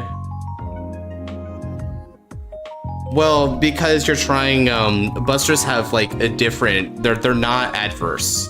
Busters actually have better effects for you in that case. Tower wants to hit busters off top too for plussing, and you can actually get better effects off the battlefield if you hit a buster. But you're trying to avoid busters as much as possible in Casino, which is why you play a bigger deck. Alright, I'm gonna swing with Bloom for 1 damage on your life.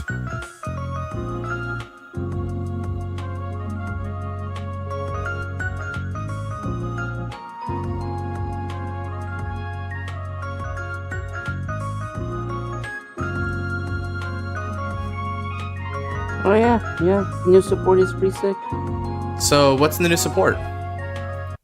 On place, if you have a Vanguard, it's a grade 1 double rare. On place, if you have a Vanguard with Scarlet Flame in its card name, so +1, look at the top 7 cards of your deck. Choose up to 1 grade 3 card, specifically grade 3, without a Regali's piece from among them. Put it into your hand, shuffle your deck. If you put a card into your hand, choose a card from your hand and bind it face down. Jesus, that's all. Second skill. You're hearing a lot of stuff. Wow. I'll be right back. Alright, Bloom takes 4,000 damage, but it's not enough to reduce her to 0, so she remains. And at the end of the turn, the damage is rescinded. So we're back at 55k power. 5,500, I should say. Over to you, Ryu.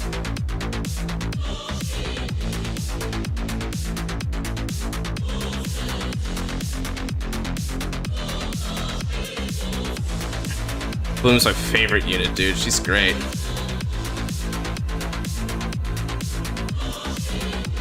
Harvest, Sturgna, Persona, bro, Endless Searcher. Like, let me check it out.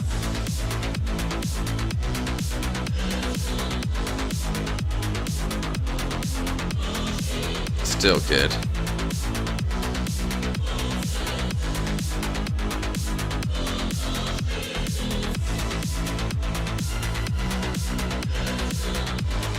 Let's see here. Drag Critter Chrono, when placed on rare, if you include Scarlet Flame, you Soul Blast 1. Look at top 7, choose a grade 3, does not have anything added 1. Wow, it turbos. Yeah, I'm back. But yeah, it's does a lot of things. And then for the second skill, back row Vanguard once per turn. When your unit is placed on Vanguard during your battle phase, or when your unit in the same column is positioned stand during your battle phase, if your Vanguard is part of the flame, stand this unit. If you do it enough turn, put this unit neutral.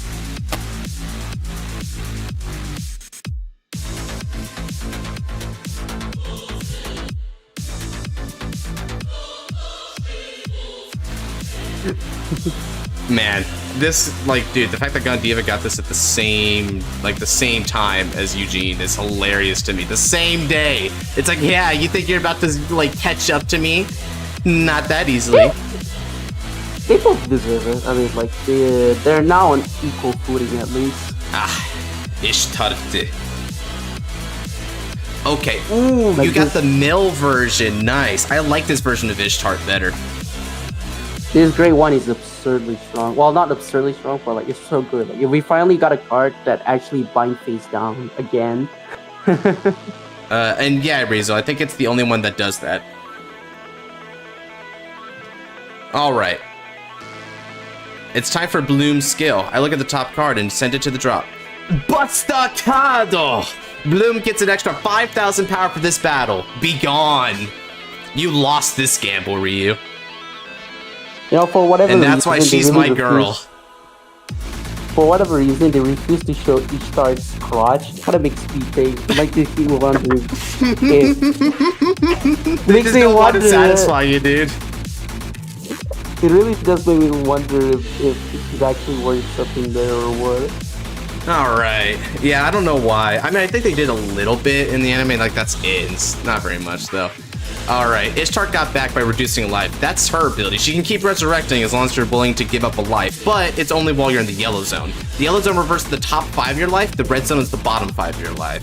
So he's almost out of that ability. Hell yeah, the yellow zone is where I come from. I am the yellow zone. If I was communist, I come from red zone. Alright.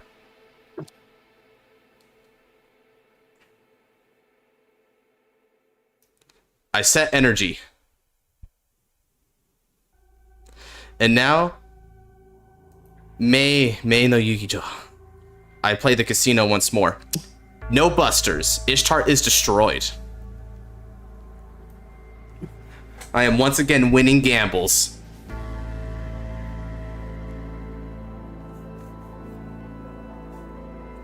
Get rid of another life, alright.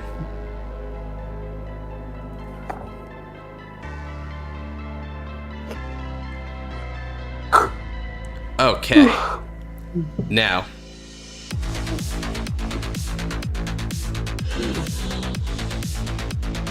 Bloom's skill. This is where the fun begins. I like the spot. I love the fun. I'm gonna remove 6 cards from my drop. By doing that, I'll be able to target a non-taboo and call it. Oh, never mind. There you are. They actually show the cross here. Alright, never mind. yeah. It's there, it's there. Alright.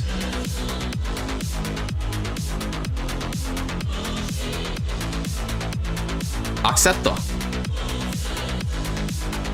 Yeah, and I got just the cost 6. How about this really huge buster? Shadowverse. When I place her, I reveal the top 3 cards of the deck. I put all commands into the hand, and then I can stack the rest either on the top or bottom of the deck or into the grave.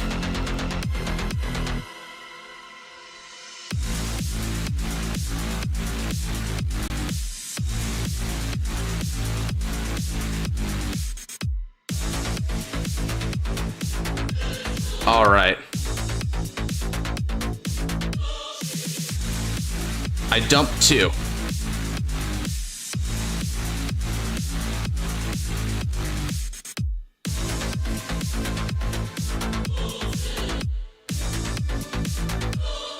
And then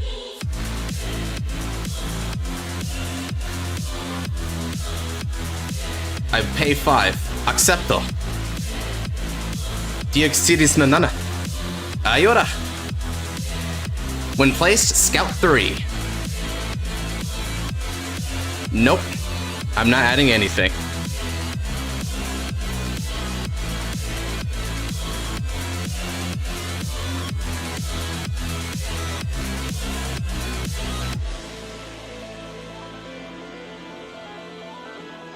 All right.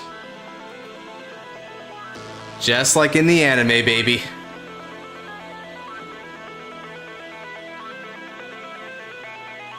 Now that you're in the red zone, you won't be able to keep bringing her back. I attack on Ishtarte.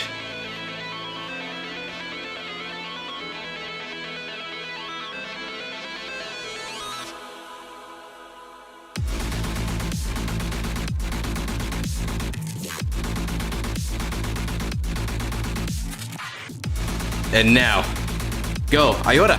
1 on your life.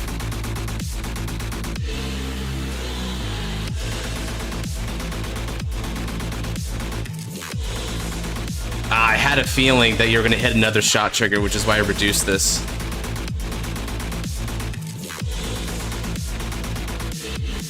Yep.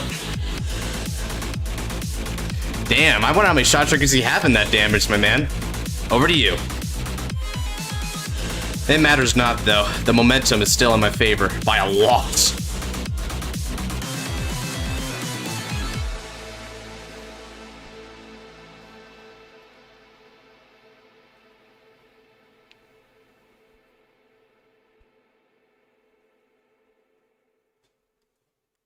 Alright, now you're up to 6 energy, but what will you accept, I wonder?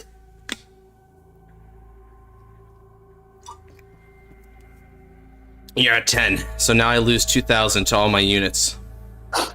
Oh my god! Oh no! Oh no! Adia. As long as the territories are active, Adia is going to get an extra 3k. Gotcha. Huh. Oh yeah!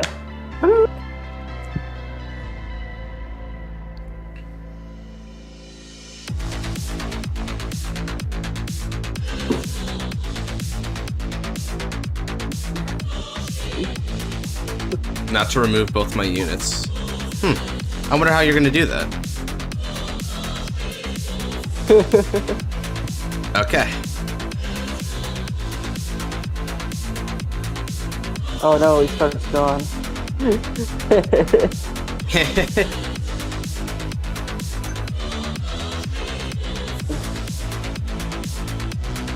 Hey, there is quick timing. Ah, okay, so that's how you want to do it. Fair enough. And so what you pay, you're the 3 for, I wonder. This unit. Your life is in the red zone, you'll be able to add 1. Alright, cool. Pay 2, choose one of your units that is, I'm not currently battling, so you can't use this one.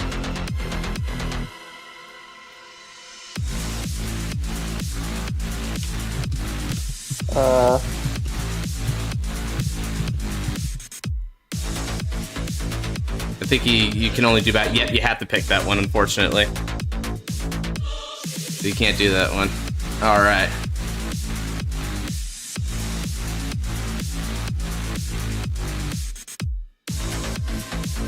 Wait. Alright, and add it back to the hand, sure.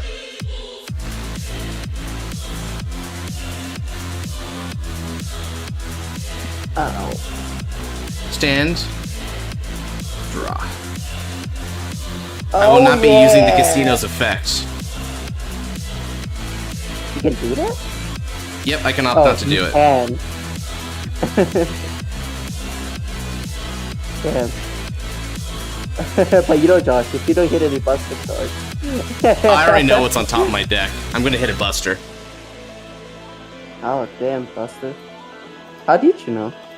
Because I stacked with Iota. Sacrifice? Remember Iota's skill in the anime? She stacks 3. He knew that, so he tried to avoid as best he could. Oh, you actually Accepto. Iota on this deck. Nice. Now, place. Bloom.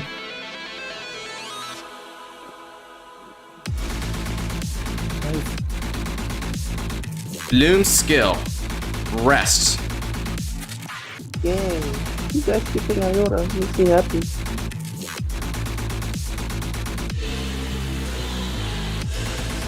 How can you play Bloom? Pay 2 to add, pay 5 to call. I had a feeling you'd get rid of her, so I set up for this anyway. Yeah, because that counts as either when you use it. Target one non-triple unit from your graveyard, which also equal less than the one energy you have. Place it on your side of the field. Ooh, where are you gonna place it? Therefore. Alright, now let's go ahead and...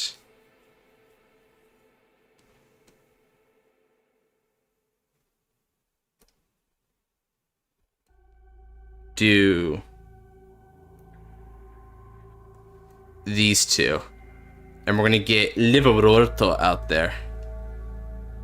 Liverwort. When placed, all the opponent's unit gets minus 6k. And then Liverwort's gonna swing on your unit.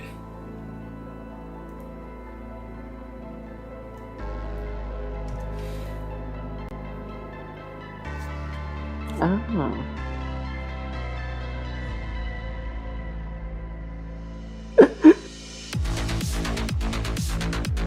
Alright, over to you.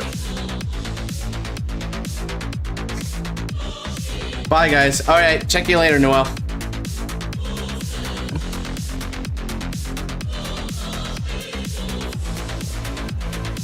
This is where it gets interesting. Where the fun begins. Alright, so you do energy. Now that's pod racing.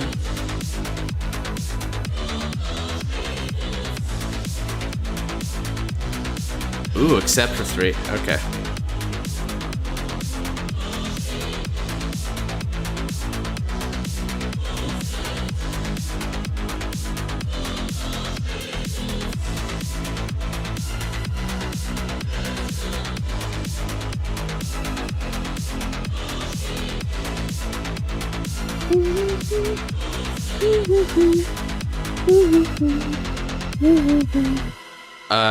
On life quick timing.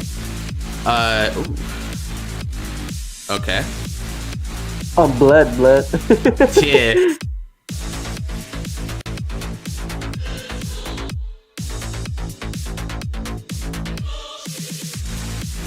Pay 3.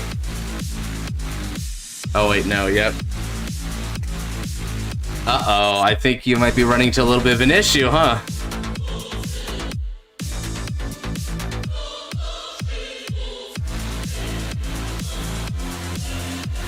Attack Riverwater.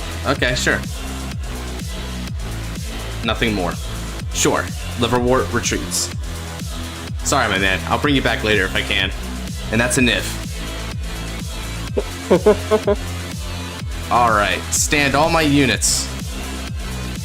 Liverwort will never forgive you for this. Oh, but Liverwort will forgive me for what I'm about to do. Because, it's time for Mei no Yugioh. Oh, Lord. Another gamble 1. Retreat. Yep.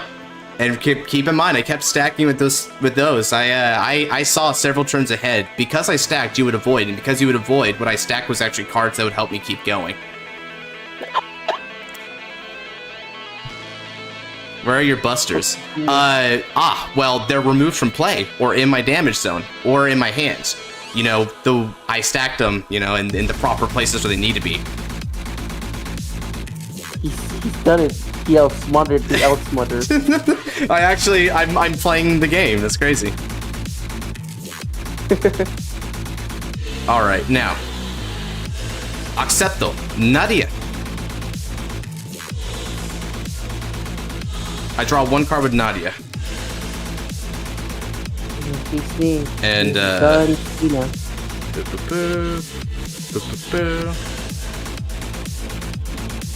now, let's go with Nadia.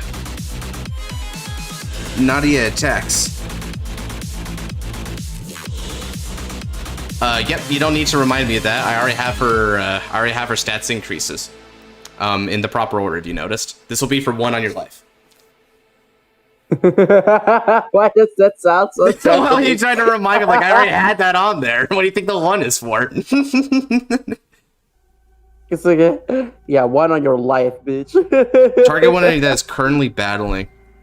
Oh, you want to get rid of it? I mean, if you'd like.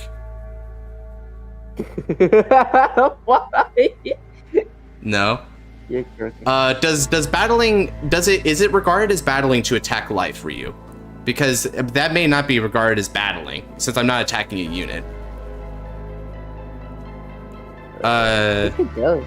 Because battle is battle, right? Battle is battle? Yeah, we'll go with that interpretation in that case. And remember, it's at the end of the turn that you return it. So at the start of the next end phase. So I can still swing you for 1 with blue. Die. Sure. Go ahead. Jeez, you're starting to get a little angry, I see. Ooh, a buster. Haven't seen one of those in a while. Nice. He's getting angry. And now I end turn on that.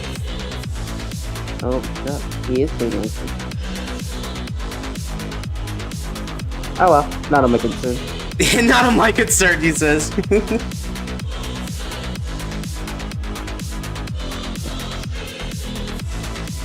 Player late with a go to comment. And his name is Gun Cena. Gun Cena. Okay, now what would you like to do? Would you like to take a gamble with me again, sir?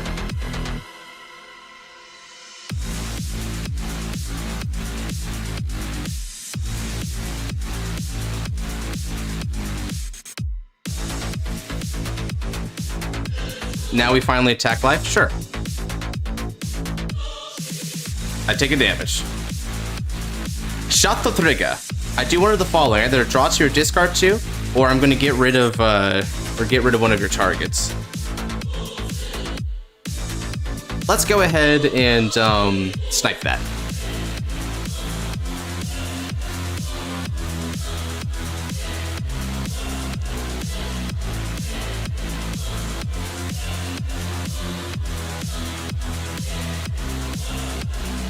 All right. Stand and draw.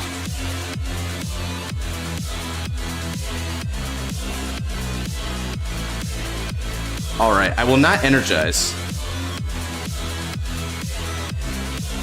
And I will not be using Casino of Doom, as this is optional. I pay 4 blue and 2 black.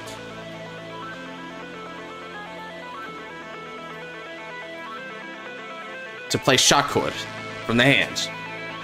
With skill, look at the top 3.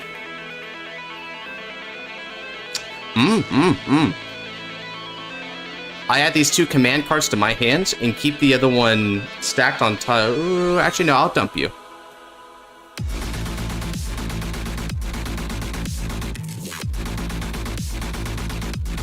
Nice. I swing for 2 on life. This is minus 2k because of your territory, but... And it also loses 1 damage because of your other territory effect, but... Have you heard about Bright? I have heard about Bright.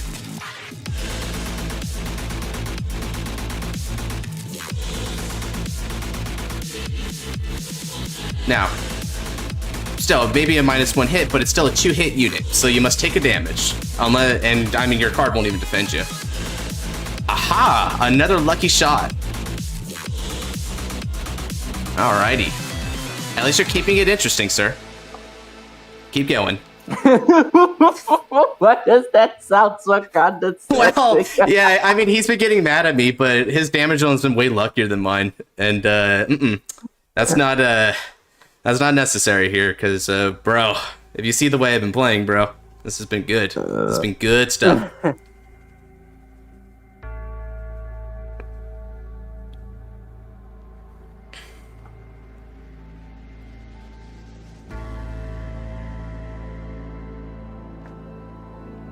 This feels a bit one-sided. Oh, well, I mean, just a bit. His RNG has been keeping him, like, afloat for a while, but I mean, he physically just does not have the life left to really keep giving.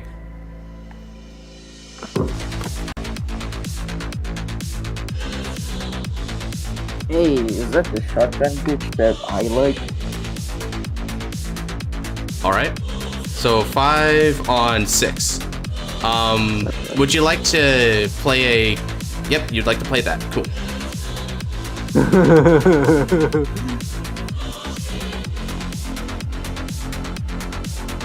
That's cool enough, but don't let that distract you from the fact that MLB needs 5 promos to work.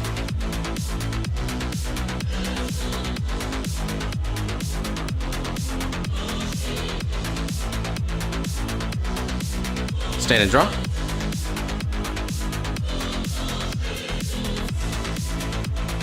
Energy.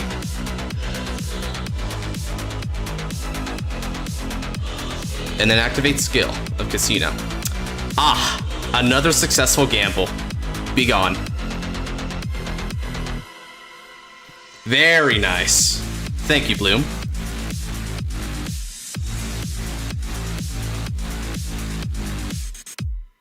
My goodness.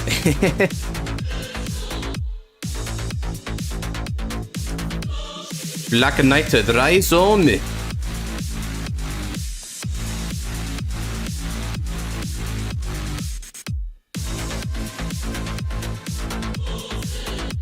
Black Knight rise on me. Attack you. 1 on your life. Yep, it's him. The really annoying decoy.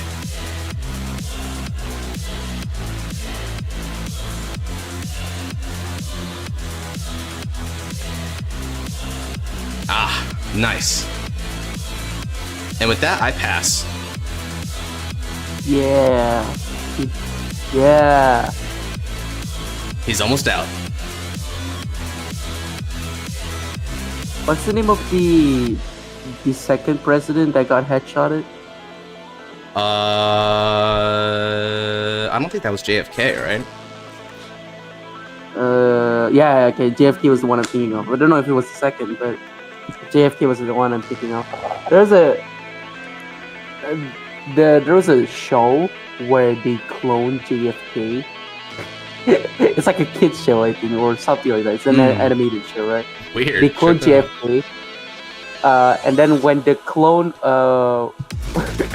for the episode that they're gonna give JFK character development, JFK as clone said word by word, I'm a Kennedy. I don't deal well to emotional situations.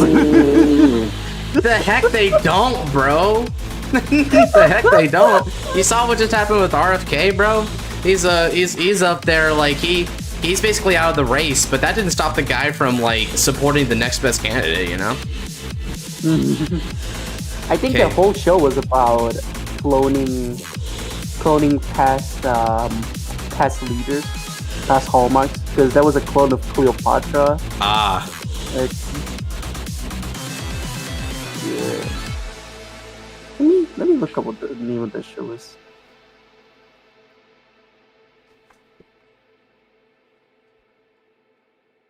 Clone High. Okay, they didn't even try to hide it. At the end of your turn. At the end of your turn, pay 2 energy.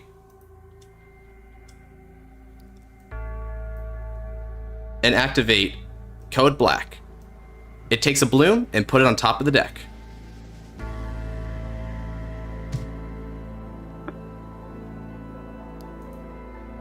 And now I stand and draw. Hey Bloom. How'd I know you'd be there? The manga of the show is called Clone High USA. Clone High USA. That's crazy, bro. Let's see. So they cloned Abe Lincoln, Joan of Arc, Gandhi, Cleopatra, and JFK. Wow, okay. Alrighty. I will not be using Casino skill. Now then, accepto. And then, bloom. I remove 1, 2, 3, 4,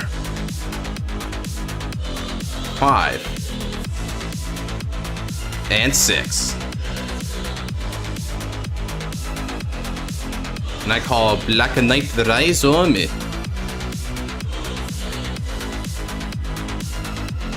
And then Accepto. Monkey. Black Knight Rhizome attacks your life directly. You got a counter for that, sir? Or will this be game?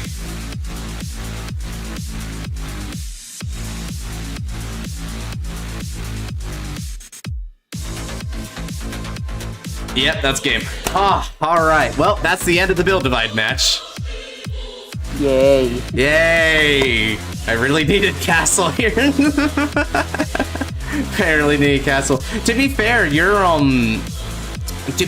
other territory did do some work. It weakened my units to a point where like they were way more attainable. Which was important. But even like that's way more important. It's not made for the ground. Yeah.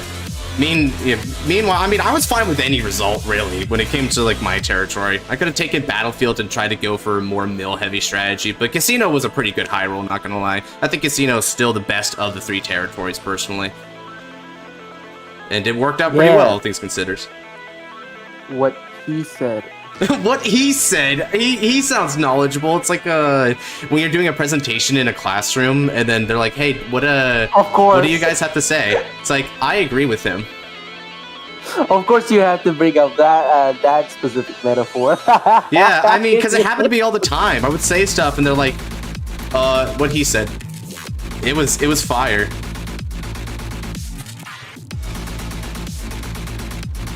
Man, I like a lot of Build Divide aces, but Bloom always had my heart. Alrighty. Still, a good game. A good game, my man. We'll end it on that for now, because it's time for Nabs to go do his thing. He's gonna show us the true power.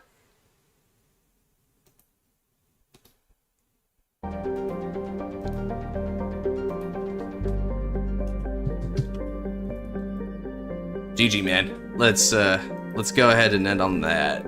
Okay. And on what? On that Build Divide match, I'm just ending, like, I'm leaving the room because it was a custom CCG room. So now we gotta make ourselves a new room, sir. Do you want me to prop it up for you? Or would you like to make it? Please pop it up for me. Aye, sir. I love it when you pop it up for me, Josh. Yikes.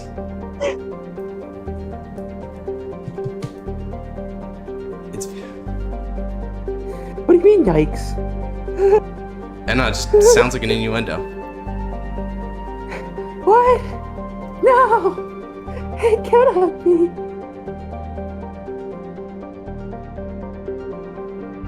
Here we go. Alright, hop on in, man. To anyone who's still here, it's time to spin. Joan of Arc, more like Moan of Arc. I'm getting arrested for that. Moan of Arc, yikes. Hey, Ice, are you still there, bro?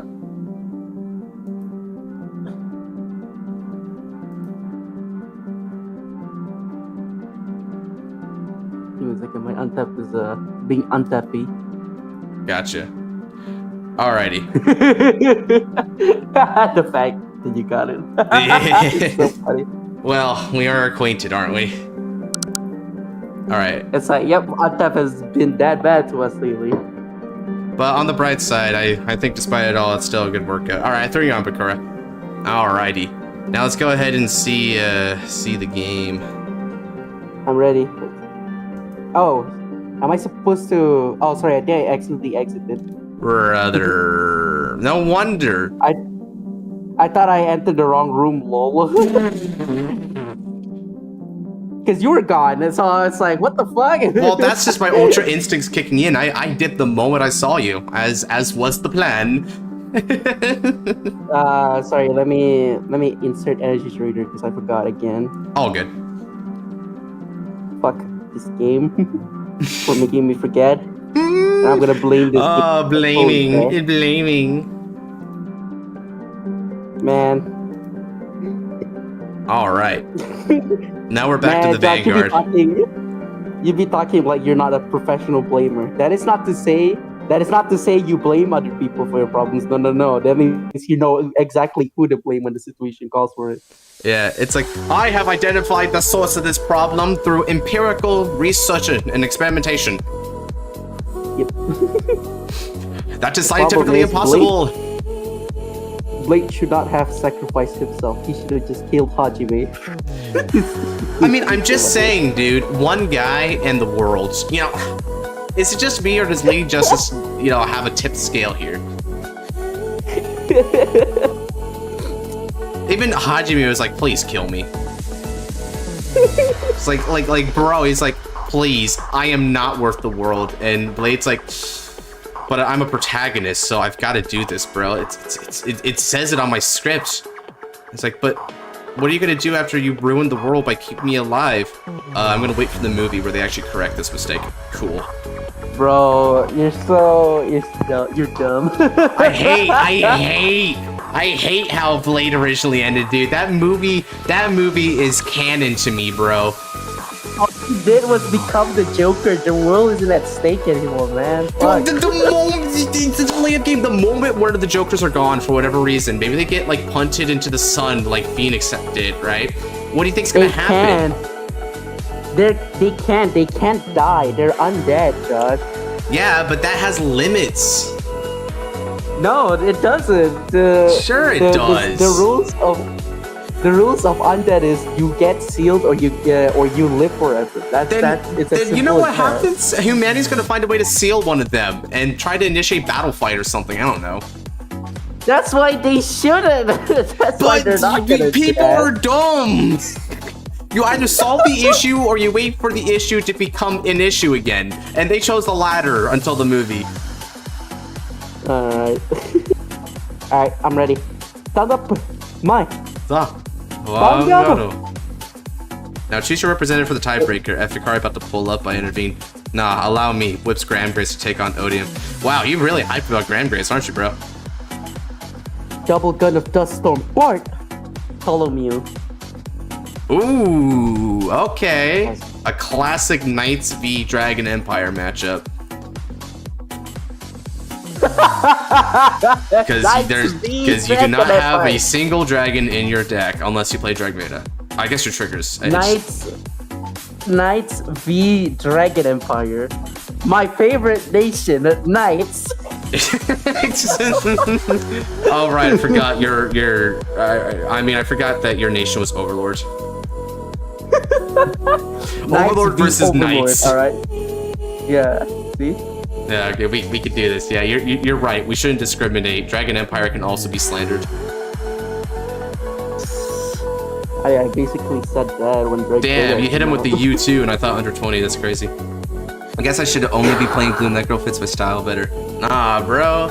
Expand. I'm gonna be absent for 2 minutes. Be patient for me. Just be. All right, Nabs is gonna be back real quick. In the meantime, let's chat a bit, fellas. So. Overall thoughts on Senor Eugene so far?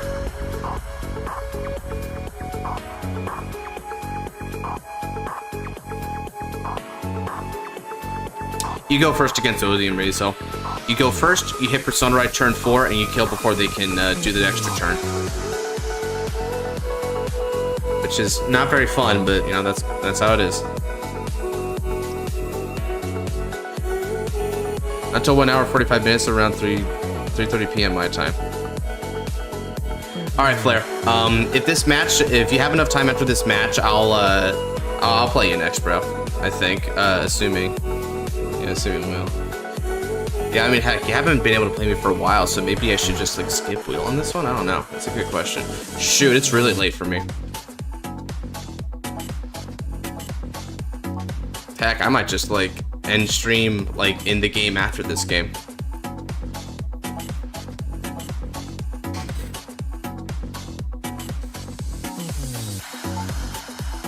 Will you drop the Grail on Odium? Watch me Persona right both front and back. Yep.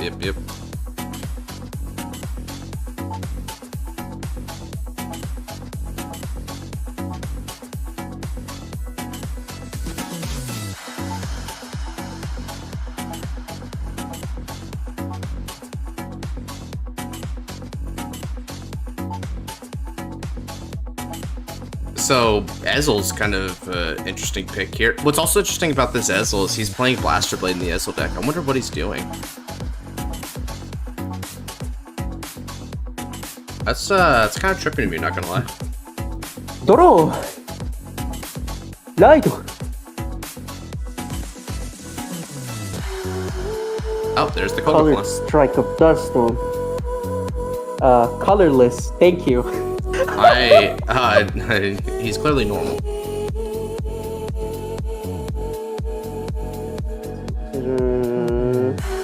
It's a Faded 1 style. I'm hyped for DD2.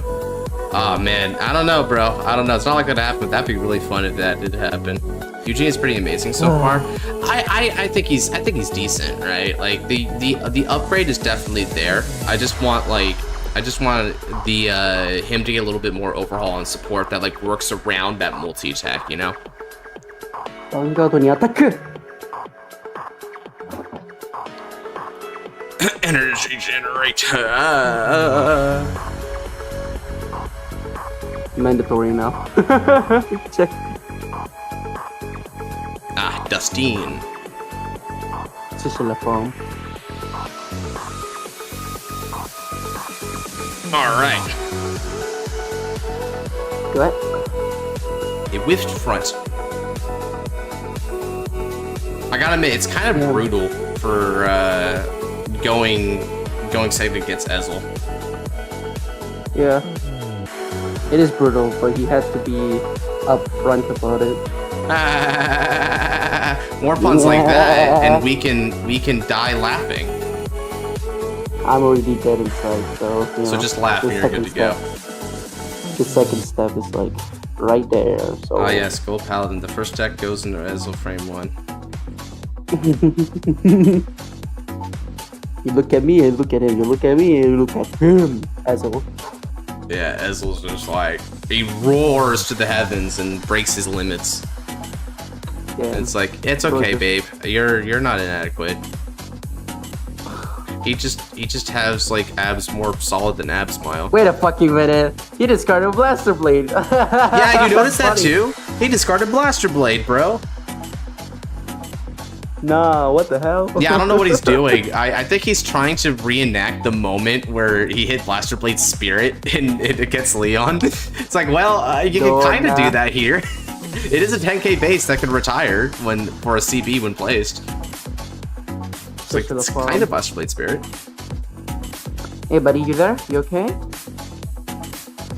I hope. I hope. Oh man, I can already see it. I can already see it now. When he takes his turn, you're gonna be gone. When you take your turn, he's gonna be gone. It's gonna be a lot of waiting. Oh yeah, the not Gold Paladin, Gold Paladin. Oh, there he is. Why is Bowman T-posing? Dude, Bowman's is just cool. Can I just say though that like Bowman's flavor text is so word salad. The brilliance of the sword that reached the realm of the divine fades not with time. What? How era appropriate. What were you gonna say, Nebs? I was gonna say, I wonder if this is the same artist as Chrome Jailer. Let me check. Oh, I wouldn't mind it. I guess he has like edgy golds written all over his MO if that's the case. I'm more curious about why basically all of his cards are English except for Gareth randomly. Did someone go in there and change Gareth's art? I have the feeling someone did. Yeah, it's not the same artist. Yeah, it was with Shot. Oh my god! Oh, I'm sweating the moment he put that card down. Oh, you Silverfang witch guy? She's not. She did not look like that. You know what they say, blow up, bro. Blow up. He's a beta tester and a cheater. He's a beater. Beater. I mean, that's the kind of line that only works in the dub, bro. Like really, like that is such a dub line. He's a beater. What do you mean? Bro, it sounds stupid in dub. In Japanese, it just sounds like they're trying really hard to say English. No, but that's the thing. The fact that like it sounds stupid in the dub is good because it is stupid, so it's accurate. But it's stupid in the Japanese too. Yeah, that feels bad for the Japanese because Japanese is supposed to be taken seriously. We hear Japanese like, oh yes, we hear art in words, and then we hear dub. It's like, wait, does that? What? Doesn't that imply that English is supposed to sound stupid? Honestly, compared to Japanese, we sound as slow as molasses. It's like, hi, how are you doing today? Versus, I'm not gonna utter, but just know it's fast. That's why mass characters in dub always sound really natural because they don't have to lip sync. I know, right? Like there was this guy. I think he was Scott Hill, the voice actor of Randy. Randy's voice actor. Oh yeah, I think his name was like Jonah Hill or something like that. I forget his name. Not Jonah Hill. Not Jonah Hill. That's I think it was Scott Hill actually. Let me see what Randy's VA is, because he has. Yeah, because he voice acted in a dub of another anime. He was playing a mass character, and he sounded really nice. Jonah Scott. Jonah Scott. Okay, cool. The Hill part was wrong. Jonah That's the plot Hill. It's like Scott Hill, Jonah Hill. No, Jonah Scott. Nice. It's two first names.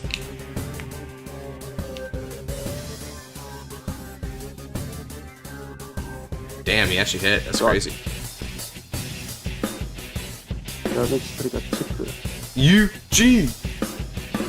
Man, I can't believe you actually say it like how I do. I'm so proud of you. Well, everything I learned from you. And it wasn't much, unfortunately, but I learned that. What? Oh yeah, I was still playing the deck poorly, bro. What do you mean? You had two Stormbands and a Theras, and then you dusted. You basically did everything. Well, yeah, but that was after training and falling on my face, I'll have you know. That was not my first game with Eugene. What? And hopefully it's not my last. Choose your card. Deliver position. Okay. Damage trigger. Check. No trigger. Storm brand. Not using card.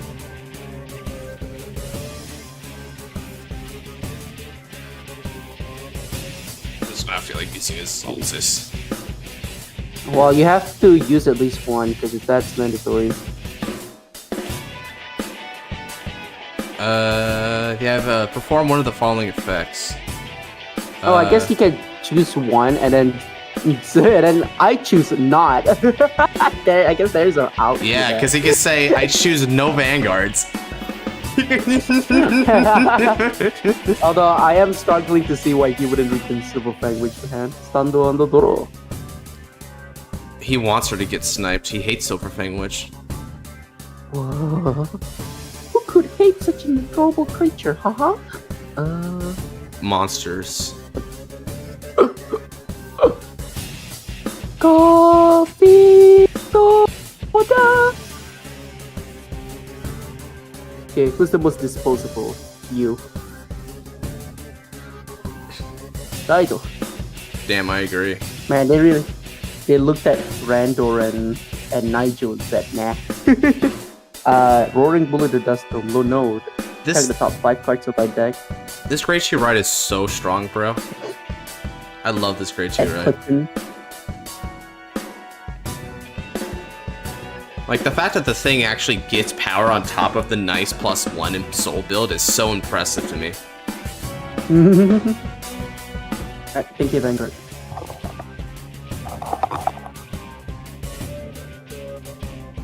Sorry, not thank you, Vanguard. Thank you, Rigard.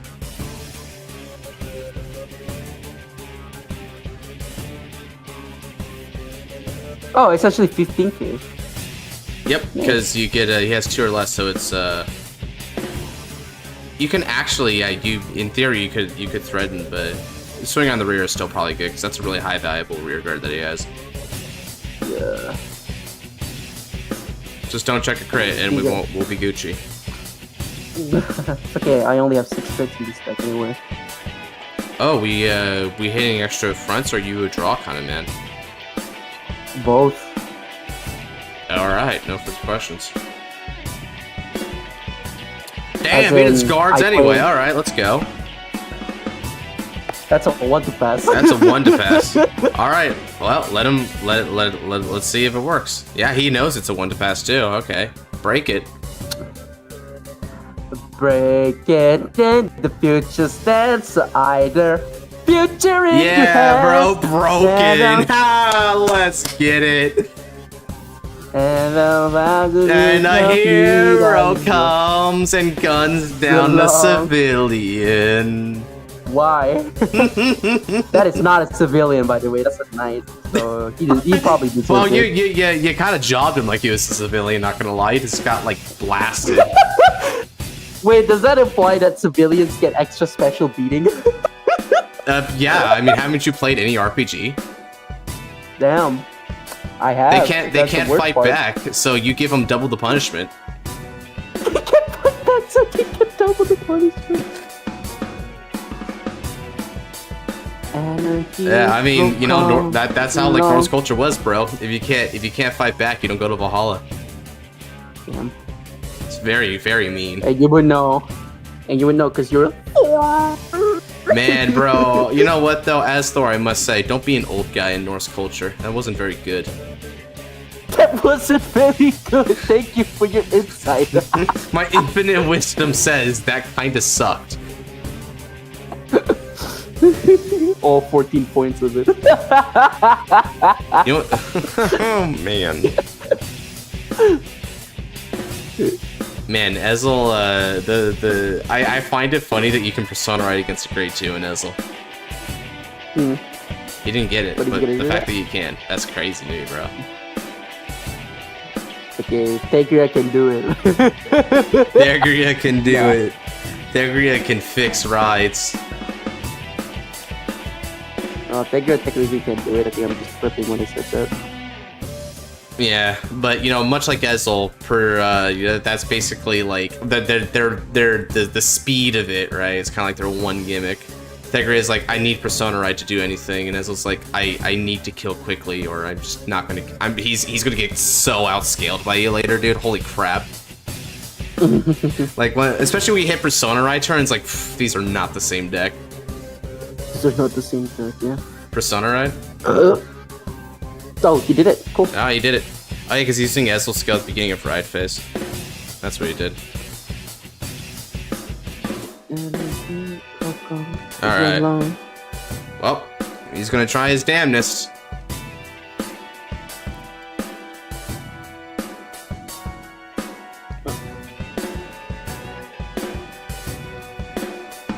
Whether Ezel goes first or second, it always feel like you're going second against Ezel.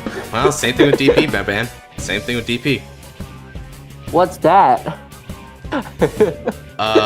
Apparently it's a Robo Paladin by the way the D series works. Divine Premium.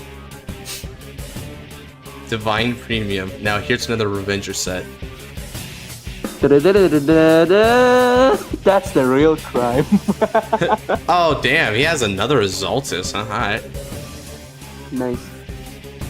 So you probably wanted to double the Zoltis on me on top of the Persona, right? Imagine he does it anyway. He has like another one down there. It's like, by the way, I play Gold Paladin, so I never don't see my pieces. Get smashed. Which is so ironic because they call from top. They only call from top. Oh man, do you remember that story where it's like, oh man, the triple Fallon hits, like, oh yeah, but he was probably gonna call a trigger off top deck had the hits. Like, no, he's gonna call an aggro veil. Oh. So let's see, what modest number is this?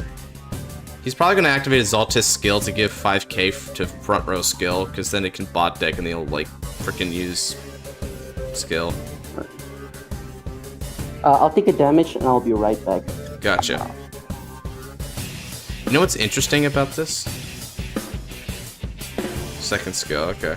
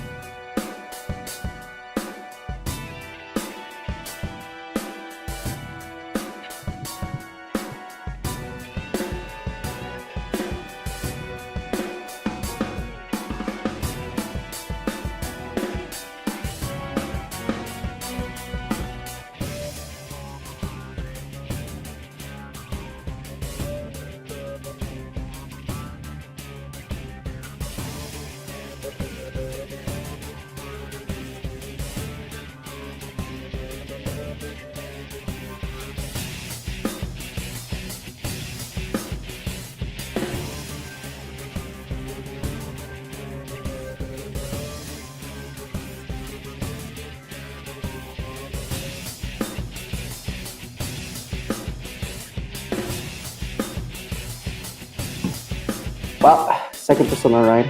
But it's okay. It'll come in my time of need.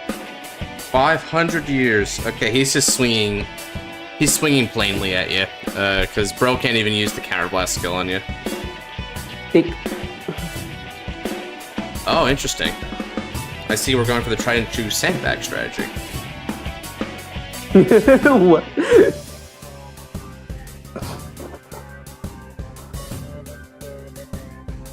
You might want to indicate it to him. Okay, there we go.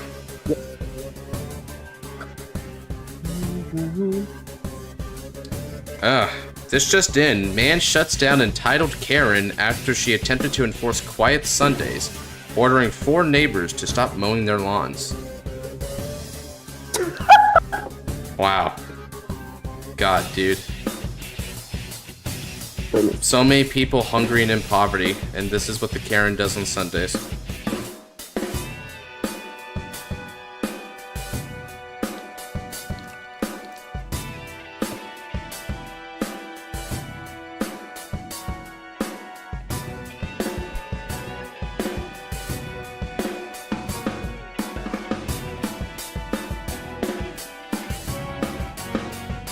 Alright. Thank you. Stand and draw. It's time, baby. Alright. Win on this turn, Nebs. Relax, dude. Yeah. On the bright side, he gave you a column, and we know what we do to columns in Eugene. Yep. Light. Alright. Inferno of Dust Storm. Eugene! Right line break this skill. Energy Blast 2. I draw 2 cards. Choose a card from my hand and put it into soul. And the card I choose to put is the over trigger. Oh, I know why you're doing that. I love Clifton. Clifton is a cool card. Call.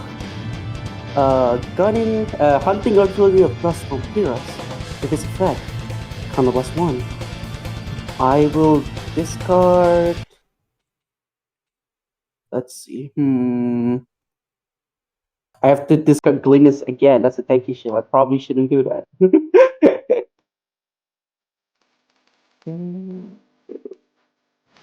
Let's see. I'll do that. Nah, I'll discard Stone Ben instead. His opening is still a bop. Add Best Harvest to my hand and play it. Then I move yours to the back. Where he Call. belongs. What? Kill of Eugene. Rest is good. The way she slides is amazing to me. Like, she's not sliding, but I almost imagine that that's what she does. Just she slides on her knees. Like, she's trying to make first base or something in a baseball game. 2枚ドロー。ビーラスのスキル発動。ソウルグラスト。このカードはスタンド。ブーストを得る。 Arizona Column retires. That's crazy, bro. I thought you were born in the desert. Still going? Yeah, just for a bit longer, Dark. You adopted the fact. I was born in it. I was molded by the sands. So much sand. Everywhere. Even behind my eyelids. Everywhere. Alright. My hair, anything else? sand. My gloves, sand. My boots, sand. My pants, sand. My heart, You know better, sand. Who's that? Plus 5,000 power. Is there right Yeah. now? We've got Ice and Nabs against each other, and then after that, well, I might shoot for one more wheel. Not very much people left on the wheel. So, I am starting to get tired though. So, I may not even last that long. We're gonna find out. Yeah, regardless, I don't think it was in the stars for you and me to play this day anyway, Dark. We have our date next time around when it comes time for that 2v2. Still, I will. Go for one. Actually, this guy. Actually, no, I'm not going to. This is 28K Vanguard.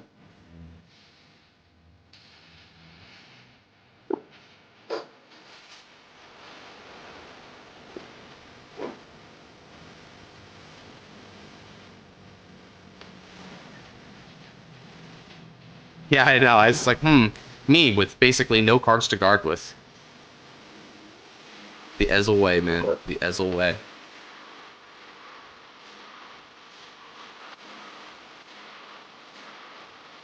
Hold down.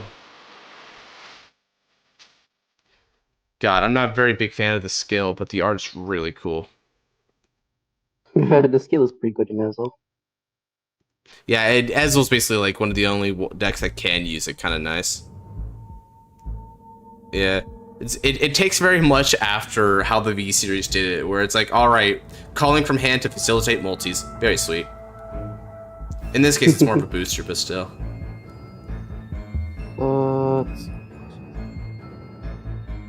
Been paying me to get the grip sorted, so I know what's going on. Yeah. Even by the way, Nebs, did you open your heart to the idea of the 2v2, or is it a no-go for you? Yeah, sure. Alright, cool. We're gonna be doing it on Tuesday stream. I did misplay a bit. I needed to use this guy's effect. But a bit too late for that. So It is fine. I hope. I call this dude, and I don't activate Durham's effect, but he does get the boost because of me playing Best Harvest. Then Eugene gets plus 5k, and all the units go with his effect gets plus 3k. Plus 5k. So I don't see it. Don't see what? Oh no, one of the guys in chat was telling me to try and like play the Build Divide opening 2, but he said there's a remix, but I'm not seeing it anymore. So I'm going to leave it at this.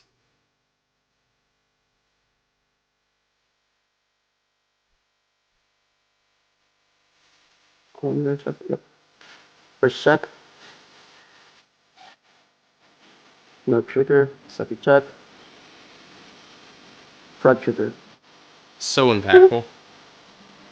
No way. kind of is. Actually, now that I think about it, doesn't the grade 2 proc if you actually paid its cost? Hmm? Yeah, if you had paid its cost, the grade 2 would have actually been able to proc here in time, huh? Because Yeah. that's But I an can't. interesting combo play. Yeah, but I can't because no soul.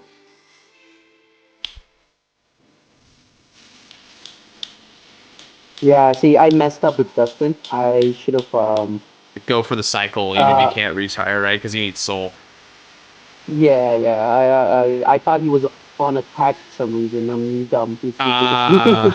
Yeah, rather than the on play. So that's man, Yeah, honestly, you're juggling so many pieces anyway. It's easy to miss that kind of condition. on that. He is a very momentum-based deck. Yeah, you either tidal wave or get tidal waved.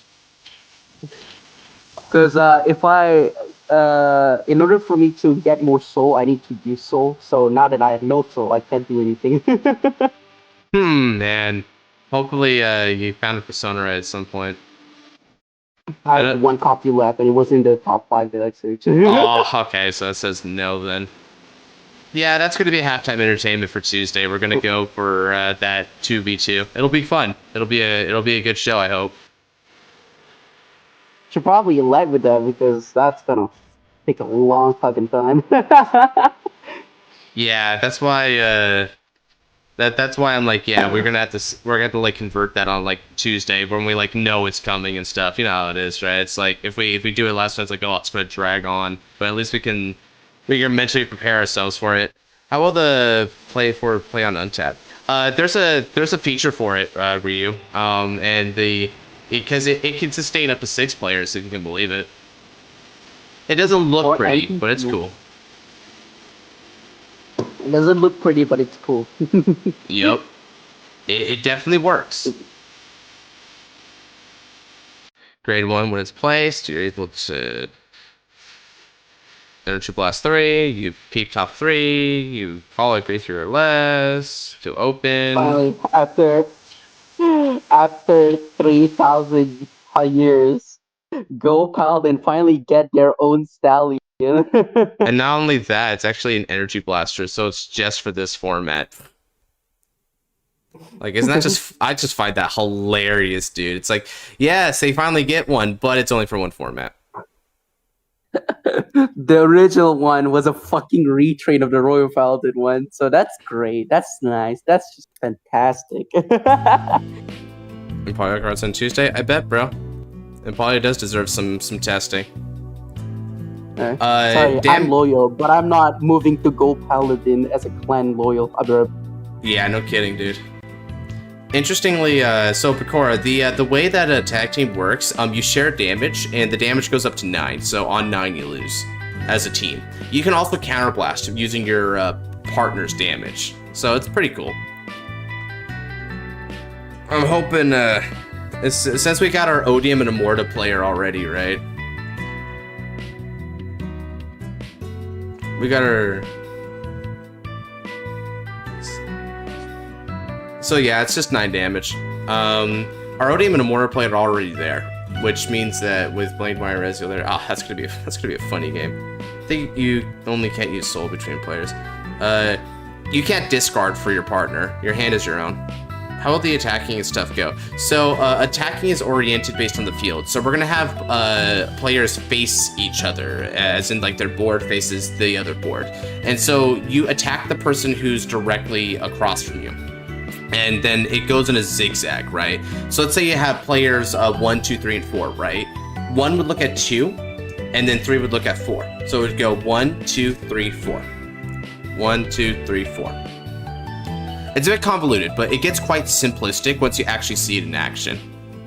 I've done these for a while, so it's pretty much just second nature to me to do one, but it gets really weird at first because, you know, as Vanguard players, you're not really taught to do these kind of alternative formats. Come at me. Okay, players can attack at grade 0. Oh no, only the 4th player gets to attack. So on the first turn. So in other words, 1, 2, and 3, they just ride and pass and do their stuff. 4 is the only one that does it. And only the player that went second can draw because, well, obviously. Yeah, right. I mean, that's Obvious kind of why. how it goes. Yeah, looks like me and Dark are going to be a team. Player 3 would take the damage first. Yep, exactly. Assuming they don't guard. They can't guard, you know. If you just swing for a measly 8, standard teaches us guard 15, say no. Man, you guys are pussies. Play Ryza custom in PC. Your effects which regard the opponent only apply to those directly across you. So, in this case, D-Series starters specify when you go second. Can you guard for your partner? Yeah, that's called a tag guard. Now, you can use any of your cards from hand to guard your partner. However, there are two things to note about tag guarding. One, you can't intercept for your partner because you guys share separate fields and you can't move into that guardian circle from your field. Furthermore, you cannot actually use perfect guards for your partner. So PGs only work when you're PGing the person directly across from you. You can't PG for your partner. And that's that other bit should make Blade Runner's Divine Skill cancel the person's ability to tag guard. Yeah, that's the thing. The tag guard is going to hurt quite a bit for Blankmeyer, but it is nice that they can't PG because then that's a weird rule. Yeah, but it is an actual rule that was established in the anime. It's actually in the actual fight, but that is that is a rule. You can't PG or intercept for your partner, but you can use any other like guarding. Yeah. The reason why is because PGs protect your Vanguard from getting hit, but it's not your Vanguard that they're attempting to protect. It's your partner's Vanguard. I think that's the reasoning for why they did that. Still, it's really good that you can't do that, because otherwise Blankmeyer just would get so cucked if the partner could PG for them. Like, that would just suck. To put more emphasis on what Josh said is because PG specify one of your units, and your partner's unit isn't your unit. So. Right. And I imagine that the intercept ability, actually, like, when you read the rules of the intercept ability, I bet somewhere there it specifies when one of your other units is getting attacked, you can, like, move to the Guardian Circle. And I think if you do that specification, then it's like, that's why you can't intercept. Too bad that they didn't invent quintet walls back then. Yeah, oh my god, fire. Yeah. Quintet walls would be hilarious.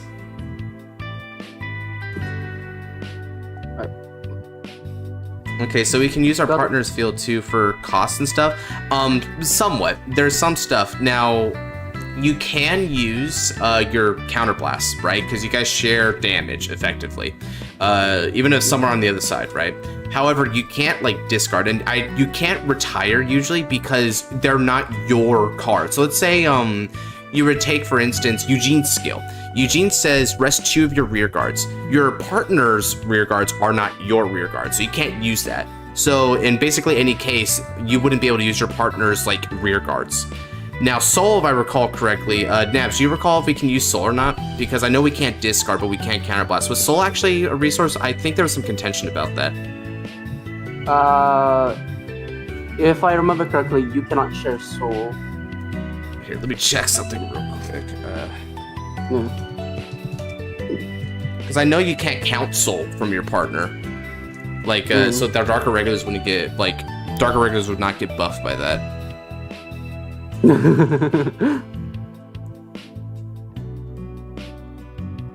Okay. Unit skills only affect the player and his or her opponent. For this also affects perfect guard units. That's where that happens. However, skills that apply to all fighters like Tempest Bolt and Dark Hack can affect the partner and the opponent's partner as well. Partners are forbidden from seeing each other's hand, and partners may not coach or strategize with their partner. And then any of these rules may be changed by the agreement of all participating fighters. So in other words, if we want everyone to coach each other, then we can allow the coaching. Can guard and pay the cost for their partner cannot attack during the other's turn. Oh snap! So it doesn't even say no soul blasting. Soul blast is a. You should probably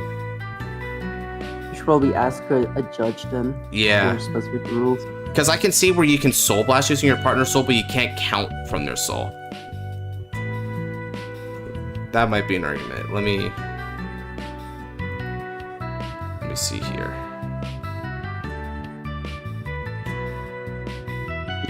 Super tree.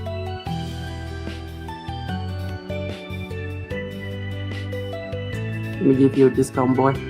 Guard. Totally not going to use that. Different regards. Good morning, Adrian. Anyone know how Greedon's comp would work in a tag fight? That's really funny.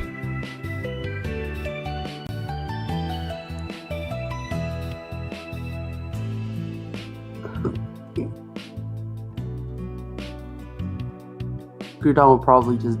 It's a handicap. Yeah, I can also see an argument where because it's sort of like vague and there's like agreements between people, we can all agree that Greedon, we could agree that Greedon's like limit is extended to 10. Yep. That might be good. So you can use either the soul. Yeah, that seems to be the case. So we won't count soul, but we can soul blast. It looks like. All right. At least for now, we'll go for that. If we can find a judge later, then that'd be nice. No persona, that sucks. Oh. Rest is to retire the Blaster Blade column. BB column goes bye-bye. Player 1 sits at 4. So, yeah, like it's a weird like cross rule. Like you see what I mean, like the zigzag, but it's like. Yeah. You know, battle phase. Actually, no, I have to call this. You know, battle phase. Restand. Alright, so he's. Yeah, I'm out of soul. So I need to get a persona right soon. Well, I think of Deer Days too. I'm hoping it's not a cash grab. Sorry, I need to actually plus 7% draw. Imagine you draw Dustin. Worth.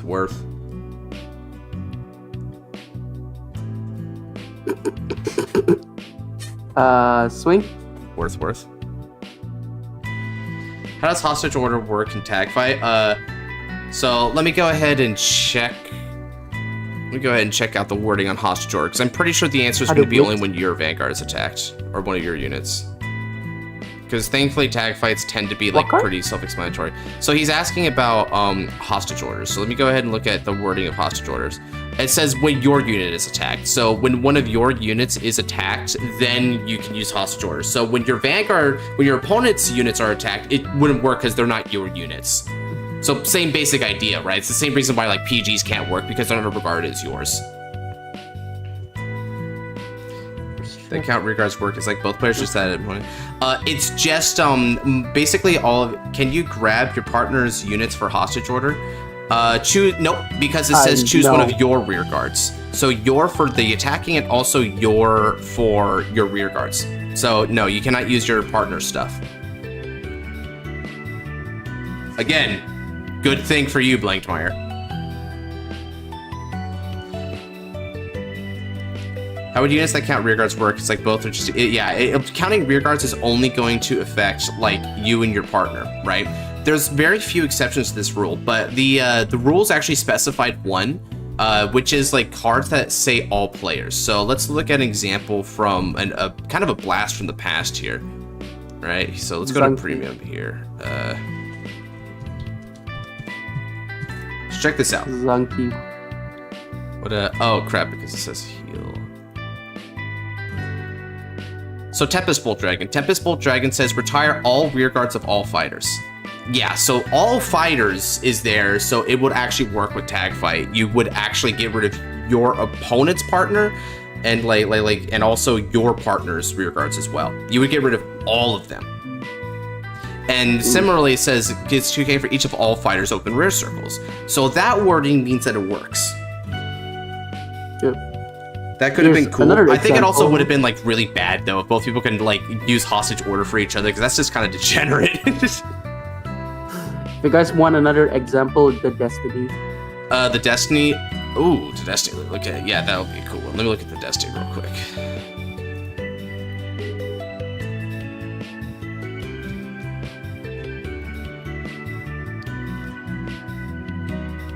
Okay, so it says choose any circle. Okay, let's see. Choose one of your opponent's rear cards. Oh, because of any circle bit, right? Because it doesn't specify. Yeah. Okay.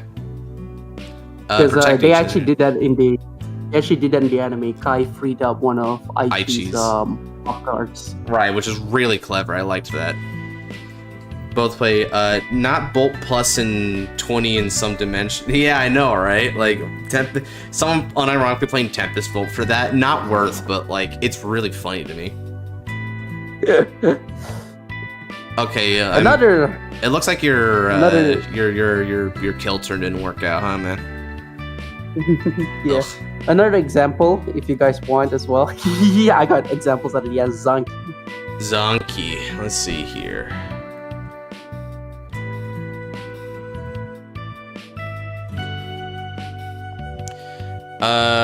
Choose one of any player's rear guards.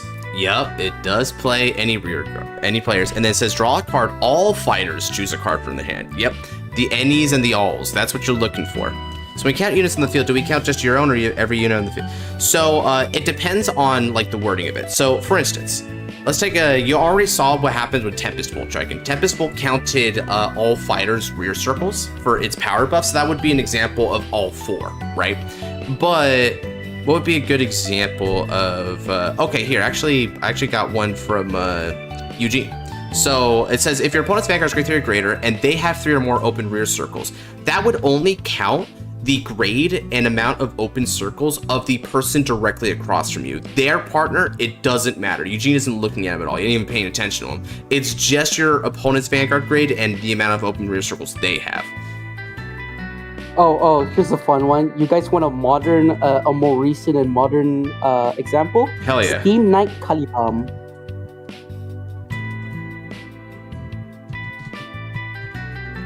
V-Series. V-Series one, let's see here.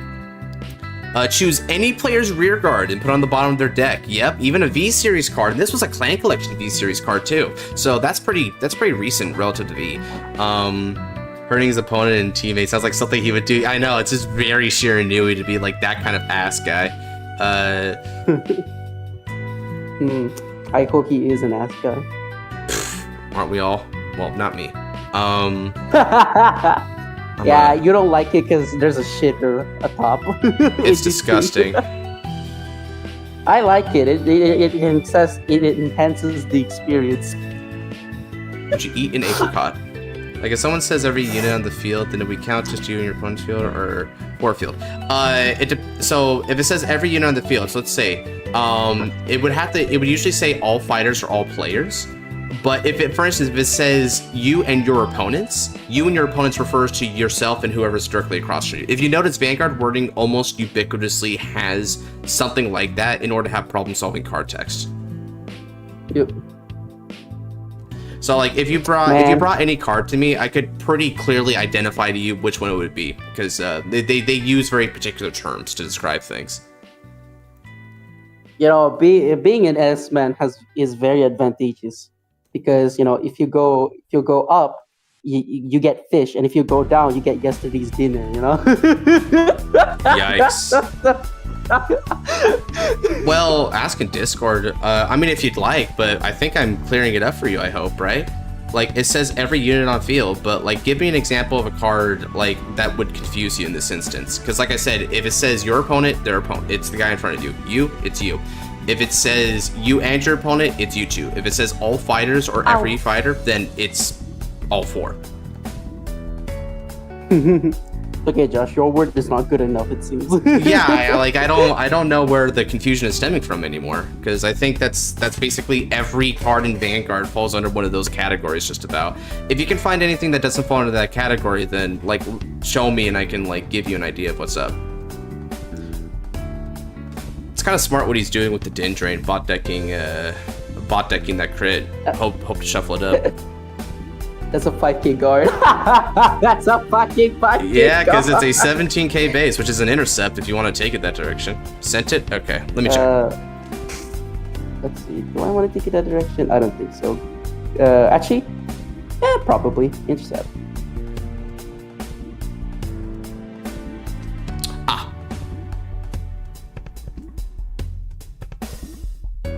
見つからなくて守っていたい光今にも I'm probably gonna I don't know if I want to get rid of Firas because if I get rid of Firas I would probably play Naufal in his place. Yeah, I mean, best harvest is just that important though, right? Yeah, but Naufal though, Naufal is like a much better long-term plan, if you know what I'm saying. Yeah, I feel you, dude. Yeah, this card that you sent me, Picora, which, I mean, by the way, you told me not to say anything about it on stream, so I guess I'm not gonna say about it. Probably hiding it for the sake of a 2v2 or something. This card that you sent me has your opponent, the words your opponent written everywhere. So it's just the guy across from you. Wait, Bakura? Wait, am I teaming up with Bakura, not Noir? What? Oh no, it's for, I guess it's for future reference for something he's doing. It's you and Noir teaming up against me and Dark. Ah, okay, cool. Oh, thank God. I thought I was gonna have to team up with a peasant. I'm kidding. I'm kidding. I'm joking. Please don't hate Brother. me. I have crippling self-doubt. Please. Truly. Vanguard. Man, it's so rough to countercharge in certain fights. I feel that. Bro, I'm barely doing anything and this dude is beating himself up. This is funny. Right. You just have card advantage. That's it. Drive checks a PG. That's useful. That's not useful. That's not useful. Fuck. Alright. Okay, so I think Eugene's winning just on better fundamentals. I'm literally doing nothing.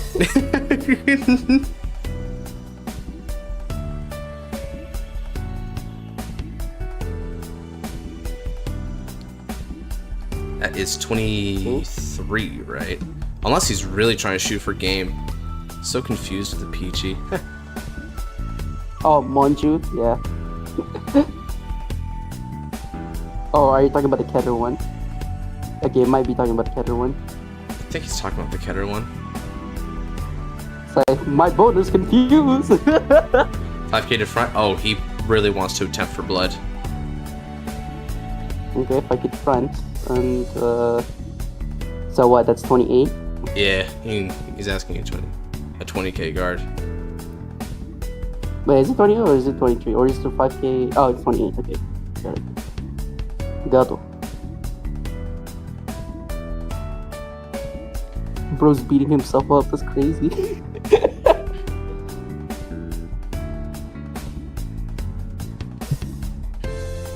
Dominate. Shihai. Alright, now. Wait, hold on. I gotta check something. This is funny. This is fucking funny. Ah, damn it. I thought you could dominate your teammates' regard and then fucking attack your opponent with it. Alright, no, you can't. It would have been funny though. Oh man, I mean, isn't that just Nubatama though, in a nutshell, trying to push the boundaries of the rules? I don't think there's any clan in this game that has more, like, ruling clarifications than Nubatama. He's not using that new PG where if you only have one card. Yes, he is. That's, that Keter one is, yeah, that Keter one is that. What are you talking about? He's not using the OG PG, he's using the new PG. Yeah, I think he's confusing it with the trial deck version, because this thing also came out in the startup deck. Now, Exterminate Dragon being one word away from being the best card in the game. God. Ah, thank God they limited the counting. Wait, what card? I mean, have you seen the lock rulings? Oh, he was talking about Exterminate Dragon, like, in, like, tag teams being this close to just being absolutely, like, game-busting in that format. Have you seen lock rulings? Oh, crap, yeah. Draw mostly has a point. Which one do you think has engendered more ruling clarifications? Link Joker because of lock or Nubatama because Nubatama? Link Joker because of lock. Alright. Point for you. I believe it. I choose BB Blaster Blade. What? No way. Just swing Van, get crit, GG. Perish, sort of the same. Oh my god, you didn't have to Dougie on him like that, bro. It's like, I'm gonna animate on you for a second. Bye-bye. I mean, you know how I am. 26k Vanguard. Bro, I'm literally doing nothing and he's beating himself up. Now with any, wow, you actually didn't commit anything else to the field to try and poke him. That's weird to me. He has 3 cards in hand. One of them is an order, one of them is a PG. He's cold. Well, all he has to do, right, is Conzengardo by discarding the PG, and then just like if he has like any guard for your rear guard, he gets another turn, and then he can countercharge with Din Drain, and also he gets a call off top 3 because he has 3 less units. Yep. First check. Crit. All effects to Theras. If I get another trigger, I don't think a issue. Yeah, it probably wouldn't matter unless he gets like another PG, but that seems doubtful. Check. Okay. Dustin. Oh, I can finally play it next turn. Cool. So many rulings for a card. 23k Vanguard. Crit. Alright, 15k shield? 15k shield. Maybe he was hoping for you to not hit a trick. Yep, you hit it. Brother, why'd you open yourself up for that? No, it's fine. I don't, because if I could show you my hand, I would. What do you mean? If you even had like a 5k booster for your grade 2 that you can move up to front row, right? No, I don't have a 5k booster, that's the problem. Do you mean to tell me your entire hand is not shield value? Like, you have no... Actually, I do have like something, so maybe I could have. Yeah. But it would have been guarded anyway, because that was a 20k shield, so yeah, that would have been a complete waste. Well, yeah, what I'm saying is that he only had 2 cards, like he only had 2 units he could guard. So, like, regardless, it's about quantity rather than quality, right? If he can only guard 2, then if you had a mounted 3rd attack, even if it's just 1 power over, you could have won that game. But now we're in a little weird situation where we might be able to come back because of those Din Drains. Those Din Drains can give him... Those Din Drains can give him like a looks like a 4 attack turn. No, that's a 5 attack turn because of that Stallion now. Actually, no, he can't because Din Drain needs you to soul blast with counter charge. He has no soul. Oh my god, you're right. And those need to be placed. Just as I thought there was a comeback, the Blazing Lion forgot his resources. Damn, too bad too. He could still pull OT, but oh wait, no, calls Lear off top 3, soul charge 2. There is actually a Keter card that does that. That doesn't solve the main problem, which is Din Drain needs to be placed to counter charge.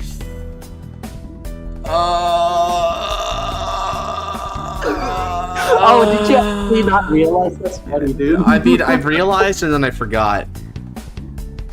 It's even worse. I actually knew and I forgot anyway. So what do you do? Soul problems. Ugh, big yikes. We play Lear. That's funny because PBD used to have that same problem. Soul problem or CB problem or both. It's so funny. Yeah, and now we're in a day and age where like there's no problem that Keter can't really solve with this generic card pool. Caterpie. Pile on up. Utopia. Has he seen his OT? Nope. Oh. But if he plays red OT, I'm cooked, basically. Would Edsel play red OT? I don't know. That's really weird. Maybe. It really depends. But if he plays Val now, I'm cooked because I can't. Because I only have. I can't. I'm assuming you have 2 PGs is what you're trying to imply to me without directly implying to me. You don't have to confirm or deny it, but if I'm understanding you right, I get why Valno would be a cook at that point. Yeah. Maybe Ezel usually has a standing rear guard. Yeah, I mean, it's possible. But, I mean, A, he would have to play Valnut, and B, he'd have to check it on a twin drive.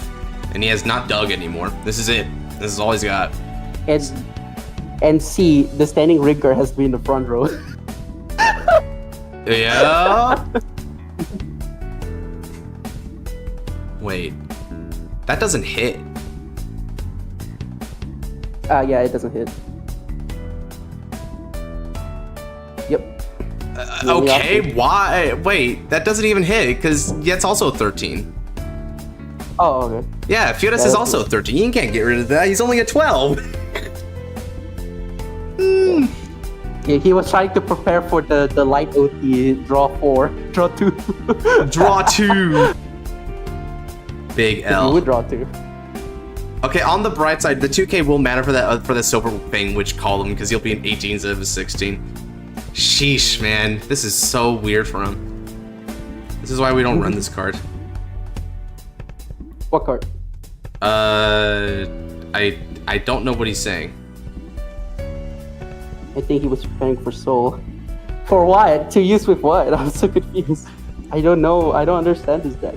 Ezreal's beginning of ride face skill smile. Oh, okay. Gotcha. That makes sense. Oh wow, you actually regarded that as a real thing. I was just mean because there ain't no way he's living again. Oh, I get actually defensive OT, right? Because there's always that. Vangard. Okay, I have 1 turn to kill, basically. Yeah, basically.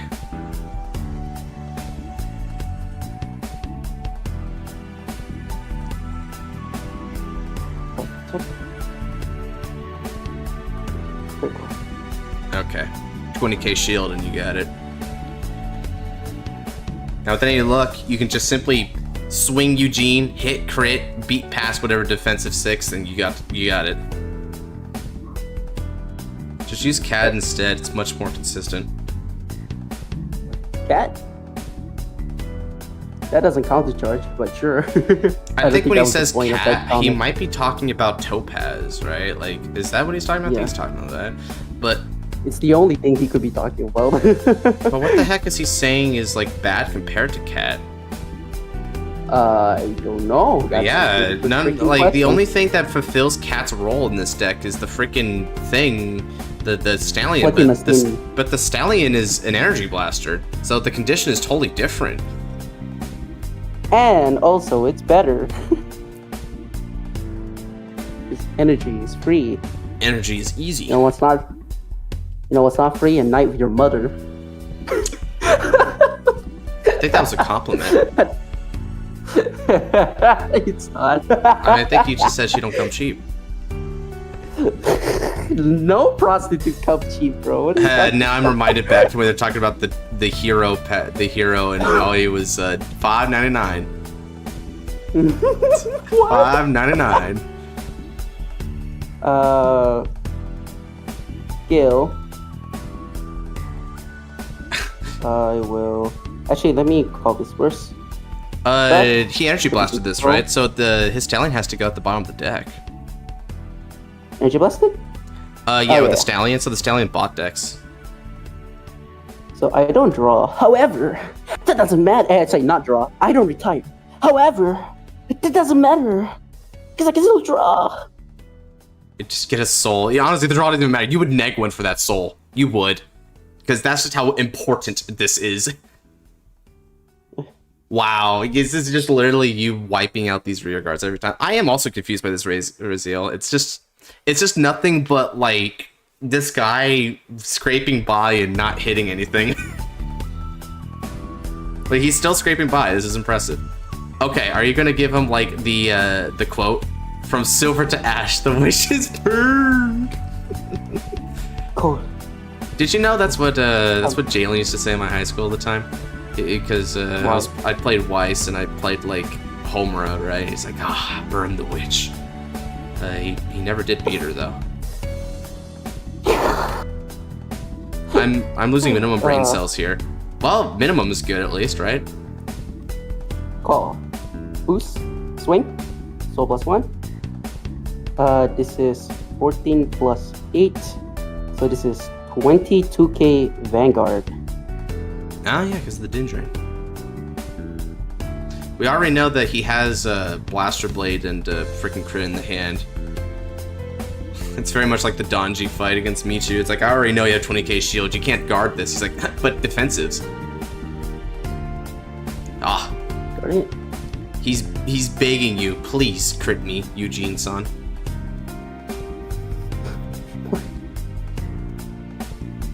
Swing. Eugene! The 5. The terror of the tundra. The demon of the desert. Dirham.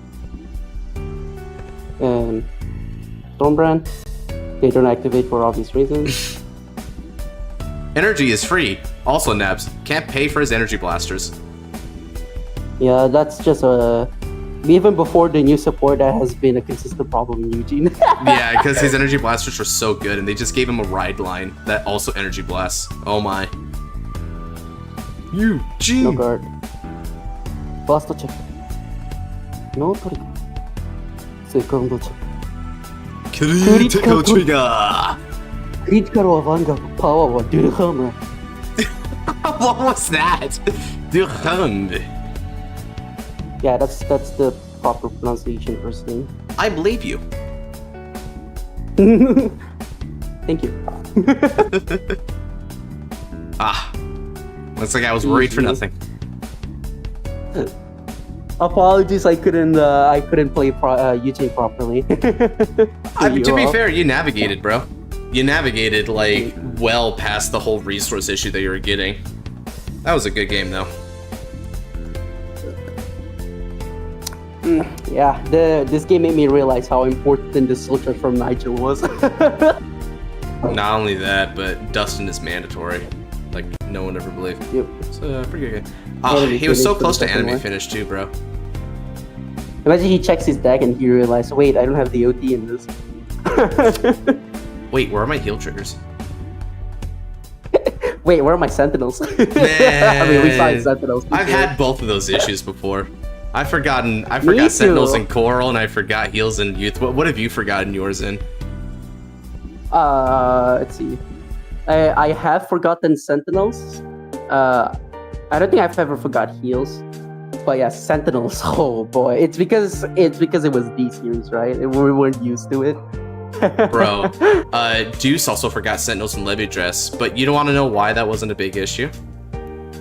What? You played against Blankmeyer. If I survive somehow. Sentinels and heals somehow. Yeah, a lot of us have, man. It's funny. You survived somehow, yeah. You had some stuff. Potentially. Although you'd have to shuffle if you're using the beginning of ride phase skill, so that RNG is unreliable. The only thing you can get is the Stallion off of it, which is pretty good. Got an advantage from it. Yeah, he did. He like, holy crap, of all the matchups to forget your Sentinels in, that is the one to do it with. Like, what the frick, man. Alright. What do you say, Nabs? Am I still good for one more game against chat? Why are you asking me? Because I feel like it. I feel like putting you on the spot randomly. No, it's your stream, bro. Manage it yourself. Damn it. I can't take responsibility for my actions. I was never taught to do that. They lose that game. That Nabs is won. such a fucking lie. Holy crap. Like, you didn't, yeah, you know what? You're right. You weren't even taught that because you were self-taught about responsibility. Oh, sheesh, bro. Fucking. Damn, he's not Fucking, gonna bring I don't up my wanna backstory now, is he?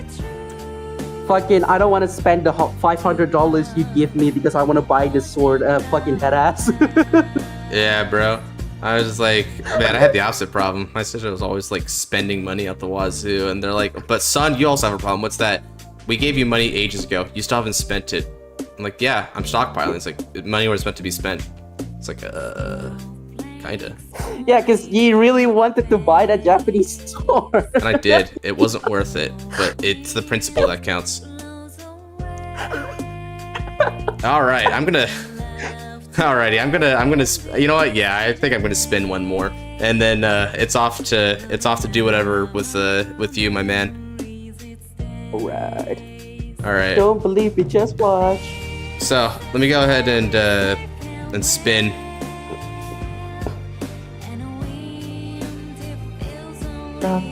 Hey, Flareblade!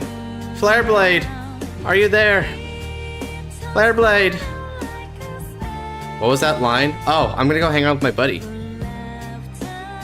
After this game. Whose line? My line, apparently, whatever I said. I'm pretty sure that's what he's asking about. I'm not sure. I'm just assuming. I always assume. Did you assume? Yay, Flareblade! David told me good things about your games yesterday and how it was hilarious. Yeah, and how Josh can't keep a secret. What do you mean, bro? That was not a secret. He told me that not in confidence. Man, I'm playing Java. Was he scared? Was he scared when he said it? Is that why he said it so unconfidently? I didn't think stream was still going me either, bro. Nah, it's not because of that. It's just because confidence is a mistake. I made that mistake once too, and I paid the price. That's so edgy, dude. What was the price? What was the price? I mean, is this the part where I say something crazy like PTSD or something? I don't know. Fuck it. You decide. It's your story, man. Wait, what deck am I playing before I say go first? Oh, I'm playing Java. Yeah. You go first in Java, right? It's very dependent on the build, but overall, it really doesn't matter. I'll go first then. Yeah, because I have a backup. Usually, it's better to go second. Usually, but that's only because of Stravirina. I have a backup to that, which is Power Virina, but your backup is the Overdress unit, so yeah, you don't have to worry. Oh, speaking of which, I hit arcs, so that's cool. Cool.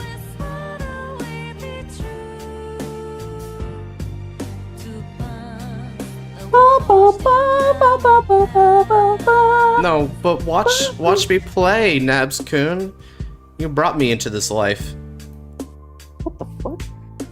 Watch me play. Bro, I didn't. This Vanguard Zero brought you in this life. With 3 additional seasons of extra original content. Yeah, and then YouTube apparently had this whole fan fiction called G that I was really into. Yeah, that was a good fan fiction. Yeah, professional voice actors and music and everything. I know, right? Such a good fan fiction. Damn, and honestly, like the unit designs were having... really good. It feels like they could have actually been Vanguard units if they ever made it to 0. I agree, it's like Twilight. It's like 50 Shades of Grey, I mean. Man, somehow I can understand why you confuse those two, but they have very little in common, other than both being cringe. Oh, wait, hold on. Do you not know the origin story of 50 Shades of Grey? Huh. By my quizzical expression, I'm gonna say no. So, 50 Shades of Grey, prior to it being what it is, it actually started out as a fanfiction for Twilight. Wow. Okay. You know what? Fair. And well, we got garbage products back to back. So. You know, it was garbage born of garbage. Let's do it. All right. Surprise egg. I draw. Oh, I'm getting Smithy Arc. Sweet. I will discard Stravirina. Waiting for new game text. I hate the new game text, bro. It always comes and says, "Hey, we don't like you." It was me, Barry. It was me who put expired milk. It was me, Barry. Pass.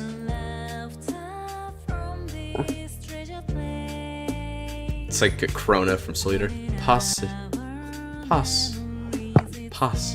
That's 47 questions you didn't answer. Oh, Soul said that, right? No. It was Crona's shadow. I think it represented his ego or confidence or something. What, the 47 questions here? Yeah, because it was in the sand and the shadow was asking him questions. In the sand. Yeah. It's like, that's 47. Oh. And then the shadow cheers up and dissipates, and Crona's like, finally. What? Also about Shadowverse Showdown. What the frick is Shadowverse Showdown? Probably a tournament arc or something. Yeah, I mean, it certainly sounds like it. It's not a hard guess, I guess. Trickstar is gonna like whip out the Glock. I'm no longer asking. I overdress. I am gonna stack the deck, you, and you're gonna like it. Oh god, I still want to do that dubbing of the freaking fight with Shinobu, right? Where like Yu's over there, and he's like in the abyss, right? The dark abyss, and like Trickstar, like you know how Trickstar like floats out, like hangs out of me and Nabs like really like joking about this, just like Yu, I stacked the deck, and then he just draws Mahar. That's why it's a miracle drawn to Mahar, because Trickstar stacked it. and then Yu can reply with, really? And Trickstar's like, yes, yeah. Oh boy, man. Shadowverse Evolve, does anyone know about it? Yeah, I mean, I tried it. What? I don't like Evolve very much. It just doesn't feel very fun. I have never heard of Shadowverse Evolve. We haven't seen ads for it constantly when we're doing anime reactions. I hope they don't mix Runecraft and Shadowcraft. That would be the worst thing. Well, actually, what you said is a real statement, because that's not what they mixed. I hope they don't mix whatever it is they wanted to mix. Hey, Abysscraft. That would be terrible. Yeah, it's Bloodcraft and Shadowcraft. Hey, Flare, you okay? You're swinging the grade 0, you know that, right?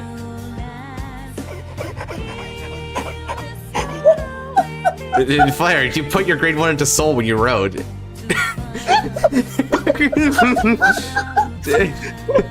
I mean, look, I'm okay because I can swing with Trickstar to go into Arrogare, but I don't think you got that excuse.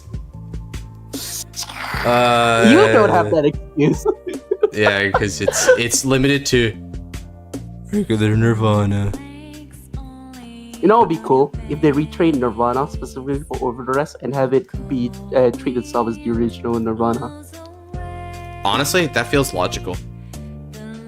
You know they would do that, and you popped in the anime, he would 100% bring back Arrogare, and everyone would cheer. And it'd be like, finally, now we can watch Arrogare get played, and still Dravenov with not have a point. Bring back Arrogare? What do you mean bring back Arrogare? Don't you mean introduce Arrogare? Smile. Right, Dravenov? Oh, shit. Yeah, that Meta Buster, right? Look at that new card. Oh, right, it's not new. But I wouldn't be mistaken, because no one noticed it come and go. Guys, you don't understand. Esperidia was garbage when it came out, guys. Come on. Did he actually say Esperidia was garbage? God, dude. Why is he so bad at understanding how, like, freaking... Honestly, he's so bad at understanding Java cards. Just I don't know. He cards. saw the shield and he saw the counter charge and he immediately assumed that it's better to spin at India. God, I think the worst part of that is that... Okay, hold on, let me check. There was a specific order that he really likes, and I think it also topped in a certain list. Let me see. Draw.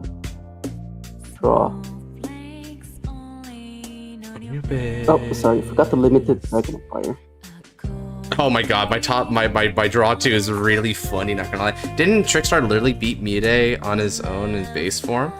I don't think Trickstar did that, right? Wait, was Trickstar the one who dealt the final blow? Yep. Oh, that's so cute. I like that.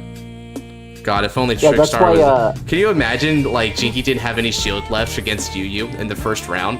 And Trickstar actually does, like, punch Griffo, the whole Dragon Tree just dies. Okay, so the order is called Prayer of Resonating Wishes. I think this order is overrated, honestly. This feels good? Alright. I'm gonna swing for 10. Yeah, Prayer of Resonating Wishes, he really hyped that card up, and to be fair to him, there was a list at top of it, but I don't like this order, it's so overrated. Trickstar. Alright, I'm gonna swing for 15.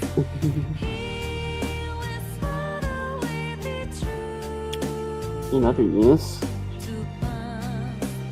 Spinal Marquee support when? Alien Rush isn't enough to sustain me. I need more Dino Dragons.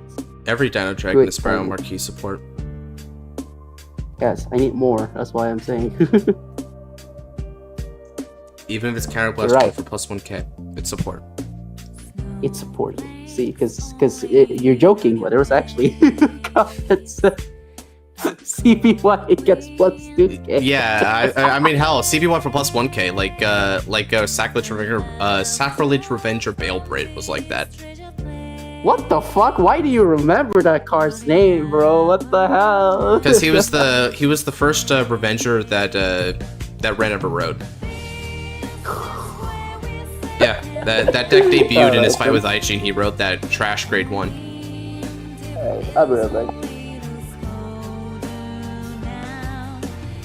Oh, okay, yeah, sure.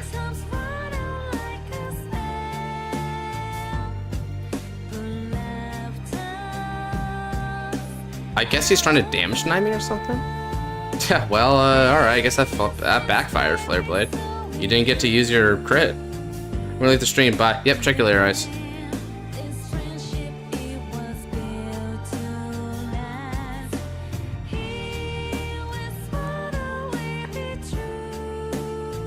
Alrighty.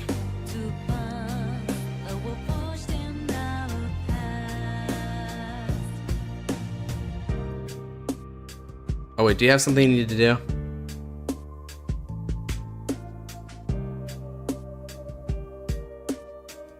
Yeah, I don't think you have anything you need to do, so I'll just go. Alright, ride. Nirvana Jiva. We're gonna search the top 7 for a Prayer Dragon. Ooh, nice. Okay, I'm gonna add to my hand.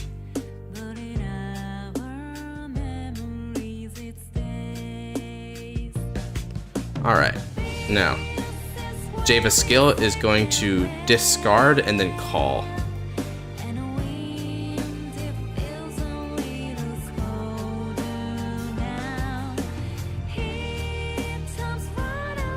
Let's Soul Blast. And I'll get rid of a Trickstar.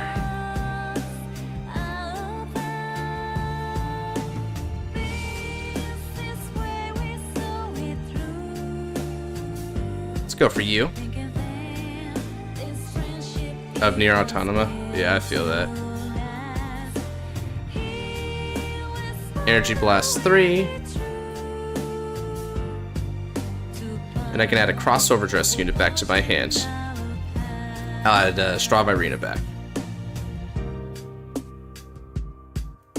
Now call.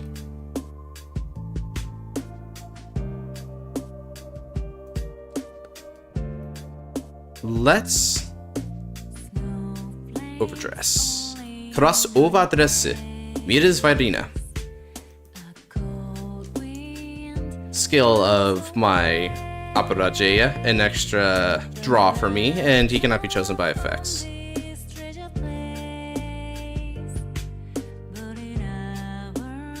And then we're going to throw 2 more of these Virinas as original dress. Now then, Overdress on Trickstar.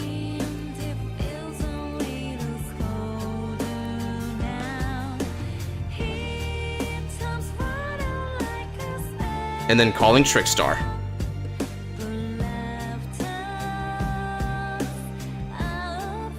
Oh crud, yep. This is getting real hard, ain't it? Miras Virina swings and activates skill. I'm going to drop and countercharge. This is 20 on the Vanguard.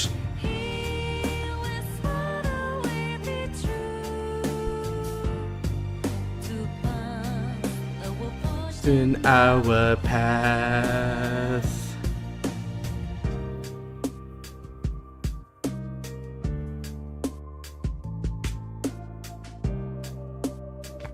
Alrighty. Nirvana Java. Vanguard in the attack. Skill Hatsudo. Counter Blast. And we're gonna stand Miras Virina. 21 on the Vanguard. Blows away. Twin Drive. And my second check. Ooh, critical trigger. Critical's gonna go here, and power is gonna go to Virina Valiente. We're safe and well.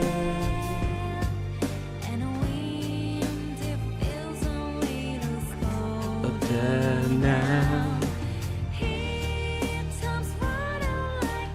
Alright, not bad.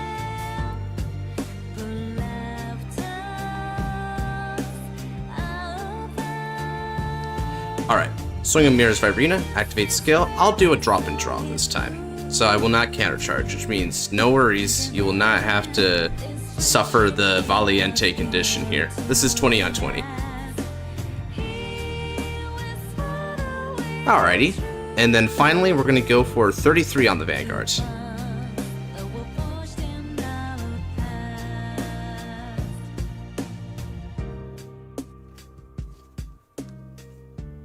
Ooh. Anyway, I'm off. Let's play Build a Fight again sometime off stream. Look forward to Smash Bros. Stream, Strauss. Yeah, we'll see if that Smash Bros. Stream actually happens one of these days. Maybe, maybe not. Yeah, have a good night, my man. Alright, Flareblade and I are having a pretty good game so far.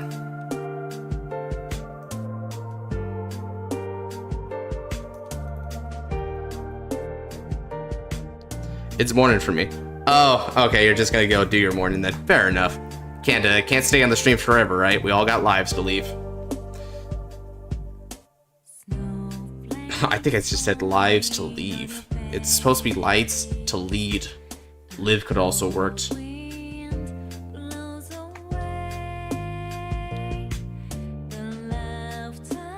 Alright, getting sleepy here. Gonna take my mini Grammy and Chrono Jet and head to bed. You bet, bro. You take care, my man. You, Graham Grace, Chrono Jet, main you.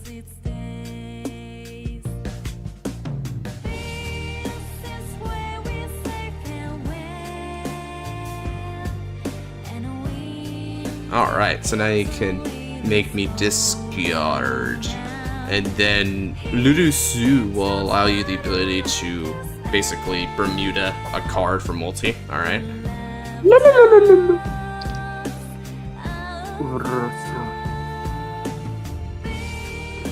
Yes. Let's see here. This thing is when this unit is placed, you have 3 or more in a soul charge. This unit cannot intercept on a turn. Okay, fair enough.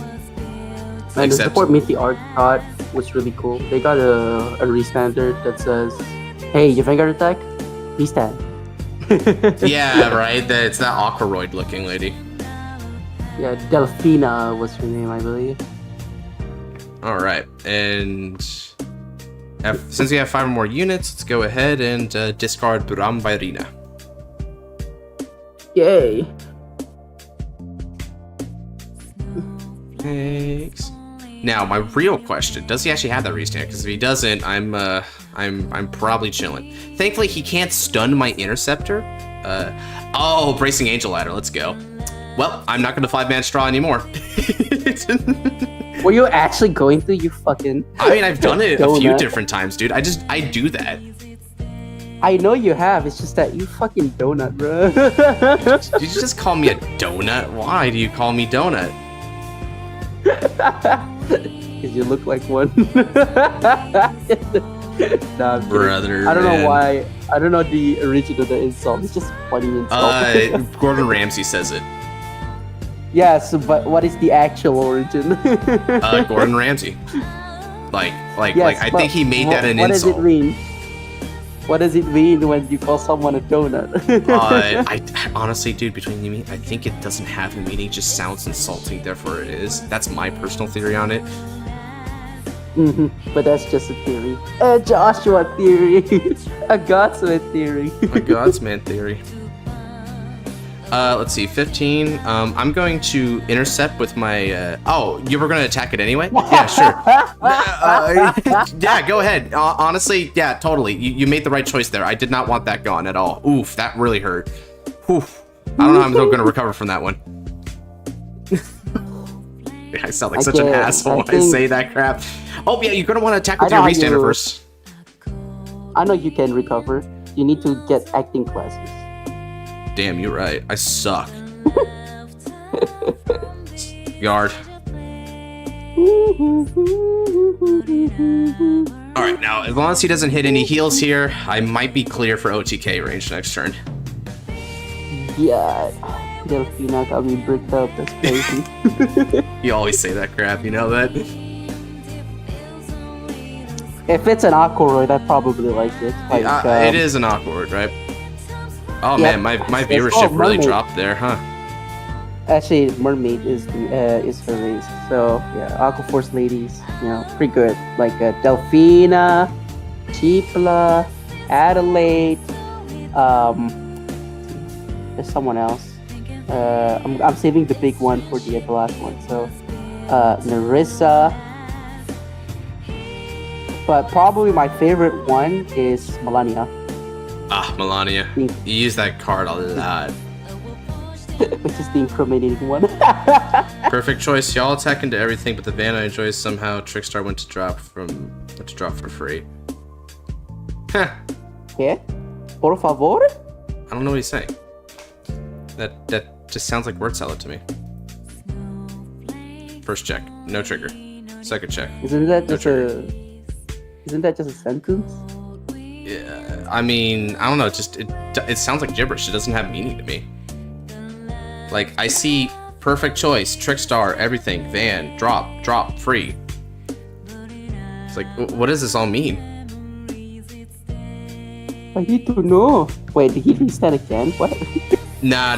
He, it's just a 5 attack turn. He had, like, done it before mistakenly. Oh. Let's see, I think that's 31. Yeah, okay, Parama, take a bite out of crime.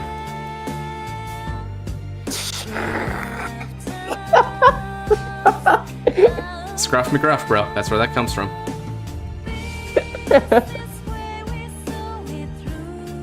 Alright. Let's see here. Current count is current count's looking pretty good. Now he might deadass attack on my rear, which if he does, thank God, I don't want him anymore. Honestly, he's helping me out. He's freeing me up, bro. Thank you for making your opponent feel good about their decisions. I know, it sounds so bad, but like technically he's helping me when he gets rid of those. Always the truther. Yeah, I mean, even if the truth hurts, right? It's like, God, dude. That's what I wanted. Are you calling me a liar? Well, I ain't calling you a truther. And I ain't calling you very good with English. Oh my God, I did not just draw that. But that was a line said by an actual American person. And also, if you try to criticize a Southern on the English, you kind of just lost the battle already. I feel that. All right, Persona de Idol, Nirvana Jiva.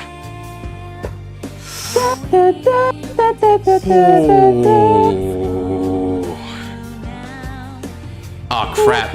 Damn it! I actually drew pieces for 5-man straw too. Can you please stop? I mean, can do it though. You can, but like, I shouldn't. Why would you? Why would you? Why subject yourself to such horrendousness? Horrendousness. Alright, I'm going to discard with Nirvana Java skill. A stream? I slept through the whole thing. Yeah, dead ass. Yeah, maybe better like next time. I'm gonna call OPTCG and Trickstar. Cindy. I don't have a Cindy, bro. Cindy. Oh, oh, okay. You discarded that. Got it. It's still pretty good, so... Yeah, exactly, bro. It's real good. Okay, let's see here. Discard and search for a prayer dragon.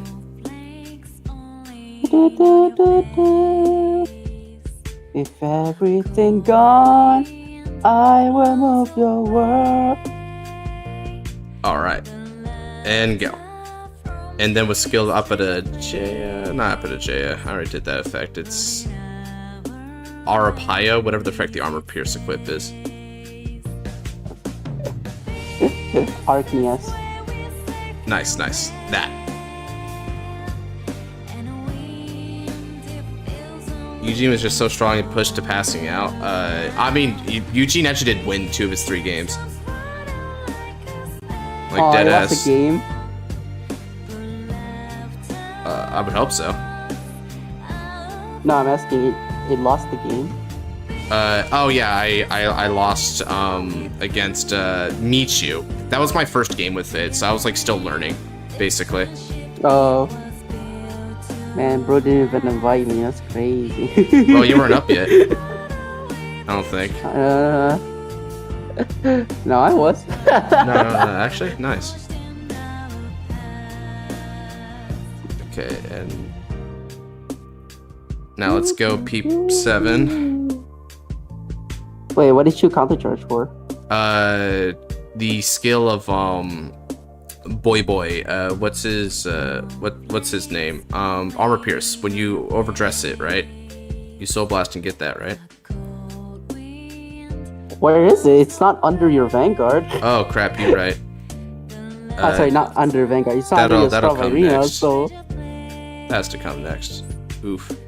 That's fine. Well, I still Soul Blast for that mirror. Goreiru Miru. Alright, now let's go. And cross Overdress. You added nothing? Seriously? That's sad. No, I added another mirrors. Oh, cool. Alright, now we're gonna add. Boom. And now I can... Remember, you can put overdress units as materials. It doesn't matter, but it is funny. Alright, and now we're gonna go ahead and throw the Wonder Duo as original dress. Oh, yeah. Did ladder show up in any of them? Ladder showed up in this one, but not in any of the Eugene games, thankfully. Because Eugene doesn't get caught by ladder anymore. Yay! Ladder. And that means he can climb ladder. Alright, let's go. 30 on the Vanguard. He has to survive this really, really wicked turn. This crazy turn I got going on here. And we're going to drop and draw. Because I have nothing to countercharge. With everything gone, I will move the world. Alright. Let's play this again.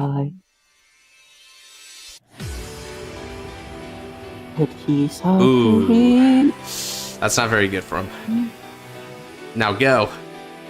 Swing for 33 on the Vanguard.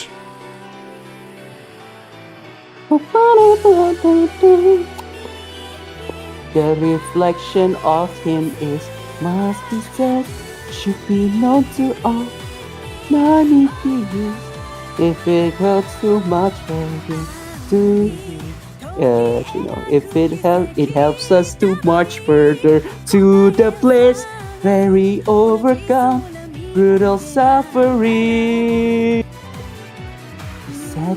He said his way. He's so a little new. There's no going there. To echo the words in this earth. Ooh, honeycomb. Nice.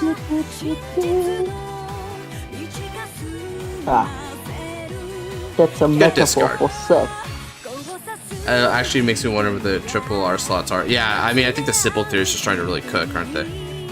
Oh, oop. Hey guys, crap. Let's give El Kilibra more triple rare. More triple rares. Another Shadow Tube. Here's a triple rare that says when it's placed from anywhere, energy charge 3.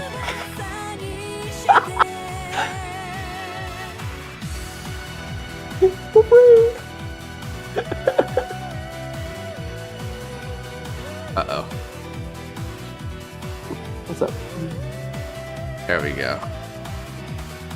Uh-oh, my screen just changed. What's up? The screen for Untap just changed. Now it looks wonky. Oh yeah. Farbro Dragon. Alright, so now we got ourselves a Counterblast 2, which means I can stand back up. Both of these units. Alrighty. Standing front row.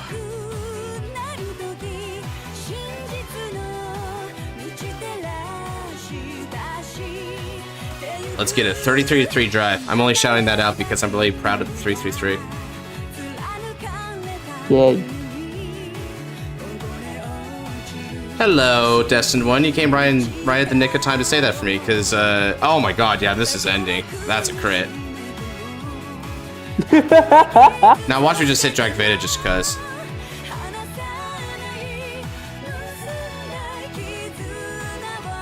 Holding my breath, too. Check. That's a draw trigger. Power to straw. Next would be Flagberg. Damo better be Flagberg. Flagberg needs justice.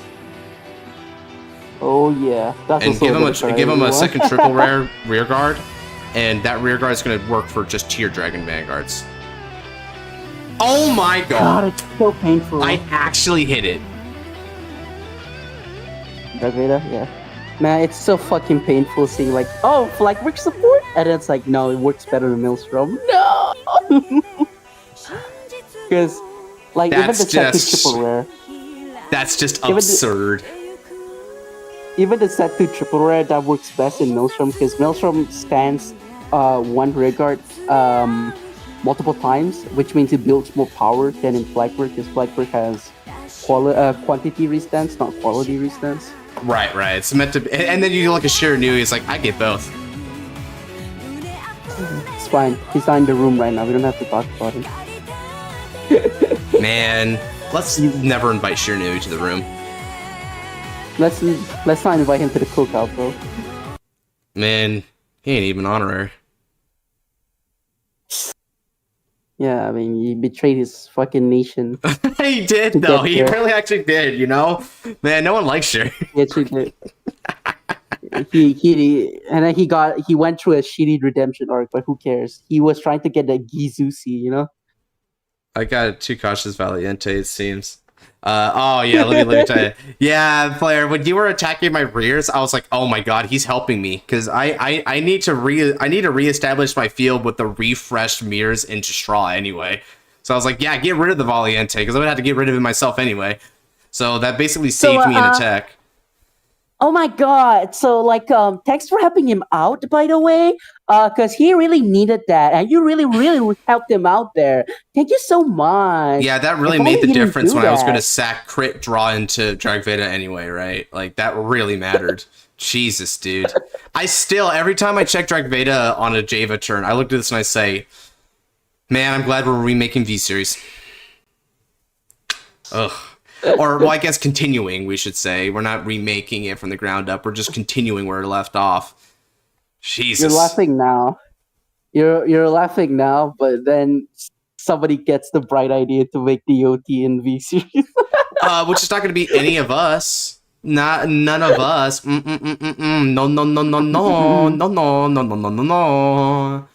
No. Yeah, you know what we can maybe do in V-Series, though? Ride deck. Maybe. I mean, as a DP, as a guy who likes DP, I'm like, oh, that's really funny. But I don't think it's all that abusable. Although some rides are really strong. If I'm being honest with you, it wouldn't break V. I don't think it really wouldn't. Yeah, like V has strong rides, but they're not like dumb strong rides. Unless, of course, you're talking about one of the only rides that's like really funny to me is that one on Vanguard Circle for Genesis that gets you a force marker, but I think that one's actually kind of expensive. Oh yeah, you have a good night, Flareblade. Mutsuki.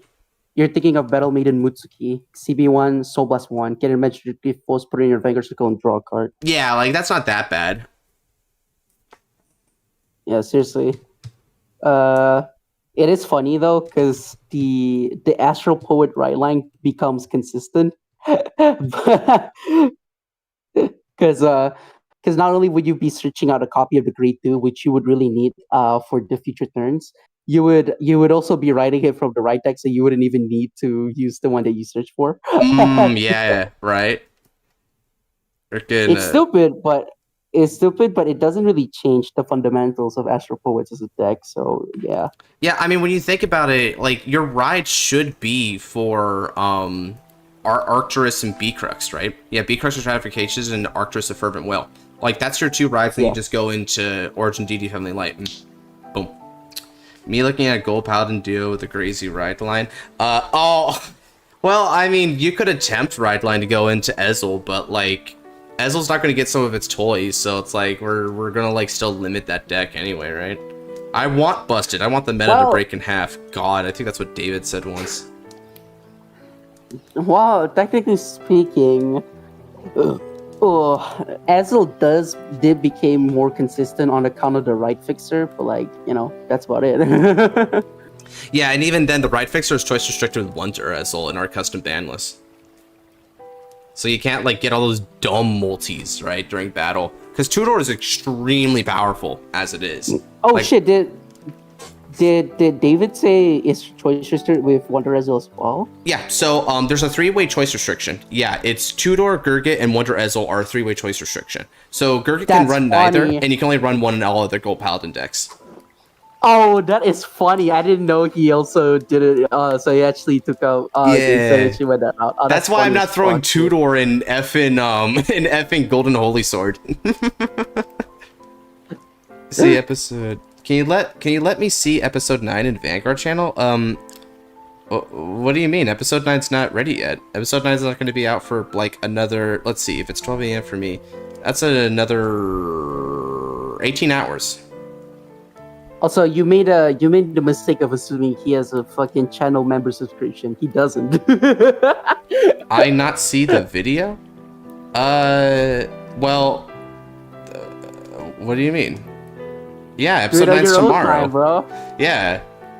How am I supposed to do a reaction on an episode that hasn't released yet? He's gonna go demon time, bro. Oh yeah, I am the storm that is approaching. Yeah, he's gonna bury the light for real, for real. Doesn't matter what Shikari wins, he's still gonna go like ape crap on everyone, and Coolon's gonna be like, I approve of this message. Yes. Like that we all know. I mean, his red eye shines and his smug grins, dude. Simple just wins. Simple just wins at life until the very end. Hell, maybe not even at the end. We might have like an Infinity War type situation where Thanos seemingly wins at the end of that movie, and it's not until Endgame that things turn back for the better. The pacing of Infinity War was so good that when the ending happened, I thought it was only halfway through the movie. So I was like, oh, okay, cool. So now they're gonna work to save the heroes, and then suddenly the movie ends. I'm like, what the fuck? My father was pissed when that happened. He's like, this isn't a superhero movie. Heroes win in superhero movies. This is garbage. I'm like, wait, hold on, Pops. It's probably gonna get a second. He's like, this is a bad movie. And then Endgame comes. I was like, well, I guess if you watch them together, it's an okay movie. He got so mad. He's right. He's right. Heroes do win if it's a superhero movie, which is why Thanos won. He was, man, bro, not that pure of heart crap again. Yeah, to me, Thanos is just, I mean, he was crazy. He was the Mad Titan for a reason, right? So his conclusion is just terrible, terrible conclusion. Good problem, bad solution. Probably gonna be like, you effers can go cray. Yeah, he's gonna shoot everyone there, and then we're gonna get GX Season 3, and Akina's gonna become the Supreme King because he's after Sybil's control, and he's gonna like murder a million Cray units and genocide them. And the only way to bring him back is with Taizo and Masanori tag teaming to bring him back. Like, randomly, it's gonna be those two. It's not even gonna be like his harem. Thanos just the most bare bones wish. Yeah, like Thanos would not be good for the Fated Clash, dude. We would get a Blankmeyer situation with him for real, for real. He's not good for that. Like, oh my god, when you think about it, and like the whole Infinity Gauntlet thing, like what do you think would be his wish anyway? Just probably say, no more population growth. Alright, cool. Birth rates decline across the galaxy. We're dead in like 100 years. Oh, 100 years, man. Might as well just pull the plug now. Well, I guess the other perspective is live it up while you can, right? I guess. Go figure. It's but still, really morbid topic and off topic. We were supposed to end the stream, weren't we? So let me go ahead and do that. What unit would bond with Thanos? Not even blanked Mark and F with that. What unit would bond with Thanos? Oh, you know what? I got one. Sacrifice Glass. Nah. Hear me out. Dredule. Congratulations. dude, because of the flames, the colored flames, and it's like the Because of the Infinity four Gauntlet. flames. Yeah, that's kind of clever. I was thinking about it because you know how like Thanos is not just like this really crazy unit, right? Like you Sacrifice Class is like a cult leader, right? Just in the same way as like he's the Mad Titan. But also when you think about it, like Sacrifice Class is bringing back Cosmic Dami Mommy, and Thanos has a thing for death, and the personification of death is like a wife for him. I don't know. Kind of feels like there's something there. Not the manga Thanos. That was on purpose, by the way. Sheesh, dude. We ants. Everything not half of it. Which clan are Shoujo Doji and Tamayura belong to? Murakumo. So for Tamayura, it's Murakumo. For Shoujo Doji, it's Nubatama. Pretty confident, yeah. And even then, Shoujo, sometimes I wonder, but Shoujo's pretty Nubatama-like because I think he's kind of an homage to Afterimage. When you think about it, I think that's what he's supposed to be, right? Because the whole bind hand thing is like what Murakumo used to do, where they got rid of hand. No. It's a homage to Shiro Stealth Dragons. Sure, so also like Fuzen Kongo, Jamio Kongo, that kind of stuff. Yeah, not Jamio. It's the whole bit of bind something and then they get it back. Oh, like Kabuki Kongo. That's a good one. Kabuki Kongo's a good example for that. So, all right. That's fair enough. So yeah, there you go. Tama is Mura's, and Shoujo is Nuba's. Easy. Alrighty, fellas. Well, I'm gonna end it off there for the night. Thank you to everyone who hopped on by. Pretty fun stream. Glad I got to do this, despite all the Wi-Fi issues that occurred the day before, and honestly a fair bit into today as well. So, but we still managed to make up for it in grand fashion at that. Claudine, not my favorite deck in the world. Eugene, pretty cool, but I can see him growing from here. So definitely good test that way. And with that, I'm gonna call it a night. Take care. God bless.